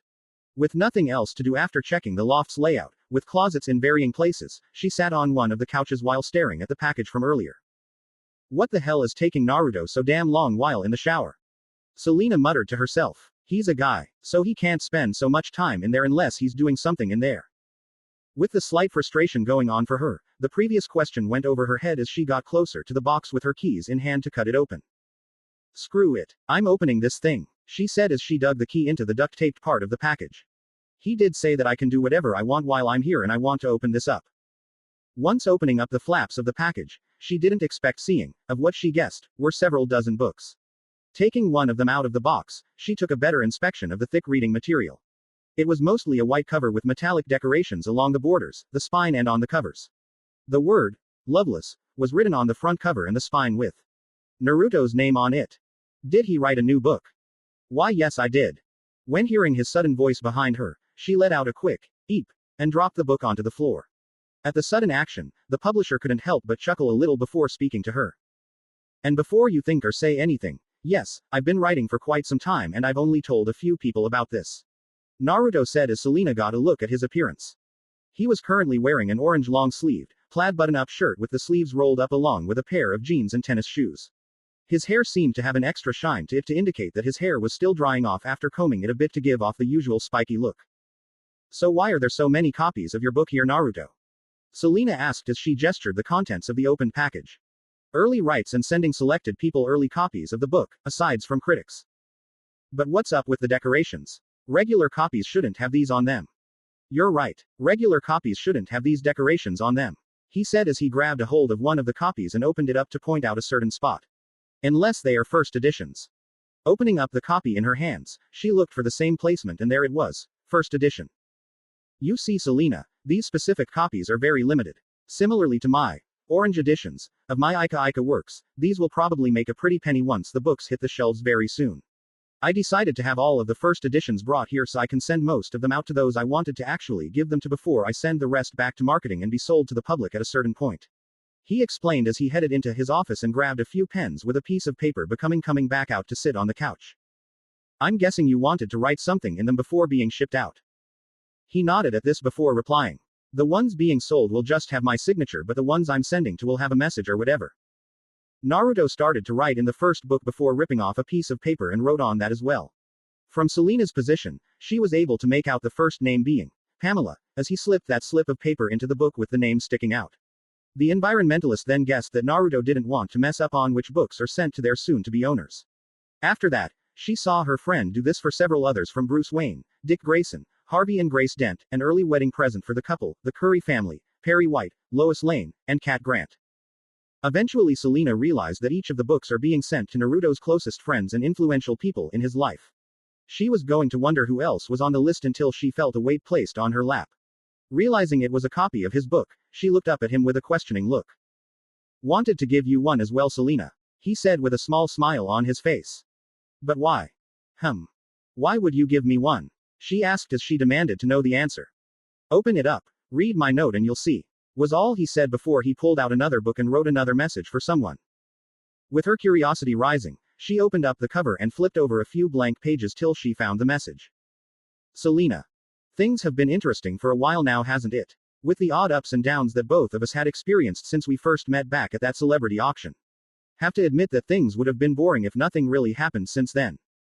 Our pasts have similar factors that shaped us on who we are today, despite how some factors lead us in certain directions. We have had our moments in our lives that we can feel vulnerable. That we need to stay strong for those who care for us. Whether it is big or small, every bit matters. I wish things can go well for you in the coming future, since things can go sideways at a moment's notice. With me being worried in past events, why wouldn't I be concerned for your well-being? So I hope this can help you out in those dark moments in your life if possible. Your friend. Naruto. She had a small smile on her face after reading his note to her. She then turned toward Naruto, who was writing another message in another book, and tapped him on the shoulder. At this, he stopped writing and looked towards her to see what she has to say. Thank you. It means a lot. You're welcome. So how many more books do you need to leave messages for? Scratching at the top of his head on the question, all he gave her was a shrug. Don't know for sure. All I've done so far were people I had at the top of my head, and I'm just about finished writing the message for the last person on that list. All I need to do now is writing my signatures on the remainder of these books, and then I'll do my errands for the day. Maybe hold on to a handful, just in case if you remember some people later. She suggested to him. Wouldn't want to kick yourself over and regretting not doing it later. Yeah, I see your point, was his response as he continued writing. So have you thought of coming with me on my errands today, or are you going to read your new gift? Chuckle. Oh, I'm definitely going to be reading this, she said as she got up from her seat to stretch out her legs a little. Gonna sit in my comfy chair with a bottle of wine and some food on the side with Isis on my lap as I read this. Well, I hope you have fun on that, Selena. Oh, I will, the environmentalist said as she made her way to the door. Have fun with those errands of yours, and when you're at Arkham, tell Harley and Pam I said hi. Will do. All he got in return was a wave from behind as she opened the door and then closed it on the way out. Well, time to get back at this, he said to himself as he rotated his wrist and flexed his fingers a little. Gonna be a while till this is done. Daggett Industries. You sure, Bell? A man said as he walked down a hallway with two other men. Are you sure our man that we hired doesn't know our operation? Not getting a response from Bell, the man turned around to see him with his headphones on and pulled them off before speaking again. Did you even hear what I said? No, Mr. Daggett, sir. Sorry, but what was it you were asking? Bell asked his identified boss. I said, are you sure our man that we hired doesn't know our operation? Daggett said with slight disdain from one of his employees. Oh yeah. Well, don't worry about him, boss. The guy was just a hired gun, that he pretty much doesn't know our names. Bell said as the other man opened the door at the end of the hallway. Thank heaven for small favors, Roland said as he went through the entryway to his maintenance line. But Mr. Hagen has disappointed me once too often. Hell, he botched this assignment completely. Obviously, the other man of the group said out loud. The actor didn't even gather the documents from Mr. Fox. I know germs, and if Lucius Fox talks, he might as well incriminate us if the police can't figure out what's in those papers. Roland said as they kept on walking, seeing some cream of sorts going into jars. But I'm afraid it's time to let go of Mr. Hagen and be dealt with. But Mr. Daggett, the man is a master of disguise. He was one even before you gave him this stuff. The one man said as he gestured to the assembly line of product. I agree with germs here. It's not easy to just change their looks with needing to actually act the part well. Bell said to back up his partner's statement. The group soon got closer to their destination as germs opened up a door with the word laboratory labeled on the front. From there, the three men passed by several scientists as they were working on their own thing before Daggett stopped in front of a beaker containing a brown liquid. Oh, don't worry, you two. You don't need to bother searching for him, Daggett said as he pointed to the liquid container. After all, this is the only place in the world where he can get what he needs. Arkham Asylum. Knock knock. It's opened. Excuse me, Dr. Quinzel. A voice called out as the door opened. Yes, Dr. Leland, Harley asked as she looked up from her desk with various papers all around. I'm just here to remind you that your evaluations with Pamela Isley are due by the end of the workday. The Arkham doctor said, getting the blonde intern to nod. Yes, I know, Joan. As you can see, I've been compiling everything in our sessions and interactions into this report, and I wanted to make it as best as possible. I can definitely see that, the woman doctor said as she looked around the room to see the obvious evidence of condensed work. Well, I'll leave it to you to do whatever is needed to finish this up. Okay then. As the door to her office closed, Harleen went back to work on her evaluation. It was an excruciating process for her with her wanting to make it as best as possible. She could have done it in smaller parts with how sessions progressed, but she had the odd idea to just mash it up into one large report. She's paying for it now and it's a complete pain in her ass. Sigh. I would give anything to take my mind off of this right now. She muttered as she rubbed her eyes. Knock knock. Did you forget something, Joan? The intern said without looking up from her work. I don't think so, Harley. The person said, getting the blonde woman to jolt a little in surprise when seeing her friend in the doorway in a leather jacket with a visitor pass and a messenger bag slung over his shoulder. Mr. Naruto, what are you doing here? She said in a small yell while trying to compose herself. Well, I came on by to check up on Pam, and while I was at it, I wanted to check up on you. When hearing his response, she couldn't help but feel a little happy to help ease some of her stress. Then thank you, Naruto. It's good to know that you wanted to see little ol' me. She said with a smile on her face. Don't mind me asking, but what are you doing exactly? He asked as he closed the door to her office and scanned the room of the various papers scattered about. Sigh. I'm trying to finish up Pamela's psychological evaluation by the end of the workday. Quote ellipsis dot. That must not be fun at all, I take it. Not really. But from what you've told me before, with most evaluations, they would usually be small reports instead of large ones. Yes, I know, she said as she finished his trail of thought. I wanted to make one report with all of the interactions to make the evaluation more condensed and more intriguing instead of usual snippets. And how is that going for you? It's slow to say the least. I think it's about halfway or 3/4 done, Harley said as she rubbed her eyes. You should take a break, Harley, or at least take a nap, he said in concern as he got closer to her. It'll be harder if you work on it for too long without any rest periods, and your head won't be able to work properly. Sigh. I know you're worried about me, Naruto, but I'm not a little girl, she said with some frustration. I can rest when I think so. So is there anything I can do that can change your mind at least? When hearing him say it, she narrowed her eyes a little before voicing her thoughts. What are you getting at? If you can take a break and nap for a few hours, a few simple hours, then I'll give you something really special. Like what exactly? She asked with her head tilted slightly. After hearing this, he chuckled a little as he pulled out a book from his messenger bag. What is that? This, he said as he waved it a little with a smile, is a first edition copy of my new book. Quote I didn't know you were writing a new book. Naruto couldn't help but chuckle when he saw her widened eyes move in every direction where the new piece of literature was at. He even moved the book all over for a little humor, and her head kept on moving with it locked onto the object in his hand. From what he remembered in some past discussions, she enjoys reading a new book if it seemed to intrigue her. Even more so when she has copies of the Gutsy Ninja and Ninja Storm that tends to help her relax at times. So with him having his new book in front of him, she would want to get her hands on it. Now Harley, you can have this if you take a break and a nap for a few hours, he said to her till he started to put the book back into the messenger bag. But I guess you being too stubborn to keep working on your evaluation is too important to you, then I can just give this to someone else. No, she yelled out with a hand stretched out towards the book. Oh tilde. Laughing to himself, he pulled the book back out and handed it to the intern. Once it was within her range, she grabbed a hold of it and then looked at in wonder on the nice covers, even gliding her fingers across the intricate details before opening to see a message on the inside. Harley. Thank you so much for what you've done for both Pam and I. It puts me at ease that we were able to move forward from our problems, and I owe you so much because of it. I know what it's like to be alone and not have others to actually rely on. I have to admit that it's scary and frustrating on those experiences that many times in the past I sought it out and I hardly got any in return. What I'm saying is that you're not alone. I have your back, and so does Selena and Pam. We are your friends, and I wish you do well on your coming trials as an intern. Sincerely, your friend, Naruto.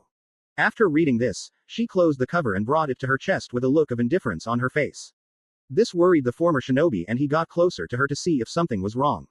That was until she brought him into a tight hug and muttered a thank you to him before breaking the hold. You're welcome, Harley, Naruto said to her before ushering her to the couch in her office. Now I believe you have to pay me back for wanting your new book. When hearing this, she shook her head with a small chuckle and got up from her seat as she reached for the alarm clock in her office. She had set it to go off in a few hours before ushering Naruto out of her office. I hope I don't regret doing this, or else I'll be in trouble. Don't worry, Harley, it'll do you some good. By the time you wake up, your head will be cleared up and it'll be easier to wrap up your report, he said with a reassuring smile. Once Naruto left the room, Harley closed the door and locked it before going to her couch to catch up on some well-deserved shut-eye. He made his way through the hallways without making eye contact to any of the inmates that were behind the see-through glass. Making it to the women's wing, he saw the usually small amount of inmates in this section before coming the usual sight of Pam's cell with a chair in front of it. It was a standard, rectangular-sized cell with the bed hooked onto the corner with a sink and toilet on the other side. The difference with her cell from others was the fact that it looked like a miniature greenhouse. When he got closer, he saw that she humming a little tune while watering the various plants around her. "Hello, Pam," the publisher said, making her snap out of her thoughts. "It's good to see you." "Naruto, it's good to see you too," the Green's champion said in their dual voice. They placed the watering can down before coming closer to the barrier that separated the two. Pam then placed her hand onto the glass, getting Naruto to do the same thing to make it seem they were trying to interlock their fingers. The two people then leaned closer and placed their lips onto the glass for a brief moment before separating. "You look quite radiant today," the former shinobi stated to her as he sat down on the chair. "Always the charmer," they said with a pleasant smile. "So how was the trip?" "It actually turned out well," he started out as he then explained to her on what occurred to his recent trip to Metropolis. From running into the Currys at Bebo's diner, searching for the new location for his business, visiting the Daily Planet, and the interactions with both Perry and Lois. He did leave out the ones with Luther and Olithros since he thought they weren't all that important, from the earlier one being not that pleasant while the later seemed to be more of a personal topic. "It's good to know that things are going to be moving forward with your company now," Pam said to their boyfriend. "Indeed. Even catching up with your old friend must have been satisfying," Ivy added, in getting Naruto to wave his hand in a so-so manner. "Somewhat. To be honest, it would have been better if Kat was there to make it feel like old times. It would have been similar to how things were like with you and the Hollands." Sigh. "Yeah, I still miss them at times, but I know they are in a better place now," she said with a downcast look as her eyes seemed distant now with memories of those old times coming back in. Ivy stayed quiet on that since she felt the same way. Naruto would have wanted to say something about that bit with him, knowing that Alec Holland is another champion of the green from his interaction with Yggdrasil, but that would have raised some questions from his girlfriend. So he chose to change the subject onto a lighter subject by opening up his messenger bag to pull out the other copy of his book he had on him. "Loveless is now done." When they heard this, their head came up to see their beloved hold the book up and wave it slightly. "Is that for us?" "Yes, it is," Naruto said with a smile as he went over to the one document meal slot to her cell and opened it up. "First edition, actually. I hope you enjoy it." "We believe we will," they said once getting the book in their hands. Tracing it over before giving him a glance. "Seems a bit gaudy, don't you think?" "True, but Tilda, I wanted to make it special. The appearances just came to me honestly." They snorted at this before opening up the book from the back in an old habit to skim through various pages before reaching the front. They soon came towards the end of her light skim till it reached a particular page with their name on it that caught their interest. "Pamela. I am so lucky to have you in my life, and I can't imagine it without you being a part of it. Not a day goes by when I don't think of you, both of you. To be honest with you, both, I was truly scared of what happened and I didn't know what was wrong with you as a whole. Your kiss almost caused me to die, but now I can't live without feeling your lips upon mine. It's just so damn intoxicating that each time we kiss, I just want to feel it more and never let go. Over time, I've come to terms and accepted both sides of the woman I truly love. Both of you are the same person, and if I didn't accept both of you, along with your gift, then I don't have the right to freely say, I love you, Pam. I have more of an excuse that I need to dwell and learn more about you than before, to love you more than before. I can't wait for the day for when we can be together again so I can show you how much I love you. It'll be excruciating, but it'll be worth it in the end. Until then, I hope this book can show you how deep my affection can go. Your love. Naruto. Sniffle. If this barrier wasn't in the way, Sniffle, I would give you all the kisses you want. And then pull you onto this bed and rock your world. I know you, too, would. He said to them. So until then, I hope you both enjoy reading it. Will do, Naruto, Pam said as she flipped through the pages till hitting the first page to start the reading. There's another reason why I wanted to come here today. Which is, I want to know where your mother is buried. Hearing this blunt statement coming from him made them look at him in slight shock. Why would you want to see her? I wanted to pay my respects to her and even have some nice chats. He said while scratching the back of his head. I wanted to tell her several things, to let her know that I'm actually in a relationship with you and hope she can approve of me being with you. Pam's questioning look soon changed to one of understanding as they smiled. They soon told Naruto of their mother's resting place. It would mean the world to them, of having their beloved finally meet their mother, even if they aren't with him on the first encounter. Soon after, Naruto said his goodbyes and left them to their own musings to read their new book that will surely entertain them until they can properly leave and be with their beloved. Evening, outside Daggett Industries. A car pulled up some distance away from the facility nearby before it came to a stop. From there, a shadowy figure got out of his car before he crept on the walls to sneak past the entrance of the premises. Luckily for him, the one security guard up front was taking a nap. Taking the chance, the man slipped through the gate and started to run towards one of the closest buildings before ducking into the shadows as a patrol car came past him. Soon after, the man had to lean out into the light to see if there were any other security coming by soon.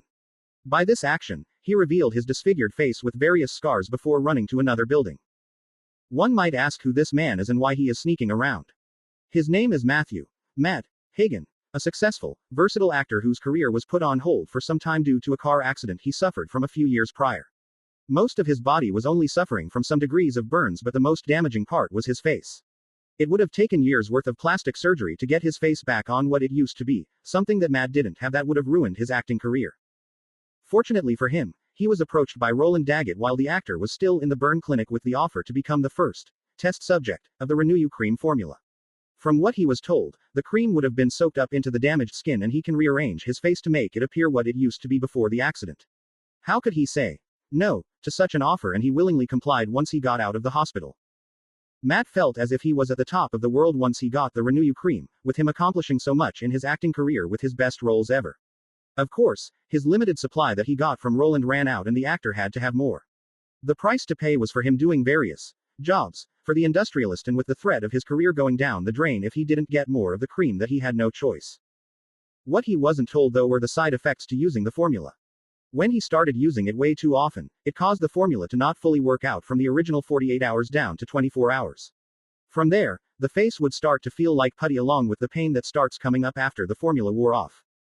It was excruciating and agonizing on what has been happening as of late. He would have gotten another good batch of the cream from the job he did last night to pose as Bruce Wayne, but it backfired. Now he was out of the stuff and he had no choice but to go to the source and retrieve more on his own. Matt soon found the building he was searching for as he opened the doors with it labeled Research and Development, Authorized Personnel Only, before entering. Now where is it? Hagen thought as he navigated through the hallways. It took him a while, but he soon found what he was looking for. The laboratory. The actor thought with a smile on his face as he quickly opened the door and ran into the room. He quickly looked around for any hint of the formula in question until his eyes landed upon a large beaker with some bubbling substance along with some smaller ones filled with the same stuff. When Matt got closer, he saw that it was the same color and hue as the Renew formula he has taken all this time, making him realize that this was probably its raw form. Not wanting to waste another moment, the damaged actor dug his hands into the beaker and grabbed a large amount of the raw cream and applied it onto his face.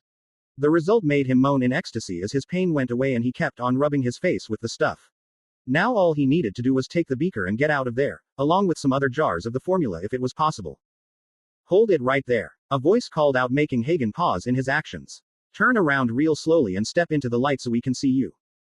Quickly thinking of an idea to get out of this, Matt quickly rearranged his face into the only face he had in mind at the moment. I'm sorry about that, Hagen said as he changed his voice. I was looking for Mr. Daggett. The actor turned around to the person, or persons, at the doorway to reveal his changed face to them before speaking again. I'm afraid we haven't met. Name's Wayne, Bruce Wayne. Taking in a few moments, the two people looked at Hagen before the man with the headphones spoke up, Bell if he remembered. Wayne, huh? Sure. Like we would believe that, Hagen. In a brief moment, Bell grabbed the actor's arm and brought it behind him before slamming him onto the table where the smaller beakers fell into the sink, resulting in them going down the drain. No, Matt cried out as he tried to break free of his hold.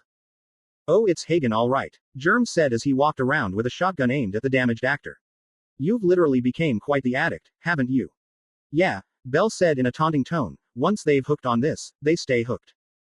Come on, Hagen, let's go out for a little ride, Germ said, getting Matt to realize what they were going to do and headbutted the man holding him. Like hell I will, Matt yelled out as he fought his way out. I know what that means. As the actor ran, Germs threw his weapon at the man's feet, causing him to fall over before he and Bell ran to him and held him down. With all the fusing going on, they knew they needed to end this quick as their boss's orders. In the struggle, Bell soon landed on the large beaker of the raw cream and got an idea. Germs. Hold him steady. I got an idea. The headphone-wearing man said, getting his accomplice to nod as he put more weight onto the downed man. It didn't take long for his partner to come back with the beaker in his hands. You know, Hagen, if you wanted more of this stuff, you could have just asked. Bell said with a sadistic tone as he tilted the beaker to have its contents start coming all over the actor's face. And no, Matt said as he struggled to speak. Not that way. It's too much. Let's give him all he ever needs. Bell said as the cream soon went down Hagen's throat and nostrils, causing him to choke and suffocate as he screamed at the top of his lungs before passing out or dying. Come on, Germs. Help me get rid of the body. Do I have to? The man said as he was a little squeamish. Yes. Sigh. Fine. It took a bit for the two men to carry Hagen's body outside of the facility. Luck seemed to be on their side as they found the actor's car outside of the grounds and they fished for his keys in his pockets before opening up the door and dumping his body in there. If they would have stayed a little longer, they would have seen some of his body parts start to slowly deform and melt into puddles. Later, GCPD. What the hell were you thinking, Bruce? Naruto asked his friend, who was currently in a holding cell. The publisher found out about what happened this early morning when he was walking past a newspaper stand when he got out of the post office to ship out the other books. His eye caught a glimpse of the following headline: Bruce Wayne sought for questioning in executive's life. Lucius Fox of Wayne Enterprises hospitalized. After seeing the headline, he had to read the rest of the article to see what occurred, but Naruto knew it wasn't all that happened. The former shinobi went straight to Wayne Manor to seek answers from Bruce himself. But when he was there, the police were there as well, wanting to speak with the billionaire. Alfred told both him and the police that he wasn't at home and tried to come back later.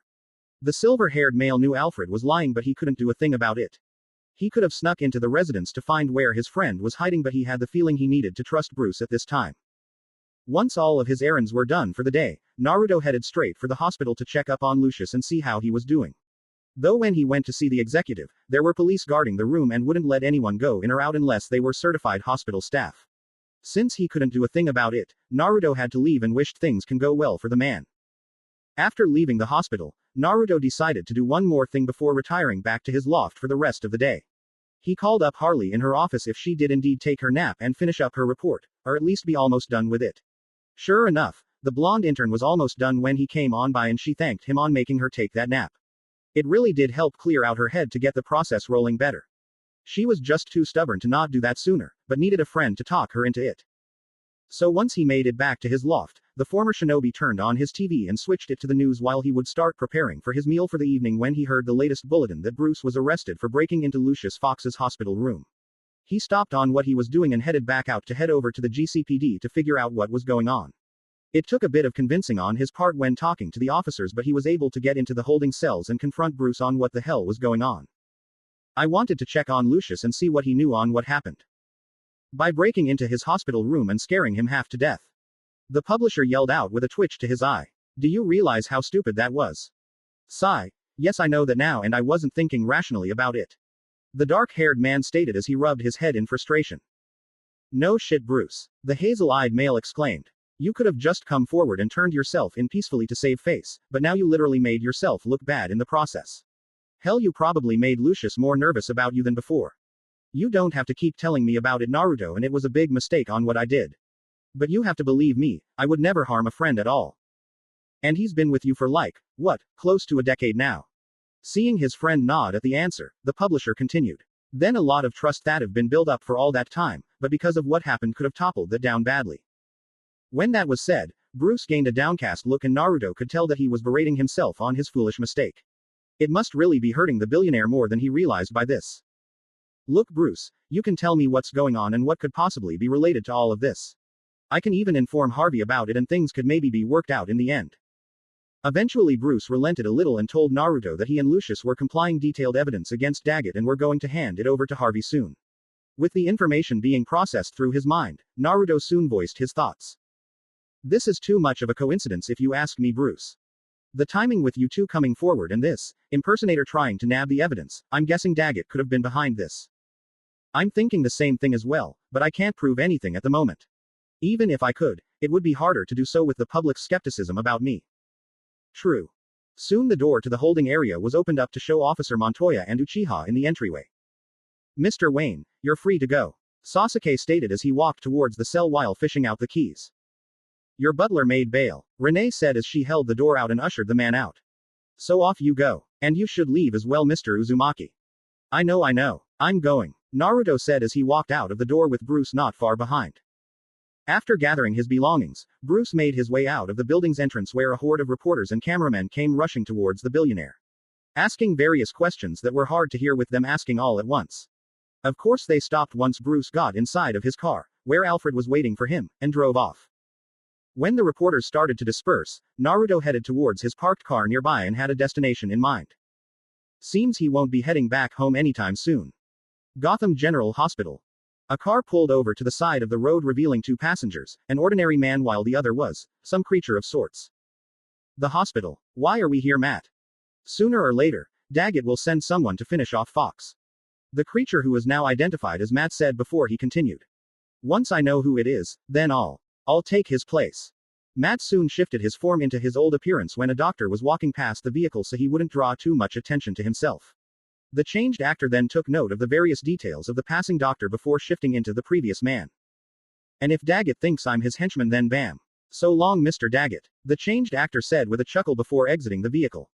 You should head back home, Ted, since I don't know how long this will take. The man said before he walked towards the hospital. When the actor left Ted's visual view, he had thought back on what happened as of late before driving off. Teddy Lupus is an actor and an occasional stand-in for his best friend, Matt Hagen. The two had worked in various projects together in the past and was the only person Matt confined to about his accident and his subsequent addiction to the Renew cream. Ted didn't like the idea at all of his friend having to keep crawling back to Roland Daggett for more, and having to do anything he wanted. So with what rational friend would do for an addict, was trying to hide all of the Renew jars at times and would only bring them out for limited use when necessary. After the breakdown in Matt's trailer earlier that day, Ted had to keep an eye on his friend but lost track after shooting was done for the day. He kept on trying to find the damaged actor for several hours until a dreaded thought passed through his mind. Once arriving outside of Daggett Industries, Teddy found his friend in his car and in horribly mutated state. After some struggle of getting the deformed man into his car, Ted got him back to Matt's trailer to offer support and compassion on the recent events since Matt needed them more than ever. That was when the two found out that Matt somehow became a metahuman because of the Renew formula saturating every cell of his body, giving him the ability to change his form into anything he thought, like a muscle reflex or something. This happened when Matt was walking past various pictures hanging on his trailer walls of past roles he performed and his body started to change into said roles. When this revelation came out, Ted tried to talk him that this was a blessing, that his acting career wouldn't end at all and could end up being better than before. Of course, things didn't go all that well, that Matt's body reverted to its deformed state and caused the changed man to break down again and eventually swore vengeance on Daggett on what he had done to him. I just hope things turn out alright soon, Ted thought when driving off into the night. As this was going on, Lucius Fox was currently asleep in his hospital room without any worry whatsoever. The door to the room slowly opened up to reveal an ominous figure before closing the door back up. The person in question then looked around for anything to use for his current job before finding a stray pillow off to the side. Once grabbing a hold of it, the person made his way to the sleeping executive with the intent to kill the man by suffocation. Things would have been done accordingly well, if a batarang didn't intervene by hitting the pillow and lodging it to the wall. Seeing the sudden event, the man looked around to the source until he saw Batman right outside of the windowsill. Oh no! The man yelled as he quickly ran towards the door and opened it before running through the hallway to reveal Germs, one of Daggett's men. In his haste and confusion when trying to get away from Batman, he ended up in one room that would have been his worst nightmare to be in. Why did I run in here? He nervously said as he tried to back away from all of these infection and disease samples the hospital kept. I should have kept running. Germs would have gotten out of the room safely, but the Caped Crusader was blocking his way. Please, you gotta let me out of here. The man pleaded as he was backing away from Gotham's dark hero. All of these virus and bacteria, I could be infected. Oh, I know, Batman said as he walked closer to the thug. Now I'll ask nicely. Who impersonated Bruce Wayne? I don't know. Knowing he wasn't going to be able to use the easy approach on this one, Batman looked around until finding something useful for this situation. He grabbed a hold of the jar and read it out loud to the thug. Crimson fever. One lousy way to go. To get his message across, the hero placed the container on the shelf above Germs with it edging to possibly fall off. No possible cure so far. Now I want that name. Your friend Bell couldn't tell me, so what about you? Okay. It was Hagen, the movie actor. Unsatisfied with the answer, Batman punched the wall causing the container to shake a bit and edge closer off of its shelf. It's the truth, I swear. Then how did he fool Fox? Batman asked with his arm at the ready to strike the wall again. He's good but no actor. No makeup, is that good? I don't know. Wham. Why, you're crazy, Germs said as he ducked his head as the container kept on shaking closer off of the edge. Last chance. Now talk. All right. He has something. Something that nobody has that he could. The man would have said more, but the lights of the room lit up and someone called on out. Nice work, Batman, but I'll handle it from here. The two looked towards the entrance of the room to see one of the hospital security guards coming their way. Feeling a slight frustration on not getting his answers, he hit his wall against the wall again, causing the container to fall off of its placement. The thug ducked down so he wouldn't get splashed by its contents before Batman caught it. Relax. It's just dirty seawater, the hero muttered as the guard got closer. Will you please give me a moment with him? I need some answers. There was no indefinite answer that came from the security officer, until he turned around and stretched out his arm, really stretched it out and slammed Batman to the ceiling before letting go. What in the name of heaven? Oh, shut up, the guard said before pulling onto his cheek, and it stretched out before it detached from the rest of the body to form a small glob. Get that away fro mmmph. Now let's have a nice chat, the guard said to Germs before exiting the room.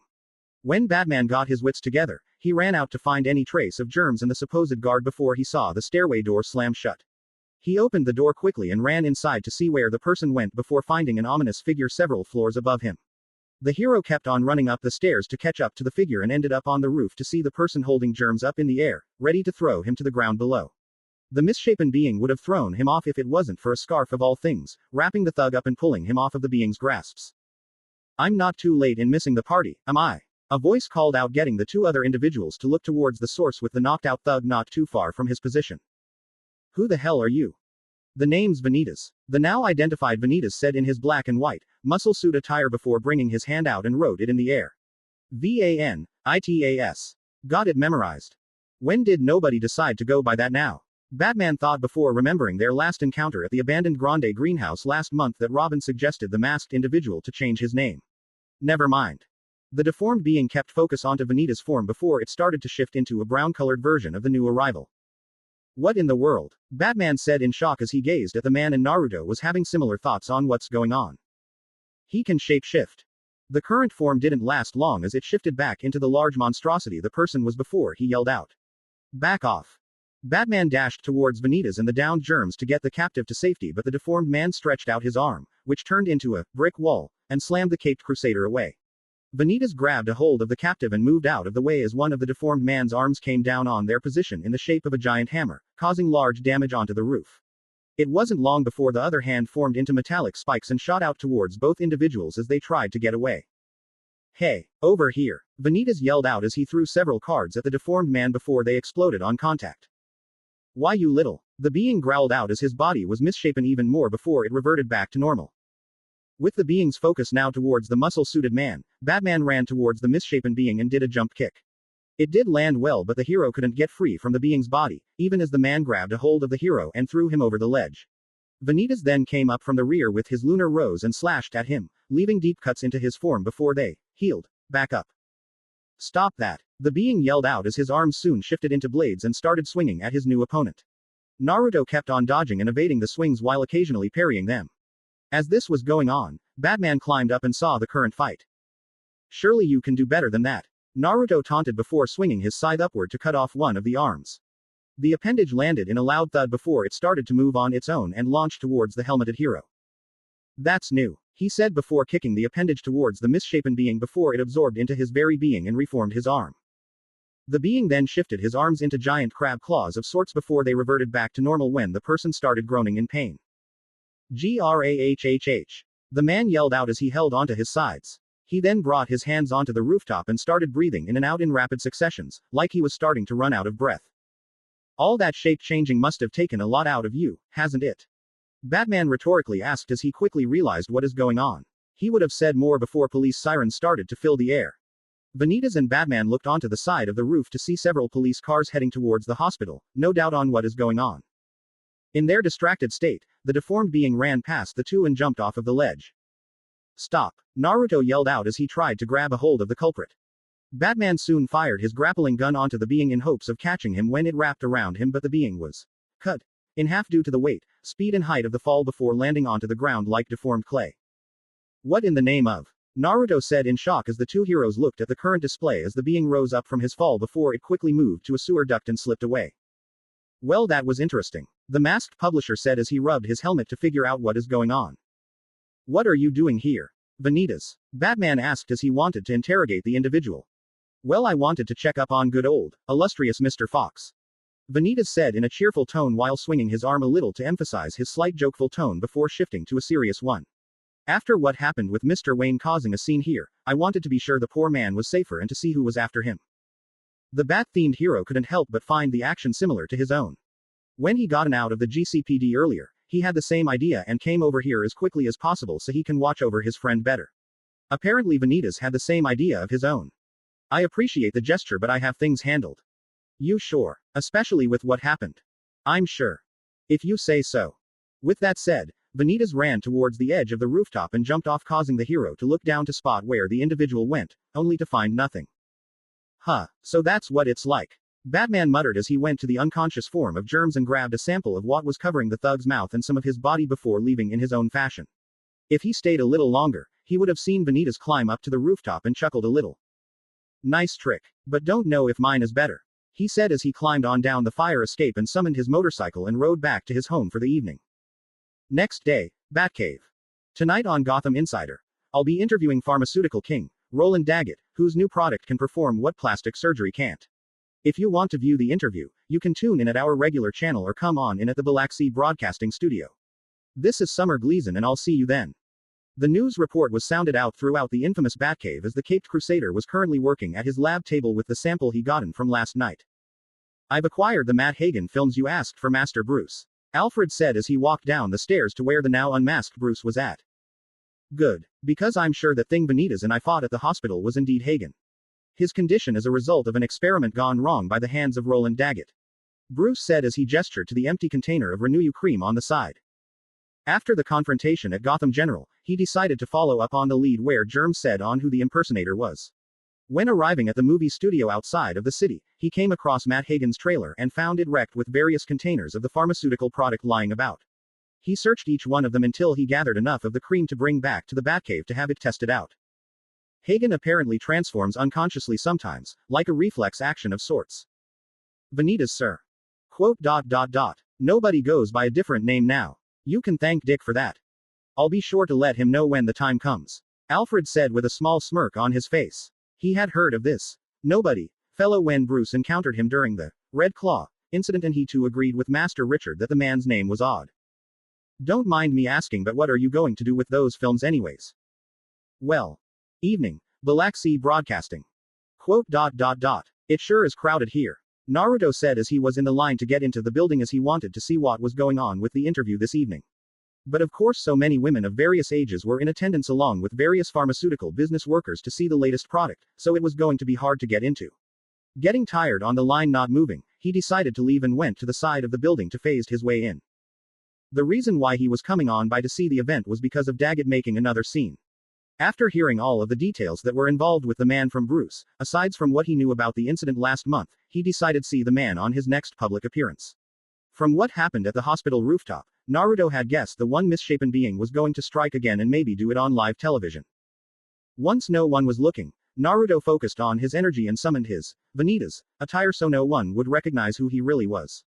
From there, he started to make his way up to the rafters to get a good angle on tonight's proceedings.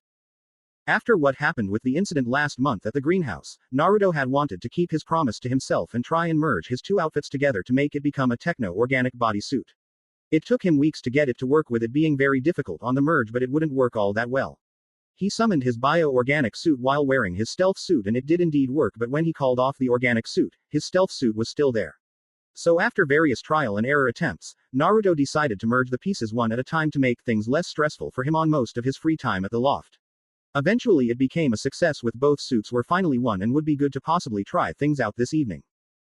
3, 2, 1, go. The cameraman yelled out to signal that the show was starting. Welcome to Gotham Insider, everyone. I'm your host, Summer Gleason, and tonight we are discussing with Roland Daggett with his new product, Renew. Thank you for coming in this evening, Mr. Daggett. Thank you, Summer, and it's a pleasure on being here, the man said to the hostess. So you have stated that your latest product is practically a facelift in a jar? Summer Gleason asked the pharmaceutical king. with skepticism. If you watch on the monitors, you can see Renew work out the wrinkles, work out the imperfections. Literally remake your face however you choose. When the audience looked at the footage, the majority were very impressed on the applications while others wondered about some of the downsides. But it brought up a lot of clamor that made Daggett smile gleefully that he might do well in this product. This seems quite amazing, isn't it? Summer said as she got up from her seat with a mic in hand. Now, are there any questions in the audience? There was one person that stood out as she got up from her seat and waved her hand out for Summer to come towards. Okay, madam, what would you like to ask Mr. Daggett? Thank you, Ms. Gleason, the woman said as she then addressed the pharmaceuticals. I'd like to ask Mr. Daggett about the rumors I've been hearing about. Like what exactly? I've heard that he's been selling Renew through direct marketing since stores won't carry it due to the harmful side effects. When hearing this, Daggett started to sweat a bit and tug on his collar to get some air. Well, that's absolutely not true, madam. But what about the addictive properties of Renew, Mr. Daggett? The woman said as she snatched the microphone from the reporter and made her way to the stage. How once you're hooked on it that you can't stop using it without feeling the horrible pain. That seems like a very specific information for her to know. Naruto muttered as he watched the event unfold. What? No, I don't know what, Daggett said as he tried to save face. When the woman came closer to the stage, some of Daggett's men came to get her to stop, but she just shrugged her off and pushed them far away from her, thus knocking them out. Okay, think I know where the shapeshifter is at, Naruto said as he got himself ready. Why don't you show them what an overdose looks like? She said as she got closer to Roland. Why don't you tell them about me? As the woman said that bit, she shifted into a monstrous form for all to see, both in the audience and in their living rooms. This caused mass panic and everyone started to run out of the studio and possibly out of the building in fright as the misshapen being got closer to Daggett. This is what you have done to me, Daggett, and I hope you suffer for what's coming to you. The being growled out as the business owner soon realized who the being was. Hagen, is that you? Daggett questioned as he was sweating badly under the pressure. That's Matt Hagen, Naruto yelled out in his head. What the fuck happened to him? Yes, it is me. You've ruined me, Daggett. My career and my life. Hagen said as he shifted his arms into a mace and sharpened claws with a sadistic smile. Now I'm going to ruin yours. That's enough, Hagen, Naruto yelled out as he dropped to the ground not too far from the two remaining people in the room. You, Hagen growled at the sight of the black and white themed man. You should leave this alone, Vanitas. He's got to pay. I know he does, Hagen, but not like this, Naruto said as he tried to reason with him. Let the justice system work this out. As this went on, Daggett decided to make a break for it and run off. But Hagen saw this and whipped his arm out and formed claws to catch the man responsible for his fate. Once Daggett was in his grasps, he felt someone kick him onto the side and saw it was Batman who had done the deed.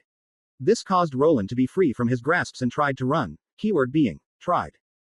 Oh no you don't, Vanitas said as he shot his arm forward and his grappling scarf took a hold of the retreating man from across the room.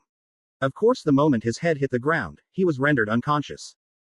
Oops, my bad, Naruto sheepishly said as Hagen got up from the floor and stared at the two heroes. You again, Hagen yelled at the newcomer.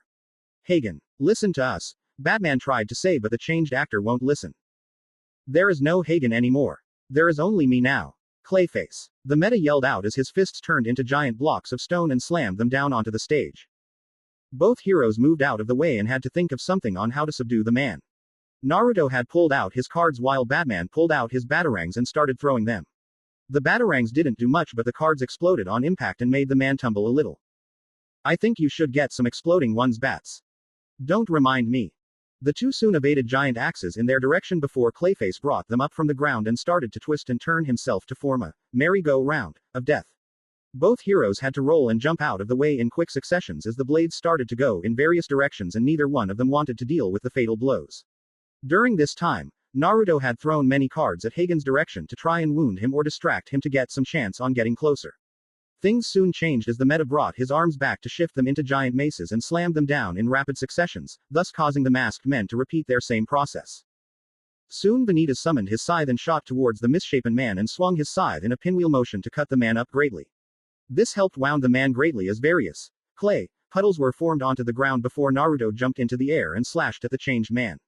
All that was left in the end were the various puddles scattered about in the studio room.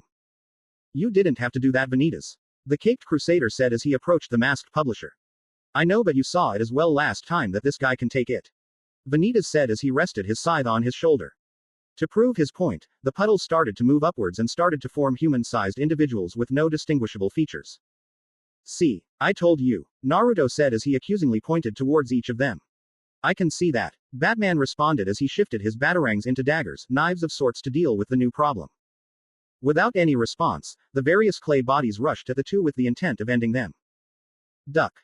Batman responded at this as Vanitas put a lot of strength into his swing to slice through a good amount of them before the side spun around quickly. Once the blade stopped moving, Batman dashed forward and started cutting up the various copies with his batarangs on hand. Vanitas did various pinwheel spins on several copies at a time while Batman kept hacking in rapid successions as he kept on moving through each of them. Both heroes were making good work out of the copies, and before they knew it, all of them started to mush back together to form a large ball of clay. Move. Both of them yelled out as they got out of the way when the ball rolled in their direction and crashed through the one wall. The two soon left the studio looking for any sign of Clayface, but it was hard to tell where he disappeared to. Being precautious, both of them walked back to back without saying a thing to each other with their weapons on hand while keeping a lookout for the assailant. What they didn't know was that Hagen was hiding in the air ducts above them, and when the two passed on by, he made his move. He slithered out of his hiding place and caught them off guard by shooting his hands towards them and sticking them towards the wall before detaching his hands. Laughing. See, I can finally manage on how to do this thing pretty good. Clayface said to them with sadistic glee as he got closer. Hell, when you had cut me up real good, it gave me so many ideas on how to work this now. So I got to thank you for that, Vanitas. You're welcome, Naruto sarcastically said to the changed man. Clayface soon got closer as he brought his hands together to form a drill and aimed it towards the two. Before he knew it, Vanitas phased out of his bindings while Batman pushed his out of the wall and onto the metahuman. Using his momentum, he slammed Hagen through a door and onto the floor before making his way further into the room with Vanitas not far behind. What now, Batman? Naruto asked the caped crusader as he soon realized that they were in the recording booth of the studio. Nothing was said as the two were soon slammed onto the large monitor by more of Clayface's clay, and couldn't move all that well. In his struggle, Batman reached out to some switches nearby and flipped them to get the various screens to switch from static to Hagen's face. What do you have planned, Bats? Naruto thought as he saw Hagen's reaction when seeing one of his roles on the screen. When seeing this, Hagen was brought into shock as his mind was focusing on the current visual, thus making all of the clay pooled onto them to recede. Once he was free from his clay prison, Batman started typing various commands in the room to make the monitors change to other images of Hagen's past roles. What are you doing? Stop it! Clayface yelled out. Look at them, Hagen, Batman said as he gestured to the various images. Look at what you used to be. No, the meta yelled in worry. Please, turn them off. Getting the idea on what Batman was trying to do, Vanitas decided to continue. Listen, Matt, you can play those roles again. Just let us help you. No, Hagen's gone. Stop making him haunt me. Clayface yelled out as he shifted into a past musketeer pirate role. This made the two reel back in surprise as Hagen started to shift through various forms in rapid succession, from a cowboy, a spaceman, a detective, a soldier, and then a vampire. Soon things started to get worse as parts of his limbs started to shift into other parts of his past roles, from a boxer's arm to a robot's leg, a warrior's chest to a knight's head. Stop it. Stop it. I can't control it. I can't handle it all at once. Clayface yelled out as his body was changing rapidly to the point that it seemed he was truly in pain. The meta kept on yelling as his body kept twisting and turning, causing Batman to rush to the computers and try to fulfill Hagen's request. But it was unsuccessful as he was knocked out of the way and was pushed onto the floor with Vanitas. Clayface soon became impatient and tried to turn it off himself by slamming his fists down onto the control panels, thus causing them to spark and the monitors starting to explode. When this occurred, the security guards that came into the room and saw the ghastly sight before them. What the hell is that thing? One of the officers said in shock as the meta soon shifted into a doctor's attire with his being one of a particular celebrity. Mother of mercy. That looks like Bruce Wayne. Another officer said before seeing the being shift yet again into his regular form. With the confusion going on, Hagen lunged forward and slammed his hands into a pair of monitors, resulting in him being shocked with untold volts of electricity running through his system. Gaha ha gigi ha ha ha gi ga. His yell was inhuman that would have frightened any other person present. It wasn't long until Clayface got out of his electrical shock and fell onto his back with smoke coming off of him. Hesitantly coming closer, Batman and Vanitas went up to the man to see if he was alright before he spoke to them. You know, what I wouldn't give to have a death scene like this, Hagen said as he shifted his head to the one he had gotten after his accident.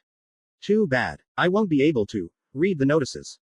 He left out a few haggard chuckles before gasping for air and dying right before them after his face shifted to that of Clayface. When this was done, the others held their heads down and gave their respective prayers for the men's departing. Next day, Batcave. Quote. I'm just glad that it wasn't Bruce Wayne who didn't do the attacking. Lucius Fox said as he talked to Summer Glee in front of the hospital. Thank you, Mr. Fox, she said before focusing her attention to the camera. All charges that have been placed upon Bruce Wayne have been dropped. As for related news, a warrant for Roland Daggett has been issued for his crimes presented to DA Harvey Dent. From the arson work at Crime Alley last year, the virus scare last month, inhumane experimentation, and various other crimes. This is Summer Gleason, signing out. I'm glad that issue has been taken care of, Alfred stated as he turned off the monitor. Though I do worry on what is going to be happening now with those cameras at the studio actually recording the whole fight on live television. Last night was an interesting one as various people throughout the city kept watching the television event in their living rooms and in safer areas as they saw what happened. Seeing on what Daggett had done to a beloved actor was just small in comparison on what truly caught their eyes as Batman and the newly revealed Vanitas fought side by side and fought the metahuman. With what happened, many people are talking about the black and white themed hero now, especially with how grand of a display he had pulled in the fight that was shown, of course. But hey, some heroes need to be introduced to the public one way or another. You know, sir, if you wanted to play with some putty, you could have bought something else asides from that. Alfred said as he saw his charge use an electrical device to shock the piece of clay. What are you doing anyways? Testing a hunch, Alfred, Bruce said as he shocked the piece of clay again, making it shift into various forms in rapid succession before taking a dormant state.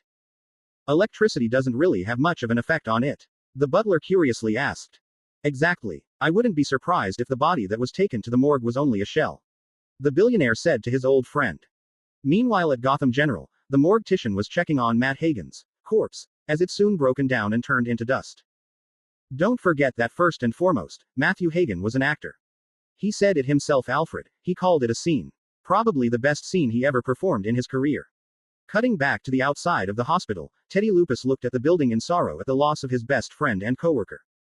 I'm sorry, Matt, I wish things could have worked out better for you, the man said as he walked away from the site. As he did, a woman passed by him for several feet before coming to a stop and looked back at the retreating man.